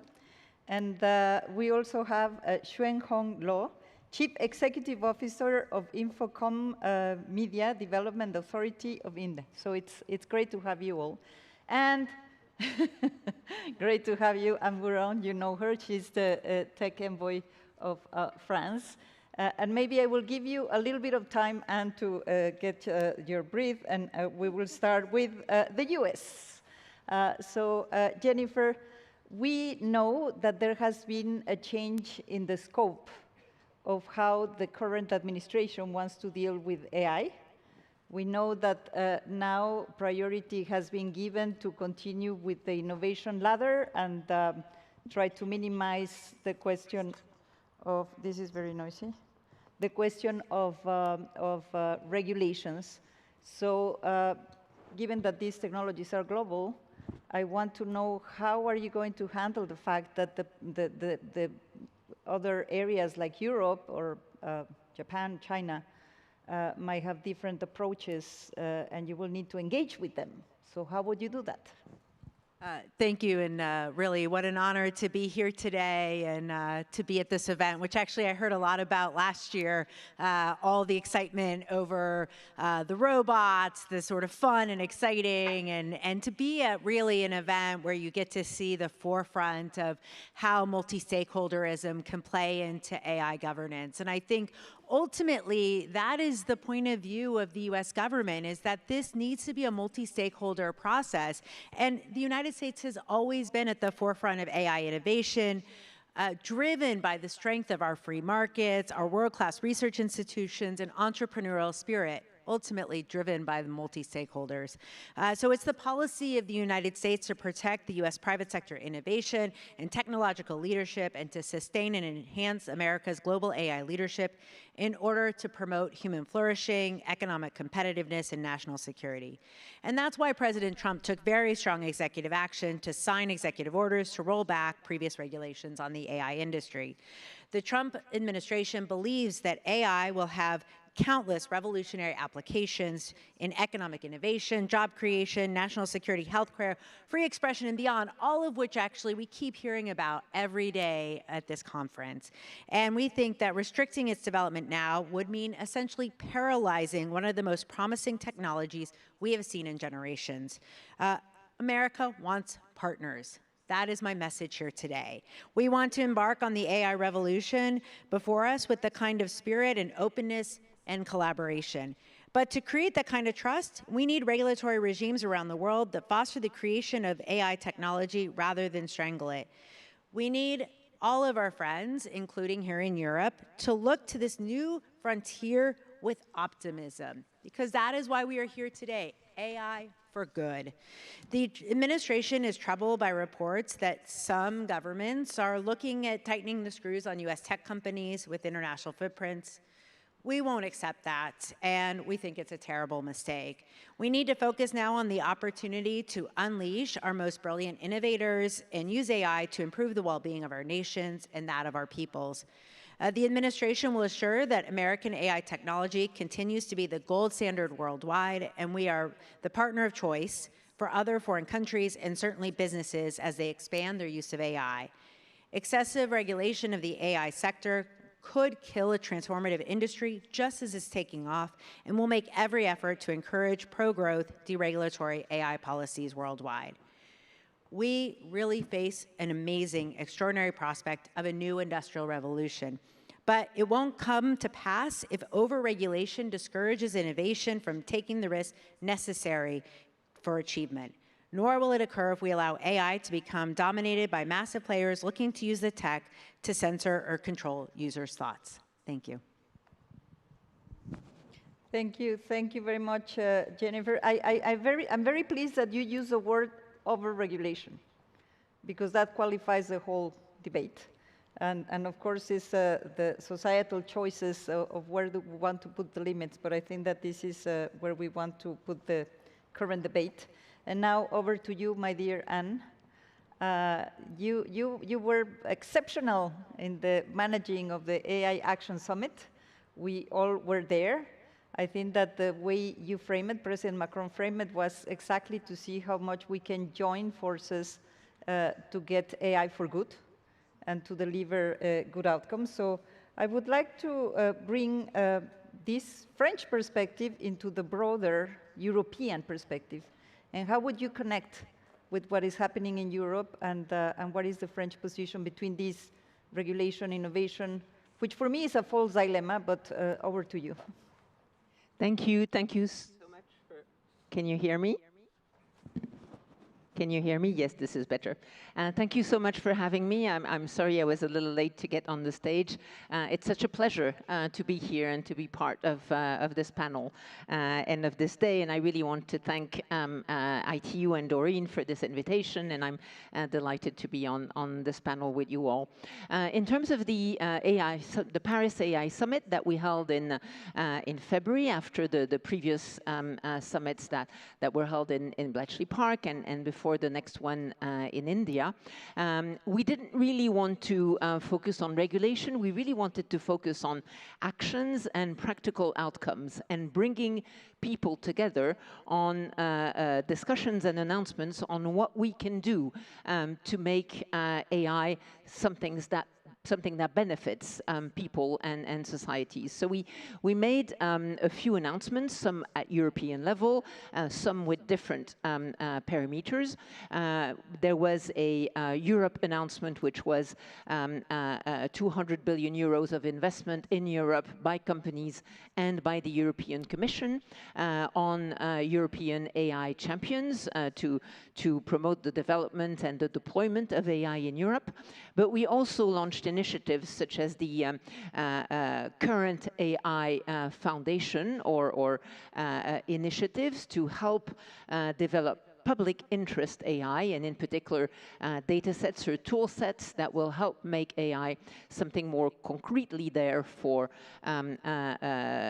projects that will benefit us all. We had more than 400 million euros of commitments, mostly from philanthropies, but also from countries and companies to this initiative. And we also announced the Sustainable AI Coalition. We now have close to 200 members, people who have joined, and this is a coalition of the willing. Again, none of this is regulation. The focus was really on what we can do to promote innovation and action. And in terms of Europe, you're right, the word that often comes to mind in terms of Europe is maybe more regulation than innovation. I think things are changing, and I very much welcome this change. This is not about dismantling all the regulation, but this is about really putting a much stronger focus on innovation. This is what AI has been doing, Europe has been doing with the AI Continent Plan, with investments in research, investments in AI factories and AI gigafactories, and I'm very pleased to see this new focus in Europe. Great. Thank you so much. Let me then move to China. And I feel that this is a very important representation of the leading countries that are advancing AI. We all were witness of DeepSeek, this major foundational model that was a fraction of the cost and also of the environmental impact.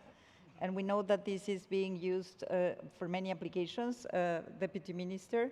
So I want to please ask you to share with our audience what are the latest developments in this area in China, and how would you picture open source as an element to advance this innovation with inclusion, and what are the perspectives there, please? 好，谢谢主持人。I will speak in Chinese. 习近平主席高度重视人工智能发展。Our Chairman, President Xi, has paid great importance to the development of AI. He thinks this is the foundation of the revolution of industrialization in China. We are focusing for the green, sustainable development and intelligent industrialization to construct a secure and a safe ecosystem in China. And this is the purpose to build the sound ecosystem to promote the innovative and also to break through the foundation technology and construct and also to come up with a large model representative such as a DeepSeek to contribute our power to the global development. Secondly is to empower the application among the industries, such as to promote the manufacturing to green and sustainable development in such a case, especially for the petrochemical, steel, healthcare, for those domains. We are trying to promote productivity, the quality of the product, and the green sustainable development level. Thirdly, that is to reinforce the international collaboration based on the ITU and also to proactively share some of the strategies of China's AI development. We also want to work together to promote the international standards of the AI. Also, we're open-minded and inclusive to construct the international standards framework for the open source. For open source, I think as a collaborative platform, it belongs to the global community. It's a great power for the world. And China, it's emphasizing on the open source governance and the development.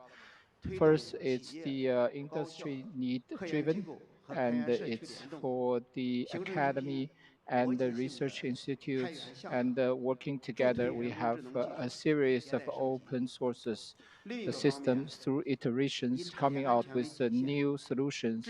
Second, working on this safety. We're setting up the guidelines and the standards and the setting up for the risk prevention mechanisms and solidify the foundations. And from the China's practices, a lot of businesses are already embracing AI, working with global business and to so to benefit from these advantages, we have this universal open economic and ecosystem, and to hope to welcoming these challenges and opportunities. Thank you. Thank you so much, Vice Minister, and yes, welcome the international cooperation, and that's why we are here with under ITU ceiling. So great to have you. Maybe let's then go to Singapore. Also, we have heard many speakers from your country sharing the very concrete agenda that you have on developing AI, looking at avoiding overregulation and having a light touch kind of approach. But how would you advance this strategy? How would you share the main elements, and what are the advantages, and how would you grapple with the very fast pace in which these technologies are moving? Well, Gabriella, thank you so much. Really nice to see you again. Yes. And likewise to all my counterparts here. We've had the pleasure to work together. And of course, it's a real pleasure to be here. I've got to thank Doreen and ITU. That is a very interesting question, and it's not a light question at all. But maybe if I were to take a step back, as policymakers, all of us sitting here, what is it ultimately that we're trying to aim for and achieve? For us, perhaps it's not regulation per se, but if I may posit, it's actually trust. Because at the core of it, while the two do overlap, they're not quite identical. And for us, building a trusted ecosystem is at the core. Because once you put just enough guardrails in place to ensure that a frontier technology like AI is used responsibly, it actually gives maximal space as far as utilization and adoption is concerned. So for us, the difference here is that it is a virtuous cycle whereby the guardrails then remove derailers and give that maximum opportunity for innovation. So for us as a small country, that is that North Star that drives how we think about regulation, governance, and so on. You talked about light touch. I was going to be slightly cheeky to say light touch actually requires extremely heavy lifting. And the heavy lifting here is because it has to be viewed as building an entire ecosystem and not just about the laws. And maybe if I elaborate on maybe 3 perspectives that might be useful. The first is to take a very science-based and evidence-based approach. You talked about how in this space is moving very, very, very quickly. What you know today actually is very different from what was happening 6 months ago, and I guarantee you 6 months from now, where the frontiers will be very different. So investing in our Digital Trust Center, which is our modest effort at advancing the sciences as far as safety and governance is concerned, being part of the founding AI Safety Institute network, corralling the best minds, Turing Award winners, 100 over the best scientists from both East and West, to come up with what we call the Singapore Consensus on R&D Priorities. I think all of these are extremely critical to make sure that we stay at the forefront of where that testing and safety would be. But at the same time, we also want to get our hands dirty. Those of you who build AI models, and we do that, realize that it is not so simple when it comes to testing and benchmarking. And because we get our hands dirty, we kind of help bridge what the science can do, what the evidence can do, and what real deployers out there in the industry actually face, and come up with a practical approach. So that is our first, perhaps, pillar. The second pillar, working very closely with industry. I don't think that this can be done working alone. We have an AI-verified open source foundation. It gathers everything from model deployers to app developers to third-party testers. It has an open source toolkit.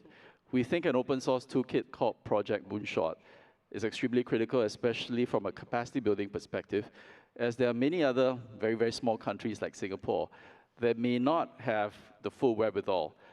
And through that, because of that sandbox, because of that continuous iteration, we have distilled what we think are practical first steps. We don't want to let good, or rather we don't want to let perfect get in the way of good, and to issue practical guidelines associated with that. And both of these are very critical because it keeps us humble and honest that these things are moving very, very quickly. And perhaps the last piece is really, I don't think any of us sitting here would like to see the ecosystem fragment around the world. So a lot of efforts as far as standards building, SC42, as some of you are familiar. We are leading a work effort to try and corral some of these as practical standards that industry can use. And of course, working with like-minded partners. This can be big tech. These are other countries. Through ASEAN, Singapore leads the ASEAN Work Group on AI, as well as the Digital Forum of Small States. FOSS is a big part of the UN ecosystem, 108 small countries, and through hopefully that capacity building, we can bring everyone along. So if I kind of wrap up, ultimately we're driven by the North Star of that AI for good. And if we can bring an overall balance, and the zeitgeist is one of optimism, and we inoculate the population more broadly. And when we say inoculate, means that get them to understand both the opportunities, but also be very clear-eyed about the risks. Then I think the overall benefits will outweigh some of the things that we're worried about, and there is that optimism and opportunity that unfolds as a result of AI. Thank you so much, Shanghao. And as you have heard, we started with a very narrow question in terms of regulation and innovation, and all of the speakers have broadened this discussion to discuss about the ecosystem, to discuss about all of the elements that we bring together, including international cooperation, including working in a multi-stakeholder, including the industry, but also including the policies. And I come from that perspective because I have this weakness of being a policy wonk. And at the end, it's not only about understanding the technologies, but understanding the policy to outcomes and to see how do we incentivize these issues. And I've been working with UNESCO on the recommendation on the ethics of artificial intelligence. Now I'm running for the job in UNESCO. But at the end, I feel it's very important that we dissect this discussion to really see all of the elements that bring us together, because each one of your statements bring us closer together in how do we govern these technologies. Let me then get to the second question for the panel, and I think there is going to be, they call it, how they call it, my dear Doreen, mentee. There's going to be a mentee that you need to answer to, while I also ask it to the speakers, because I love this question that I'm going to pose to you. And we'll go from Anne, Vice Minister, Jennifer, and Shu. We will go in this order. And then you will answer also in the public. What aspect of AI governance keeps you up at night? Anne. Thank you so much, Gabriela. Thank you for this. I'm lucky to go first because by the time everyone has spoken, we will have said everything. But let me say maybe two things so that I leave some things for everyone. The first one, we've all mentioned it. You exactly said that. This is inclusion and multi-stakeholder, but I'd like to speak about it from a perspective that is rooted in what AI is. What is AI? AI is really something Of course, it's a technology that the name dates back to the 1950s, but the more recent wave of AI is a development that stems from science and researchers, and that goes super quickly from researchers to engineers to startups to companies, and becomes part of everyday life. So we're faced with a technology that has research roots and very quick societal impacts. And I think if only for this reason, we need to involve in the global governance discussions researchers, and we have Nobel Prizes and Turing Prizes and all sorts of researchers, economists as well, and all the researchers. We need to involve engineers, we need to involve companies. That goes from startups to large companies, from little tech to big tech to middle tech. We absolutely need to have the private sector. Of course, we need the governments, and we need the governments from small, medium, and large countries. I take this opportunity to commend Singapore on being such an AI-ready country. You've done some fantastic efforts for that. And also, we need civil society. We need the people who express some fears, look at the risks, and want to develop AI for the common good. So I guess I'm trying to explain why and give a few concrete ways in which I think this needs to be an inclusive multi-stakeholder governance. My second point this is called how to make AI governance fit for purpose. What is the purpose? Sometimes we can have a tendency to say we need to make governance the best possible governance, but the main question is what for? What are we trying to do? We're trying to make sure that this revolution that AI brings is something that can benefit to everyone, and we want to minimize the risks. So we want to address the fact that there's a very strong potential for disruption on jobs, and we want to make sure we focus on the best actions, which for now seem to be training, skilling, upskilling people. Maybe there are others, but I think there's a very important role of what should the governments be for the impact on jobs, what can countries do individually, and they're doing it, and what should we do together. There's the area of security, trust, safety, where maybe there are things that we're doing together to make sure that there is some testing. Again, we shouldn't overdo it, but we should make sure we focus on the risks that are concrete and that we can work on. And there's a number of other specific areas where we should, you say it really with a light touch, and I like light touch, but I like focus. I think we should really try to think about what we want to do and how we do it, and that's the purpose of governance. So those were my 2 points. I'm sure we will have lots of very interesting comments from my co-panelists. I'm sure you don't sleep at night because it's really how to get it right. What Anne has just put together is how to get the whole thing right to deliver for people. Vice Minister. Thank you.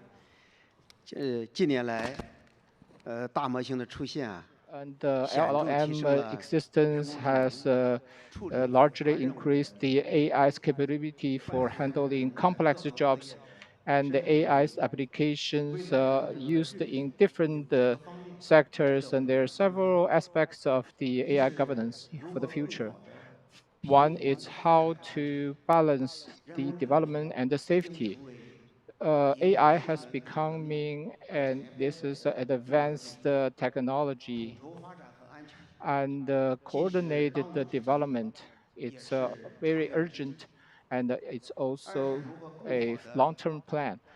And how do we better deal with the different kind of risk that are brought by the AI? As an example, AI is bringing this data leakage and these model hallucinations risks, and AI activities and the consequences, and these problem with the relationships between people and also job impacts and social structural changes. And number three, how do we do better global governance? And AI is bringing this intelligence divide will increase the development level between among countries. This AI governance needing us to join hands from with everyone, all states, and China will be like a people-centered AI for good, and we can traceable and reliable and an AI that we can monitor, and we have this different classifications and under our control and the monitoring. One is to increase the innovation. Second is for the universal development and to increase its connection with the infrastructure, promote innovations and for promote applications and to allow for the economic sustainable development. Second is to get the sector's consensus to increase of our intelligence, increase exchanges with all countries for AI for good, and to come out to consensus and to explore a equitable and inclusive governance models and the deepening of our international cooperations, going for AI for good, and have a mindset for collaborations, open and sharing and win-win situations and the practice and work together and share together and build together. And we set up the international standards and use these standards for applications and promote AI for good. And we hope all the countries that we can work together on the international exchanges and the conversations and to make sure AI will be benefit for the human society. Thank you. Thank you very much, Vice Minister. Jennifer, over to you. So in addition to my very strong concern that essentially AI governance is going to strangle AI in its bed, for lack of a better term, I think the United States is also concerned is that authoritarian regimes are stealing and using AI to strengthen militaries, intelligence and surveillance capabilities, capturing foreign data, creating propaganda to undermine other nations' national security, and violating human rights. And that these discussions about AI governance are going to be utilized to essentially enhance these abilities and enhance this effort. The United States is going to block such efforts. We're going to safeguard American AI and chip technologies from theft and misuse. And we're going to work with our allies and partners to strengthen and extend these protections and close pathways to adversaries attaining AI capabilities that essentially threaten all of our peoples. I would be remiss if I didn't say that essentially AI can be used for incredible good, but it can also be used for incredible harm, and we need to think about AI governance in that mindset. So we are committed to making sure that our AI is the gold standard and that we're the partners of choice, and that as we go forward in trying to create AI governance models, we continue to have a private sector, multi-stakeholder-led approach that's bottom up, that essentially creates the innovation that we all need to address the challenges that we're facing today. Thank you. Thank you. Thank you so much, Jennifer. Mr. Chuang Hong-lo. Please, please, please, please. I try to sleep well at night. I think that's very important. So if all of you are not getting your 7 hours, please do. I think it's medically proven. But jokes aside, perhaps two thoughts. You know, there's a famous saying, it was by Jack Welch, and he says, when the rate of change outside is greater than the rate of change inside, the end is near. And I think when I express this, the idea is the sheer speed of which AI is progressing and the sheer unknown and that uncertainty, I think probably keeps not just myself, but I think everybody in the audience here awake. There is probably a visceral sense that this thing is happening much faster, that we have the ability to either cope or to address. And I think that's something that is always at the top of my mind, and I think at the top of the mind of a very small country like Singapore. But here is where there is a bit of an oxymoron. I'm not a Latin expert, but I've always liked this Latin term. And this Latin term is called festine lente. And it basically means make haste slowly. So it's about holding that conflicting thought at the back of your mind, that even as the frontier technology moves very quickly, and we must run fast. We must run fast, because I think it behooves all of us here. I've seen frontier technology come and go, but I think this is one of those things that will fundamentally reshape what society is. And therefore, the ability to run fast, to maximize the opportunities, as well as to mitigate the risks, but do so deliberately, not to knee-jerk, not to be impulsive. So I think the first thing at the back of my mind is festine lente. Make haste slowly. The second thought, which is related to this, is how do we make sure that AI is harnessed in a human-centric way for the public good? Because at the end of the day, after we talk about AI, ultimately, does it lead to human public good? On one end of the dystopian sort of spectrum, you can say AI is going to replace all of us here today. And I'm very sure at the back of all your minds, there's that little niggling doubt. But if you go to the other end of the utopian spectrum, there is a potential embarrassment of riches, where the AI is able to, as an agent, do everything from booking your travel program to making a research for you, and that allows us to at least sleep 10 hours every night. But I think the answer, obviously, is somewhere in between. And within here, maybe the second thought at the back of my mind is talent. And talent writ large with a capital T. Because if you really want for all of us here, be it small countries, large countries, to maximum the benefits as far as jobs are concerned, there is a fear that AI is going to replace a lot of entry-level jobs, for example. How do you transition? How do you train? These are not trivial questions. They may sound mundane, but they're extremely critical. How do you reskill? How do you reskill such that the rate of change of human potential is faster than the rate of change of the algorithm? And I think that is critical to make sure that we maximize the potential. So talent. And talent, when written small, also means that we all know big tech companies are hoovering up talent, tens of millions of dollars as far as signing bonuses. How do we make sure that some of this talent, and we can attract this talent, to the larger purpose of understanding its broader impact, contributing to public service, for us to be able to keep at the forefront, to look big tech eye to eye, I need to know, and we need to know how AI is actually deployed. So I think the idea of talent and how we groom that talent, how do we attract that talent, how do we harness that talent for public good, I think is probably the second thing at the back of my mind. Hope that is useful.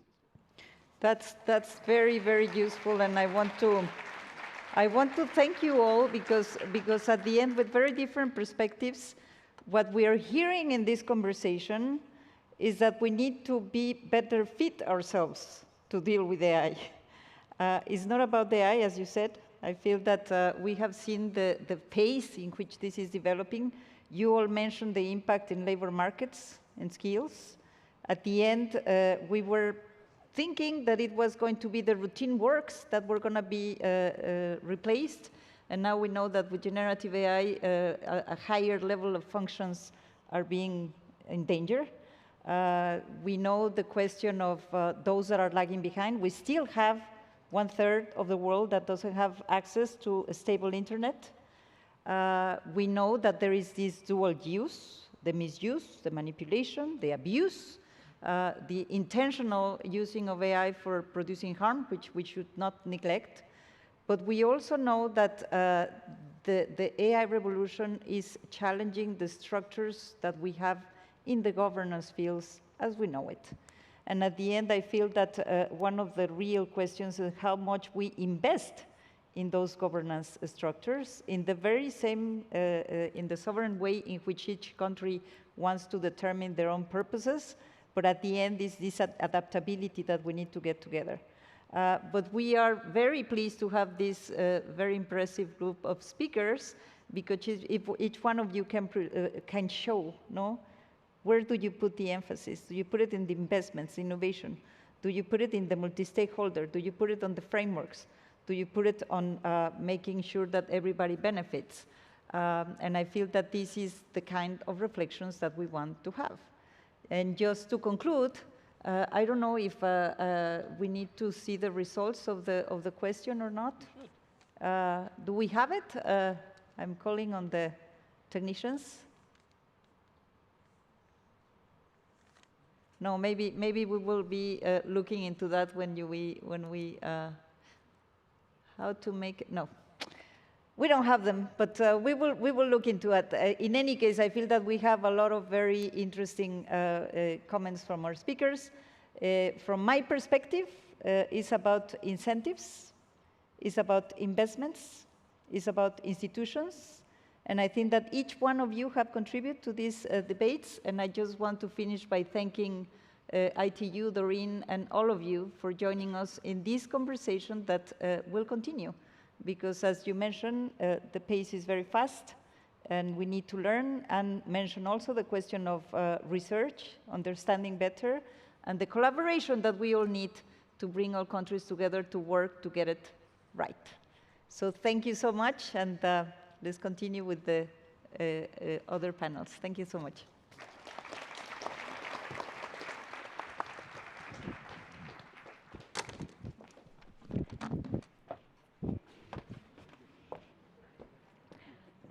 Thank you so much to our panel just now. That was amazing. Thank you. Oh, nice to meet you. Excellent. Well, it is a real pleasure to get some excellent insights from so many parts of the world all at the same time. And I feel like this is one of the few stages on the planet where that is the case. So that was amazing. And it just reminds us that we're all in this together, really. But at the same time, we continue to acknowledge many times, in fact, the digital divide. And so we're going to get into that a little bit more as our next panel looks at the issues that arise because AI is, as Doreen said earlier, unevenly distributed, and that's throughout the world. So how do we address this? How do we make things better? And most importantly, what are the next steps that we take? A lot of the time you see panels where people talk about, oh, we need to make things better. But these are the sorts of panels where we hear exactly what are the steps that we're going to take. So we're going to find out more. It's an honor to invite everybody up onto the stage. I'm going to read out our list of panelists as it looks like we're ready to go. So it's a pleasure to welcome up Her Excellency Dr. Tatenda Anastasia Mavatera, Minister, Ministry of Information, Communication, Technology, Postal and Courier Services, Zimbabwe. His Excellency Mr. Hubert Vargas Picado, Vice Minister, Ministerio de Ciencia, Innovación, Tecnología y Telecomunicaciones, Costa Rica. Jurate Sobiene, Chair of the Council, the Communications Regulatory Authority of the Republic of Lithuania. The Emi Lu Vasosa Delfin, Director, Department of Information and Communications Technology at the Philippines. Lucina Kone, Director General and Chief Executive Officer, Smart Africa, and is moderated brilliantly by Ibtissam Al-Mazrouei, Executive Director of the Office of AI and Advanced Technology at the Department of Finance, CEO and founder of AIE3, Chairperson of the UN AI for Good Impact Initiative. Ladies and gentlemen and distinguished guests, I'm absolutely certain that you'll really enjoy this next panel. Thank you.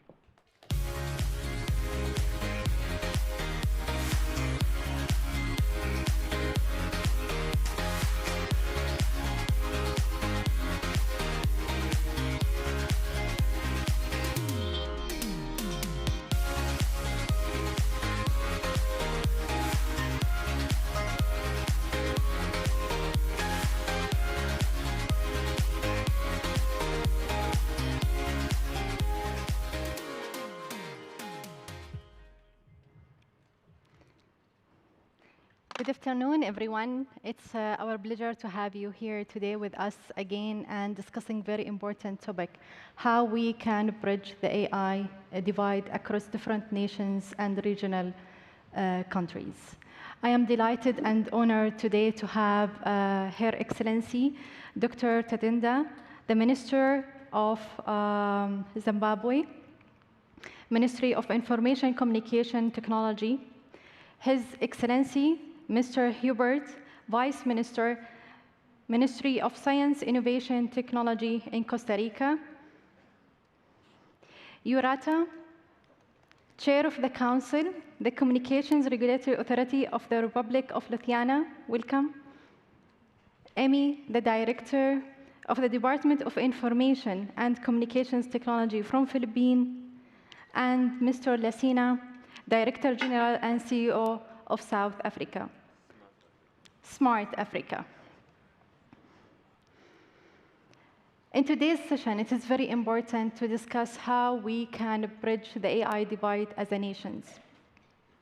What are the best practices and approaches we should have, and listen from different countries how they are doing their capacity building model, how they are investing in the infrastructure, what are the best mechanisms and the framework to have international cooperations and best implementation so we can bridge the AI divide.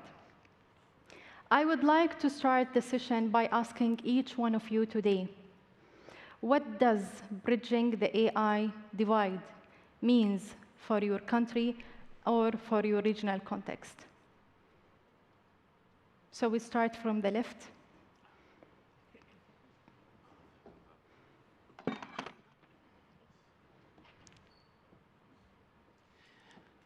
Thank you very much for inviting me. Before talking about the bridging of AI, bridging the gap of the AI, there are gaps already, digital gap. You have to remember one thing, the AI sits on the broadband. So what do we do, first of all, to bridge the broadband? Today we have 2.6 billion people who are not connected. So if you want to bridge the AI, you have to start by that, first of all. But AI is actually, on the outset, it's much, much bigger. Because traditionally, we all knew that we have a digital inclusion problem and digital gap problem.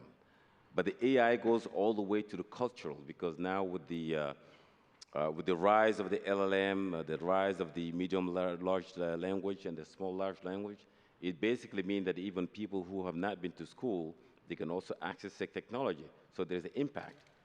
So the gap becomes bigger. It means it's more awareness even before, if you were. I think it's a wake-up call, actually.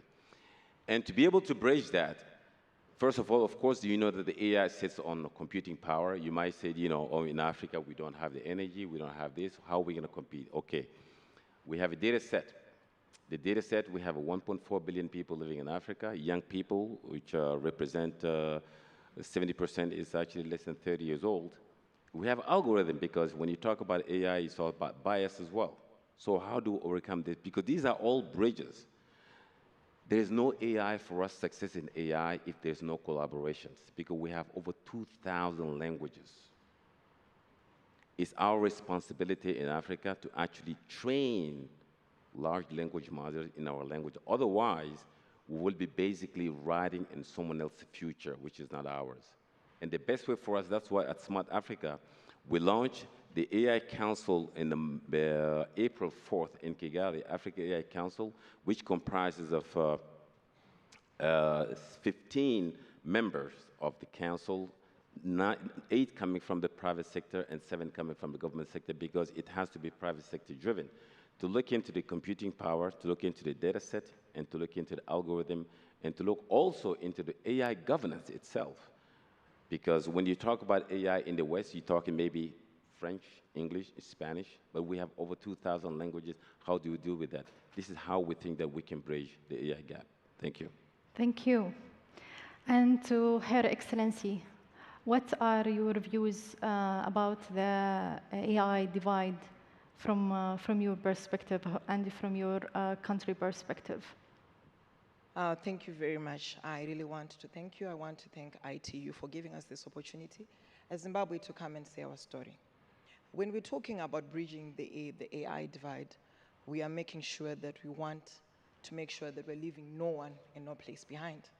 We have got a national philosophy, which has been capacitated by our president, His Excellency Dr. Idi Mnangagwa, where he has said that when we are going to provide for technology, when we are going to provide for any initiative, we need to make sure that no one is left behind. So therefore, we are saying we need to bridge the digital divide, especially between the urban and the rural areas. And we are looking at various initiatives. We have come up again with an acronym which we're using in Zimbabwe, which we're calling PSL. And PSL, and then it's PSL and then I squared. What are we saying? We're looking firstly on P. We're looking on participation. We're looking at privacy. How are people going to participate? That is bridging the digital divide. How are people going to also observe privacy? That's on the P. On the S, we're talking about skills. How are we going to upskill? Where are we? What is it? Where are the gaps? Do we need to upskill? Do we need to reskill? So it means we need to look for initiatives around skilling. And then we talk about L, which is leadership.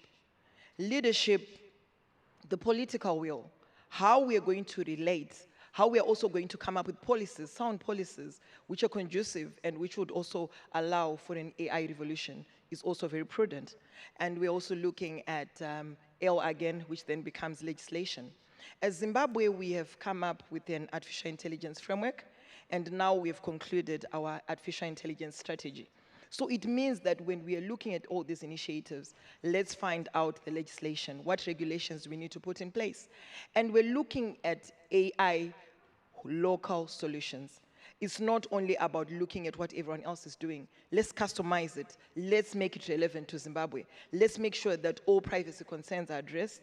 And also we need to look at what the Zimbabweans can be able to appreciate, how any person can be able to relate to whatever they have to do.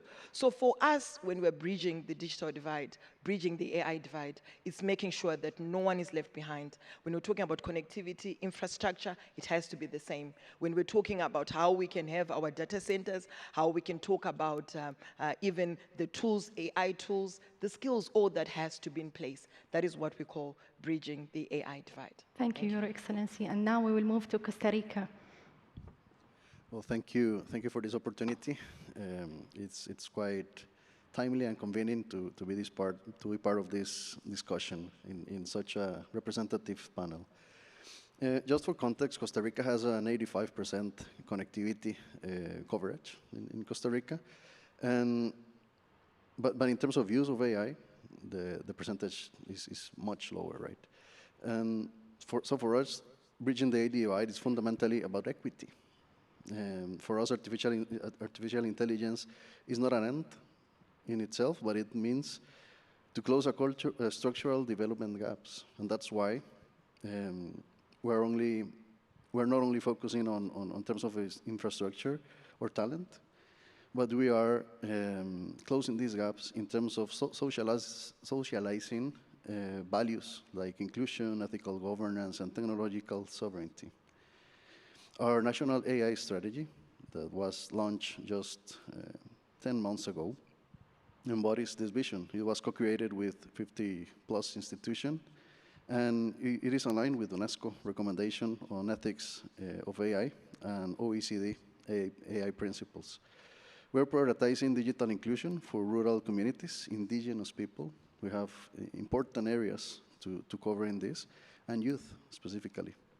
Through programs like Community Innovation Labs, we have 40 labs of this, focused specifically in non-urban areas. And the smart community centers, we have more than 200,000 of these community centers.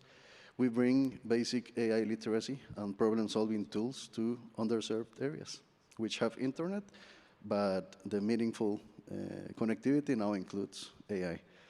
So bridging the AI means ensuring that no one is left behind, and this is told transversally in this event, but not just for users, but to incentive users to be co-creators of this shared future. Thank you, sir. And now moving to Lithuania, understanding more from Jurati. If you can tell us more about what's your definition of the AI divide and from your nation perspective. Thank you. Thank you for your question and thank you for having me here. I'm thinking about two prerequisites. First of all, digital infrastructure and digital skills. Talking about digital infrastructure, so in Lithuania we have already connected by mobile networks what our task is, what current our task is, so to strengthen our infrastructure, to make it more resilient and to have a higher quality of services, to have a broadband connection, fiber connection to each household by 2030. And here, the extremely important thing is the holistic approach to the whole infrastructure, national infrastructure, not only digital infrastructure. For example, do we plan fiber network when we construct roads? Do we plan fiber networks, broadband networks, when we expand our electricity network? So these things, these issues, we should those different infrastructures, we should have a holistic approach to all these different infrastructures. And the second prerequisite is digital skills,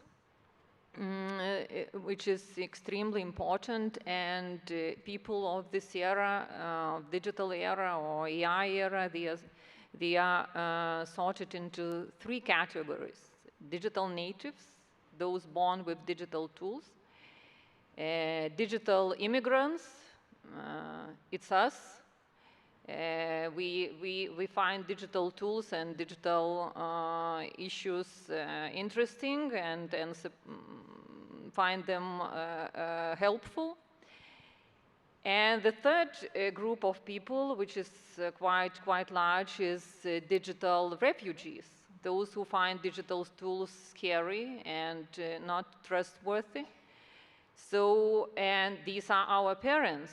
So, and especially in Europe, they comprise, are a very huge group of society, because we are aging society in Europe, and it's about one fifth of our population. So, we are talking about bridging the gap, and we see it as a problem, but maybe we should stop see it closing that gap as a problem, but we should should see it as an opportunity, to discover new e-citizens, to discover for businesses to discover new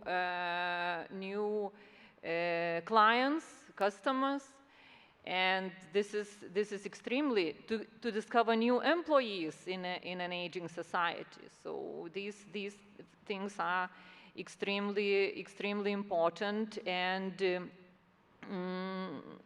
so what we can do, we should combine forces and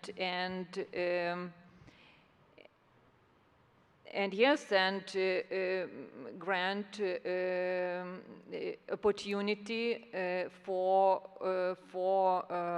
people whom we consider as digital refugees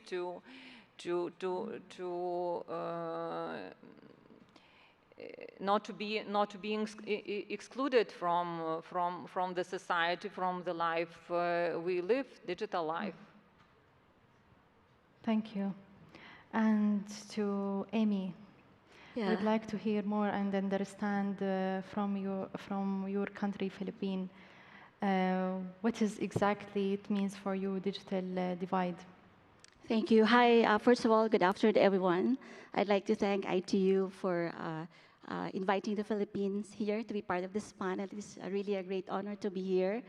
Yeah, in the Philippine context, when we talk of bridging the AI divide, just like with the other panelists here, it means addressing the growing gaps in access, skills, infrastructure, and opportunities, of course, related to artificial intelligence, so that us in the Philippines, Filipinos, regardless of location, income, or background, can benefit from and participate in the AI-driven digital economy.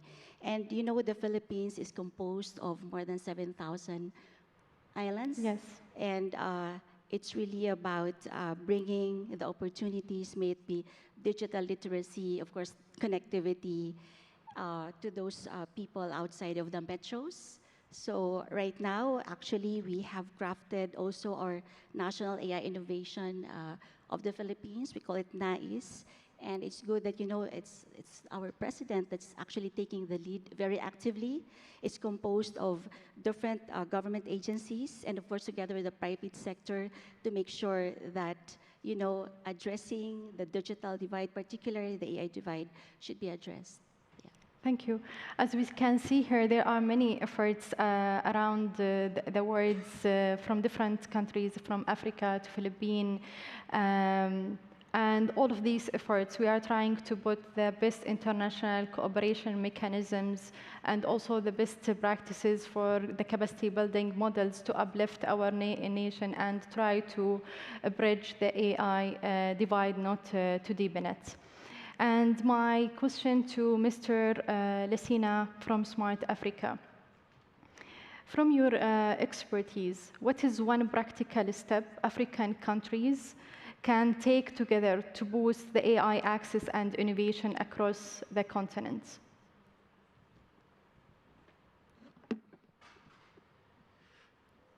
Thank you. When you say African country already, you completely align with us when you talk about, when we said our vision is to transform Africa to a single digital market.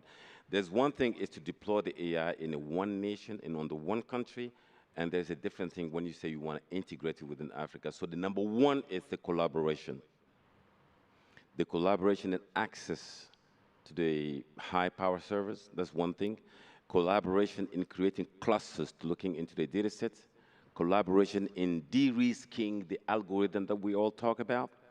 And also, all of this should be under the AI governance, a proper AI governance. Of course, it has to be aligned with what the high-level UN talked about, what the ITU is recommending, what UNESCO, we've seen the UNESCO policy toolkit.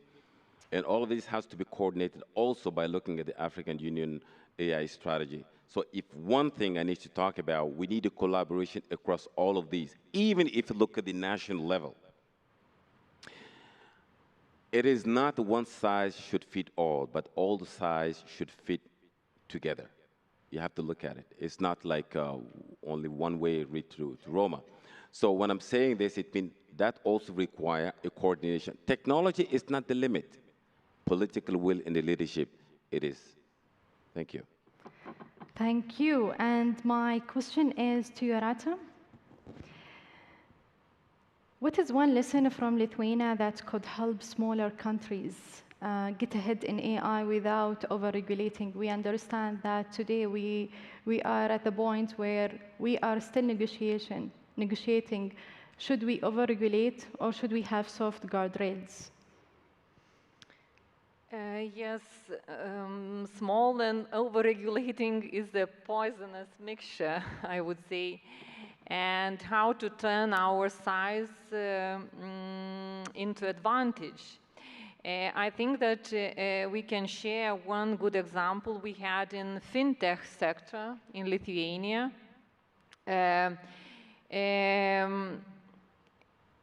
We became a fintech hub, not because we had big financial institutions, but because we made it easy for startups to test their products, their ideas in a safe and supervised environment in so-called regulatory sandboxes. And these regulatory sandboxes, they allowed companies to work together with authorities to get real time feedback and to launch faster into the market, and it built trust. So why not to use that example in AI regulation? Yes, in EU we have EU AI Act, main principles, but we know that the majority of AI solutions, they are low-risk solutions, low-risk products, and only up to 50% they are high-risk. So we think that it would be a good solution to let self-regulation for those who are low-risk and to observe within the regulatory sandbox those who are high-risk solutions. So we think that this might be the approach, and as small country and other small countries, we should find our competitive advantage. It is not wise to compete with powerful state superpowers. We should be flexible, open for experimentation. We should be fast and with low bureaucracy, and that might be our chance, our opportunity to attract and to become a platform for AI products, for experimentation, for innovations. Okay, excellent. And we take it from innovation and we go to His Excellency. Your title has innovation. Can you tell us more about what are the best practices to enable the AI innovation in your country? Well, innovation carries a lot of weight, but it is by design that we include that word in the ministry. And our AI strategy include 6 initiatives that I'm going to be short describing it, but they are intended to actually close some innovation gaps that we have detected in our country. For example, we're developing a public sector training program because we detected that there's an important gap between the private sector and the public sector in terms of accession to AI on its tools. And it's currently also a success. Actually, this week started the first cohort. More than 10 people, more than 10 times the capacity of the cohort was the interest showed by the public sector. And we are intended to open cohorts like on a regular basis. A second gap that we detected is basically the SMEs sector. If you contrast them with the multinationals that operate in Costa Rica. And that's why we have opened laboratories, for example, a 5G testbed with AI applications. We have opened a laboratory that is called AgroBoost to implement artificial intelligence in decision-making in coffee, banana. The most advanced is the coffee program in the Los Santos area in Costa Rica that is combining 5G, IoT, and AI. And it is marvelous, and we intend to scale from that pilot. And in terms of program, in terms of how even on how to innovate with neighbors, we developed the OECD toolkit, AI toolkit, just like 1 month ago. And our intention with that toolkit was not only to position ourselves in the international spectrum, but also to help neighbors, Central America, the Caribbean. We are now a high-income country, and we have to change our mindset. We are not receptors of cooperation anymore. We have to be more friendly with our knowledge, and that's why that's in sum how we project to be more innovative, not only particularly in AI implementation, but also changing our relationship with our neighbors. Okay, great. And to Amy, We know that Philippines is made up of thousands of islands, and maybe it is very hard to put an AI strategy. What is your approach in that? How you can implement the proper AI strategy across different islands? Of course, we have to be more inclusive. We have unique challenges because I mentioned we have more than 7,000 islands in the country. So as I mentioned also that we have developed our national AI innovation strategy. And of course, to be able to have a future-ready AI, we should have a robust connectivity. So having said that, the Philippines, actually, as I speak here, our Philippine president actually launched our phases 2 and 3 in terms of the national broadband program. We're done with phase 1, but basically what we're trying to say is we have to make sure that we have really strong connectivity. And aside from the national broadband program, we're also implementing the free Wi-Fi for all because we have our GIDAs, or geographically isolated and disadvantaged areas in the country. So we're implementing the free Wi-Fi for all program. So that means giving free connectivity to public places, public schools, health centers, public plazas, elementary and high school. So those public places in those really last-class municipality in the Philippines. So we're doing that. Right now, we have 17,000 free Wi-Fi sites in the country, but of course, we need to do more. Currently, we have 117 million population in the Philippines. 73% are internet users. So we have to make sure that, all of them, regardless of their location, are digitally connected. So that's connectivity. In terms of digital skilling, upskilling, we have developed the Philippine Skills Framework for AI analytics. It's actually crafted by the industry to make sure that our graduates are ready to take on AI and analytics-related jobs. But of course, we have to make sure that because of our challenges in terms of our archipelagic location, so we have to be more inclusive.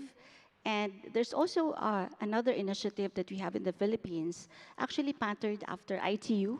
So the digital transformation centers, which are technology for education centers, so that our marginalized sectors, out-of-school youth, persons with disabilities, senior citizens can actually just go to the digital transformation centers to make sure that we have the facility for free in terms of equipment and connectivity.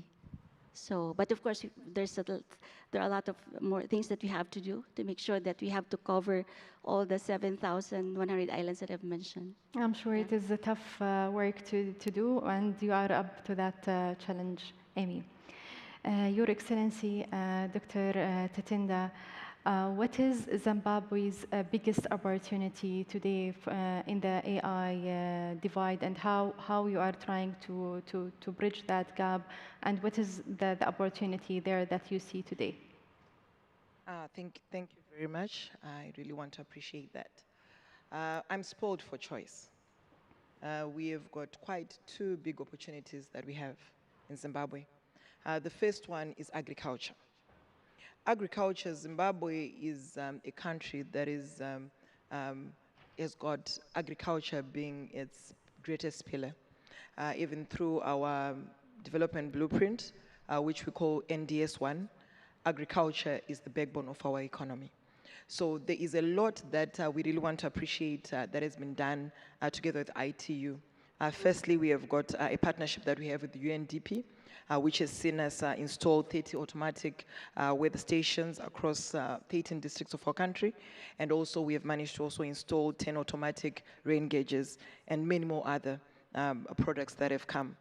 Zimbabwe also has been selected to be the lead country under the Smart Africa initiative after we were selected during our Transform Africa in Zimbabwe, which was hosted in Zimbabwe. So Zimbabwe has been doing a lot of initiatives around AI, using AI for agriculture. We also talk about precision farming. We have been able to look at the use of drones artificial intelligence for crop monitoring, for soil analysis, and also pest control. As Zimbabwe, we have got 6,000 agri-tech extension officers, and we've capacitated them. All of them, we've given them electronic gadgets. We have also powered them with the use of low Earth orbit satellites, having a Starlink kit. We've been able to do that. We have realized that in our rural areas, this is where our agri-tech extension officers are more. So there isn't much connectivity there. We have been having a challenge because of that. So we realized that there is need for us to adopt the low Earth orbit satellites, which make them at least be able to provide for real-time advice to farmers via their various platforms, including the mobile platforms. As Zimbabwe, again, we have realized that now we have started having prototypes of creating our own drones in our universities, because there is a great opportunity for agriculture in Zimbabwe. Of course, secondly, I'll talk about e-government services. We have partnered with quite a lot of countries in us having an investment enterprise architecture modeling. And now, as Zimbabwe, we are now advancing in terms of our e-services. This is also another great opportunity. We need to provide for good services to the people of Zimbabwe, and this can be done by us using artificial intelligence. And as Zimbabwe, again, we have come up with what we call digital centers. This is how we have been able to integrate and make sure that we will make each and every other person be able to access digital services. So these digital centers, they are in each and every district in Zimbabwe, and this is where our farmers can be able to access market processes. Whenever they want to market their products, they can be able to access them at our digital centers. And finally, as Zimbabwe as well, we have also, the same way which has been said by the Philippines, we also have got a free internet program. Whereby we've got free public Wi-Fi spaces to make sure that everyone has got access to the internet. We believe that when we're talking about artificial intelligence, we're also talking about the capacity that every person have, and we're talking about how we can also access electronic gadgets, which will be able to, for us to be able to utilize artificial intelligence. So in Zimbabwe, as much as we are very happy through various partnerships, we have really migrated. I'll tell you, in 2005, we were talking about 20 plus today here at WISIS, but you realize that in 2005, we're talking about an internet penetration rate of 5%. But now, 20 years later, we're talking of an internet penetration rate which is close to 80%. And what we want to do as Zimbabwe is for us to have 100% internet penetration rate, and also increase on our mobile penetration rate and make sure everyone has got access to devices. So it's internet for all, and we're talking about devices for all. These are the two initiatives that we're doing in line with our presidential internet scheme, where our president, His Excellency Dr. Idi Mnangagwa, has really assisted us to make sure that everyone has got access to the internet. So these are initiatives that I think are quite, is an opportunity for us using artificial intelligence. And let me conclude again and say, we had a conversation in the morning where we had our luncheon, where we're saying, AI is not going to replace jobs, but tasks are going to be replaced by AI. So it's not about the job, but it's about you making sure that the task that you're having is the one which is going to integrate AI, and then it becomes different. I so submit. Thank you. Thank you, Your Excellency. And definitely, during the AI governance day in the lunch, it was interesting discussion to hear from different industry leaders and government and NGOs how we can, as different nations, entities, collaborate so we can bridge the AI divide. Still, until the date, there is still 2.6 billion people around the world remains offline. Still, there are some countries and rural communities even, they lack access to electricity. So what are the major infrastructures gaps, and why we are not addressing it until the date? Maybe we can start with Smart Africa.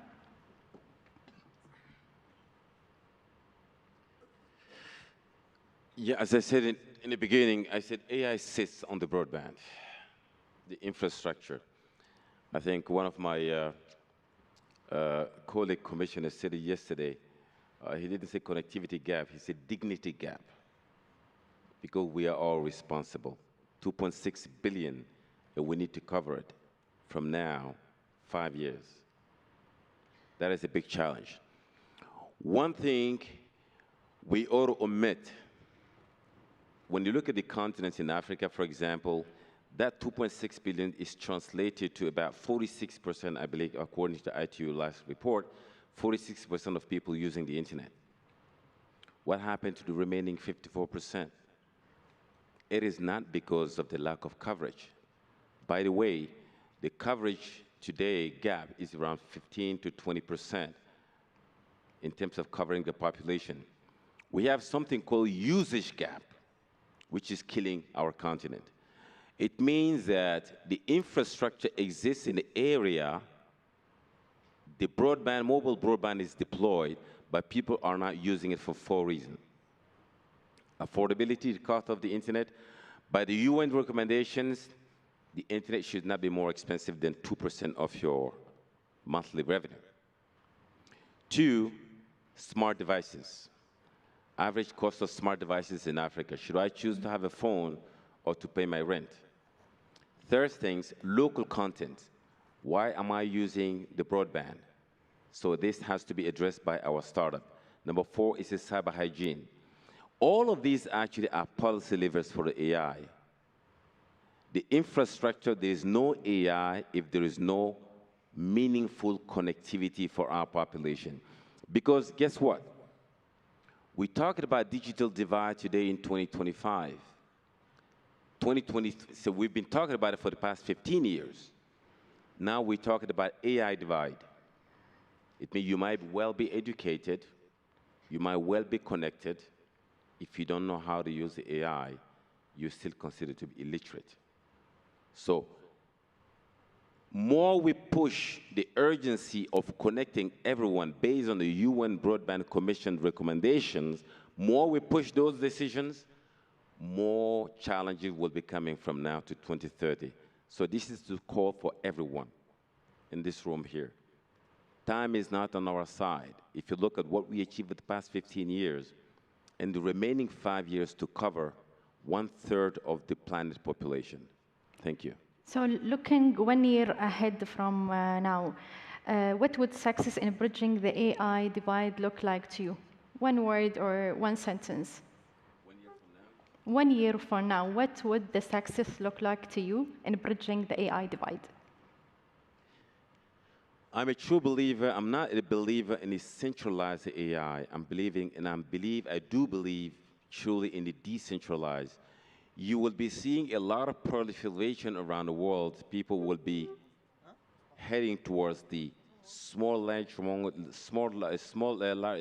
model and the medium language model. Mm-hmm. The reason is very simple. Okay, thank you. China, for example, it did not have to wait to speak English to be where they are today. So what I'm seeing today, you will be very surprised, particularly what will be coming from Africa in terms of localized large language model and the AI. That's what I believe in. Thank you. And Your Excellency, Dr. Tatinda? So from 1 year from now, what would the success in bridging the AI divide will look like? Okay, thank you very much. 1 year from now, I think a lot would have happened. Everyone would be able to understand everything around AI. We're talking about infrastructure, what is needed. Definitely, we have a lot of people knowing exactly what needs to be done. 1 year from now, we're looking at upskilling the skills, the requisite skills, the important. We'll see people being able to understand that now I need to, the skills that I had are not relevant now. So definitely you really need to be upskilling, reskilling, or even skilling yourself. So all this is definitely going to be done around that. And again, I would say 1 year from now, for me, I see a lot of opportunity, innovation. I see a complete shift from what we're doing now, looking at tasks being done differently, looking at how we can enhance, become efficient, become reliable. Everything will be so tech-related. So I'm happy that definitely the tech space would have gone would have done quite a lot, and I'm sure that is going to be seen. Thank you. Thank you. Your Excellency. Well, I'm going to be brief because of time, but in 1 year ahead, I will expect that we will have as a world a better AI, multilingual one, for example, more multilingual, reduced biases, for example, in gender. Mhm. Which way the data that we have on that, that's an important challenge to reduce. And also more integration, because this is a big challenge for humanity. So this is itself a call for more cooperation, more dialogue, and more joint decision making. So that's my approach. Thank you. A senior in a small town knows very well the place where he or she can find assistance on using digital tools, AI tools, and similar digital things. And regarding this conference, AI for Good, so the speaker, one of today's speakers criticized that English language is overwhelming. So ability to speak our small nation's language. Yes, and I think just to that point, I think we should, by ourselves, we should put more effort in writing our data in our own languages, because the language that we write it today, it will be the language of AI. So it is not the engineer's fault, it is our fault, and we have to take responsibility and accountability for that. To Amy.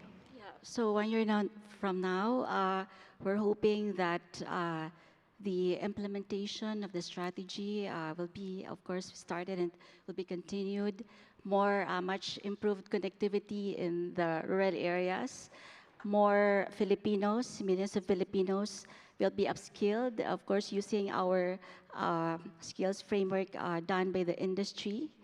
And more use cases for our digital startups, for them to be able to use AI in solving social problems, be it be on health, education, agriculture, and other sectors. Yeah. Thank you. Thank you, Amy. Thank you, Your Excellencies, and our esteemed panel. Thank you, the audience, for your attendance.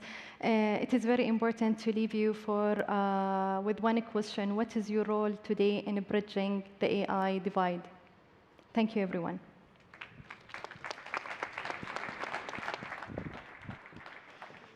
Thank you ever so much to our panelists, helping us understand where the levers might be in order to change our momentum. And as they leave, I can just say, I cannot believe that we're already at the closing remarks. That was an incredible panel, and we had some amazing speakers earlier on. And audience, I must say, you've been pretty incredible as well. So we're going to conclude this year's AI Governance Dialogue. We're going to be joined on stage by 3 leaders who have really helped to guide the process forward. So I'm going to mention them, and then we will invite them on the stage once it's ready for them. We have His Excellency Engineer Majed Sultan Al-Mazmar, Director General, Telecommunications and Digital Government Regulatory Authority. That's the TDRA for the UAE. We also, oh yes, do you want to do a little round of applause? Yes, we can. I'll also invite to the stage, hello there, please take a seat. I will come and sit over here. Let me also invite, please, Madame Anne Bouvereau, Special Envoy of France for AI. Please, could you come up as well? I think. Oh, she's running a little bit late. Audience, let's just save that round of applause, and we will get her. We can chat for a little bit, can't we? Okay, so we also have Mr. Thomas Lamanauskas, Deputy Secretary General of the International Telecommunication Union, joining us as well. Thank you so much, Thomas. And when Madame Bouvereau arrives, we have a seat saved for her, which is quite lovely, isn't it? Oh, well, audience, I have to say, it's been quite an amazing day, hasn't it? But we are going to have an even more amazing set of closing remarks, and I think if we're ready to start, I'm just going to check with our fabulous team at the back if it's okay to continue with our first speaker. Yes? Excellent. Wonderful. All right. So in that case, as Madame Bouvereau is currently running a little bit late, we're going to get ready for our second speaker, which is from an area that is really known for getting technology really at the forefront of so many different things. So please allow me to hear some fabulous reflections as we invite to the stage His Excellency Engineer Majed Sultan Al Mesmar to the lectern. Thank you.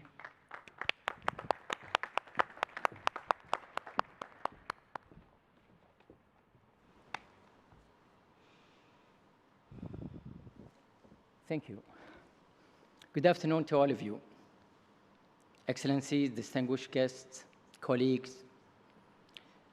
It's been a distinct privilege to co-chair today's AI governance dialogue with Madame Bivereau.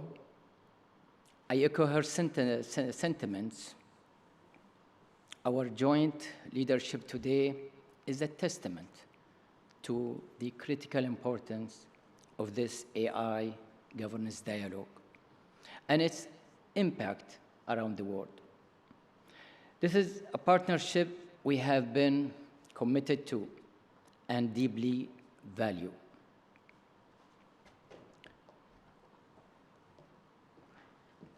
I will highlight some of key points that have emerged from today's discussion. First, closing global gaps in AI readiness is critical. Capacity building initiatives spanning policy, advice, skills, training, institutional strengthening, and financial support should empower communities worldwide to govern AI effectively and to innovate in key sectors such as health, education, and agriculture. Second, the value of AI is realized through its applications in health, education, agriculture, humanitarian assistance, including in disaster management, and many other critical areas. Governance should involve respective communities, adopt cross-government and cross-society approach, and leverage international frameworks so that AI can deliver targeted benefits and address sector-specific challenges. Third, technical standards, benchmarks, and audit protocols are foundational for safe, interoperable, and agile AI governance. Developed through international multi-stakeholder processes, these tools should be evidence-based and adaptable to rapid technological evolution. Fourth, as AI models scale in capability, governance of compute resources and large foundation models become more and more important. Access to compute infrastructure, robust risk assessment, and accountability frameworks ensure that powerful AI systems serve the public interest.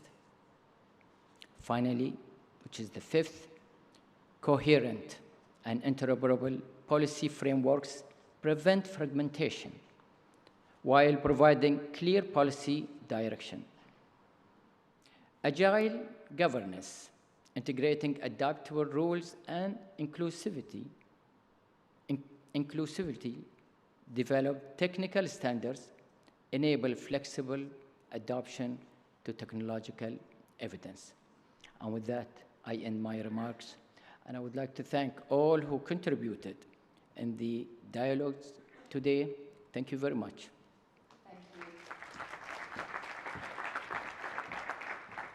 Thank you very much, Your Excellency. An excellent way to start things off, and it is a real pleasure now to invite Madame Bivereau to the lectern. Thank you so much.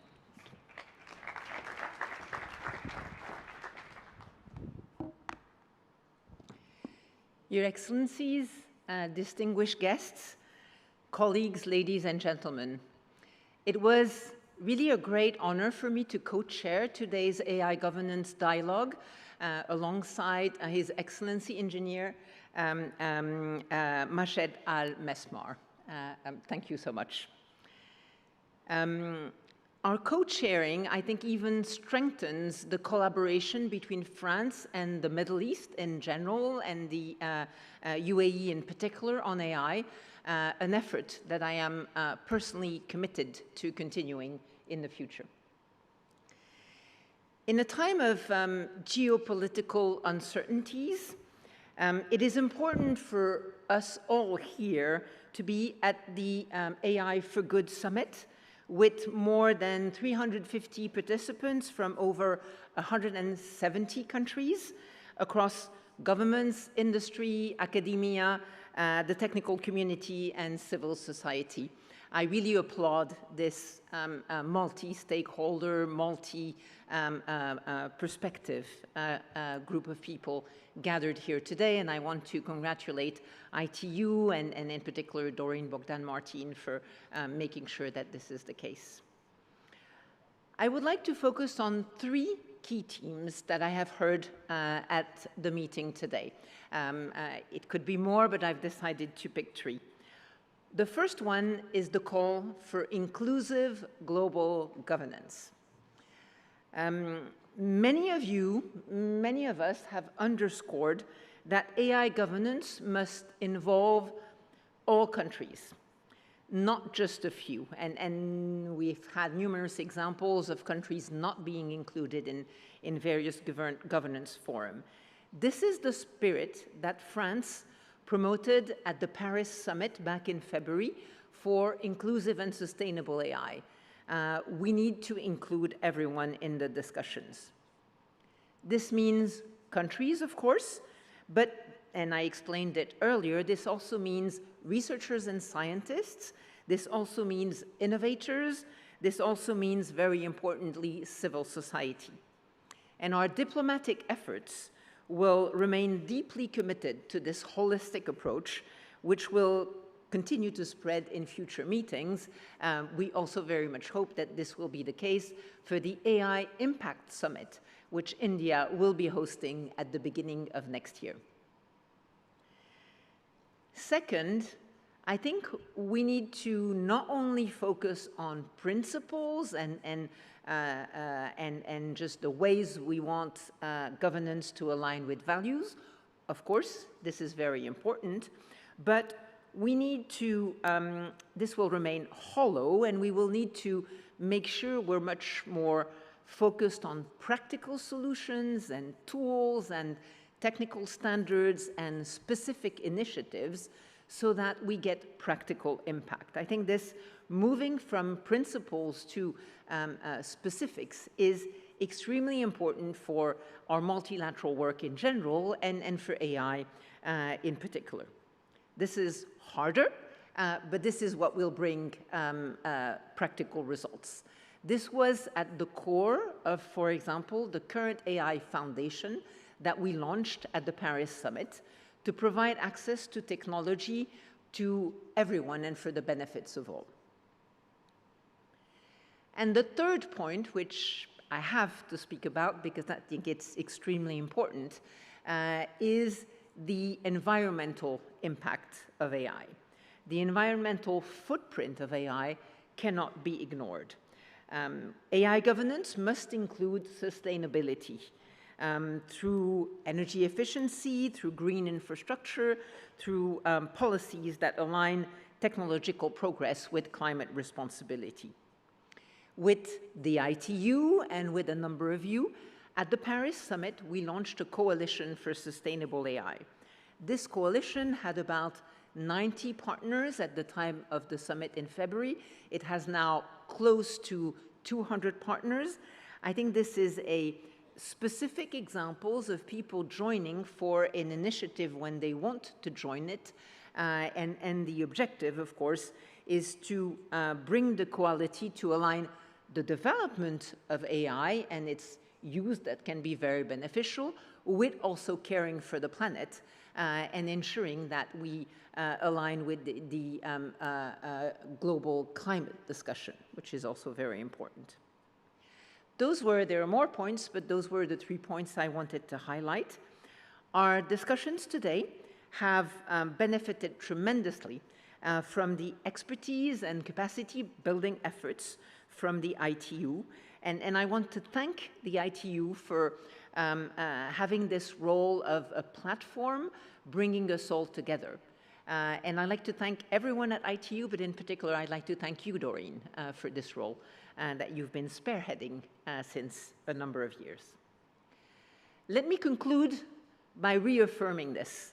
The future of AI governance must be inclusive, sustainable, and focused on practical outcomes. Let us carry forward today's momentum together. Thank you very much.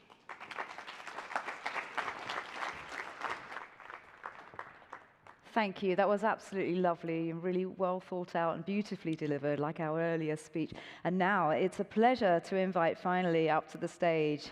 It's DSG Thomas Lamanauskas. Thank you, thank you, thank you. It's really a pleasure to be here. And of course, it's great to hear those, that very insightful summary from Anne and Margaret, really very well capturing today, and it's really, I think this will be living legacy of today indeed. So indeed, thank you, our co-chairs, more formally, Madam Anne Bavarour and His Excellency Director General Margaret Almasmar for your leadership throughout this dialogue today. It's been vital in helping us set a tone for thoughtful, inclusive, and forward-looking discussions. I would also like to extend my heartfelt thanks to all the moderators and panelists today as well, for bringing depth and perspective of today's conversations. This very rich content that we heard from today, those insights really shaped those conclusions that we heard. Your contributions have helped highlight not only the technical and policy dimensions of AI governance, but also the human values that must be at the core. Before we bring today to a close, I would like to build on your reflections of today's dialogue as well. So what did it show us today? First, it's shown that the huge hunger for inclusive AI governance, the hunger that is really real here in these rooms and these discussions. It is this hunger about having access, skills, infrastructure, and a seat on the table in these important discussions. Second, today has made it clear that the real work begins now. Indeed, we need to make sure that we turn from the dialogue to the action. This dialogue is a critical starting point, but it must lead to the further decisive follow-up actions. To ensure that the principles that we've discussed here are reflected in the AI systems that are already out there today, and that they're shaping the ones that are being built for tomorrow. Ladies and gentlemen, we can be really proud of the important steps towards effective AI governance in making it inclusive and making it sustainable and making it equitable for all. This is the steps that we've taken today and we've taken together. I really would like to thank all the participants of today's dialogue. Your engagement, your questions, your collective wisdom has helped us to chart this very important path forward. As we look ahead, let's stay committed. Let's keep cooperating across borders, across sectors, across academic and industry fields. Let's build a future where AI advances progress for all humanity. A shared digital future that is, again, inclusive, equitable, prosperous, and sustainable for all. Thank you very much, everyone. Thank you very much. Thank you. Thank you to all three of you. And thank you to everyone who's contributed to today's AI governance dialogue. The conversations today are just the beginning, and we'll continue working together to shape the future of AI for the good of all. And I think it might be a perfect opportunity to have a photograph with the three of you, if that's okay. So let's put you right front and center of the AI for Good logo, and then we can have a little photograph, please. Thank you.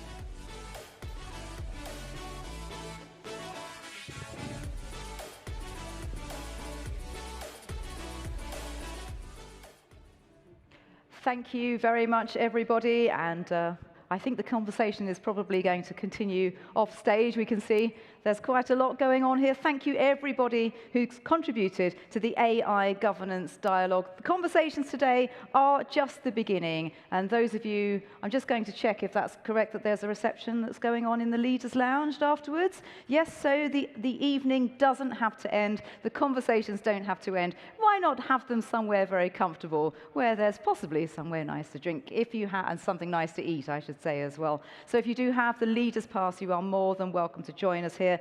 And of course, tomorrow morning at 9:30 begins the final day of programming. It's been such a pleasure to share the afternoon together with so many formidable speakers on stage and an amazing audience who are listening and taking part.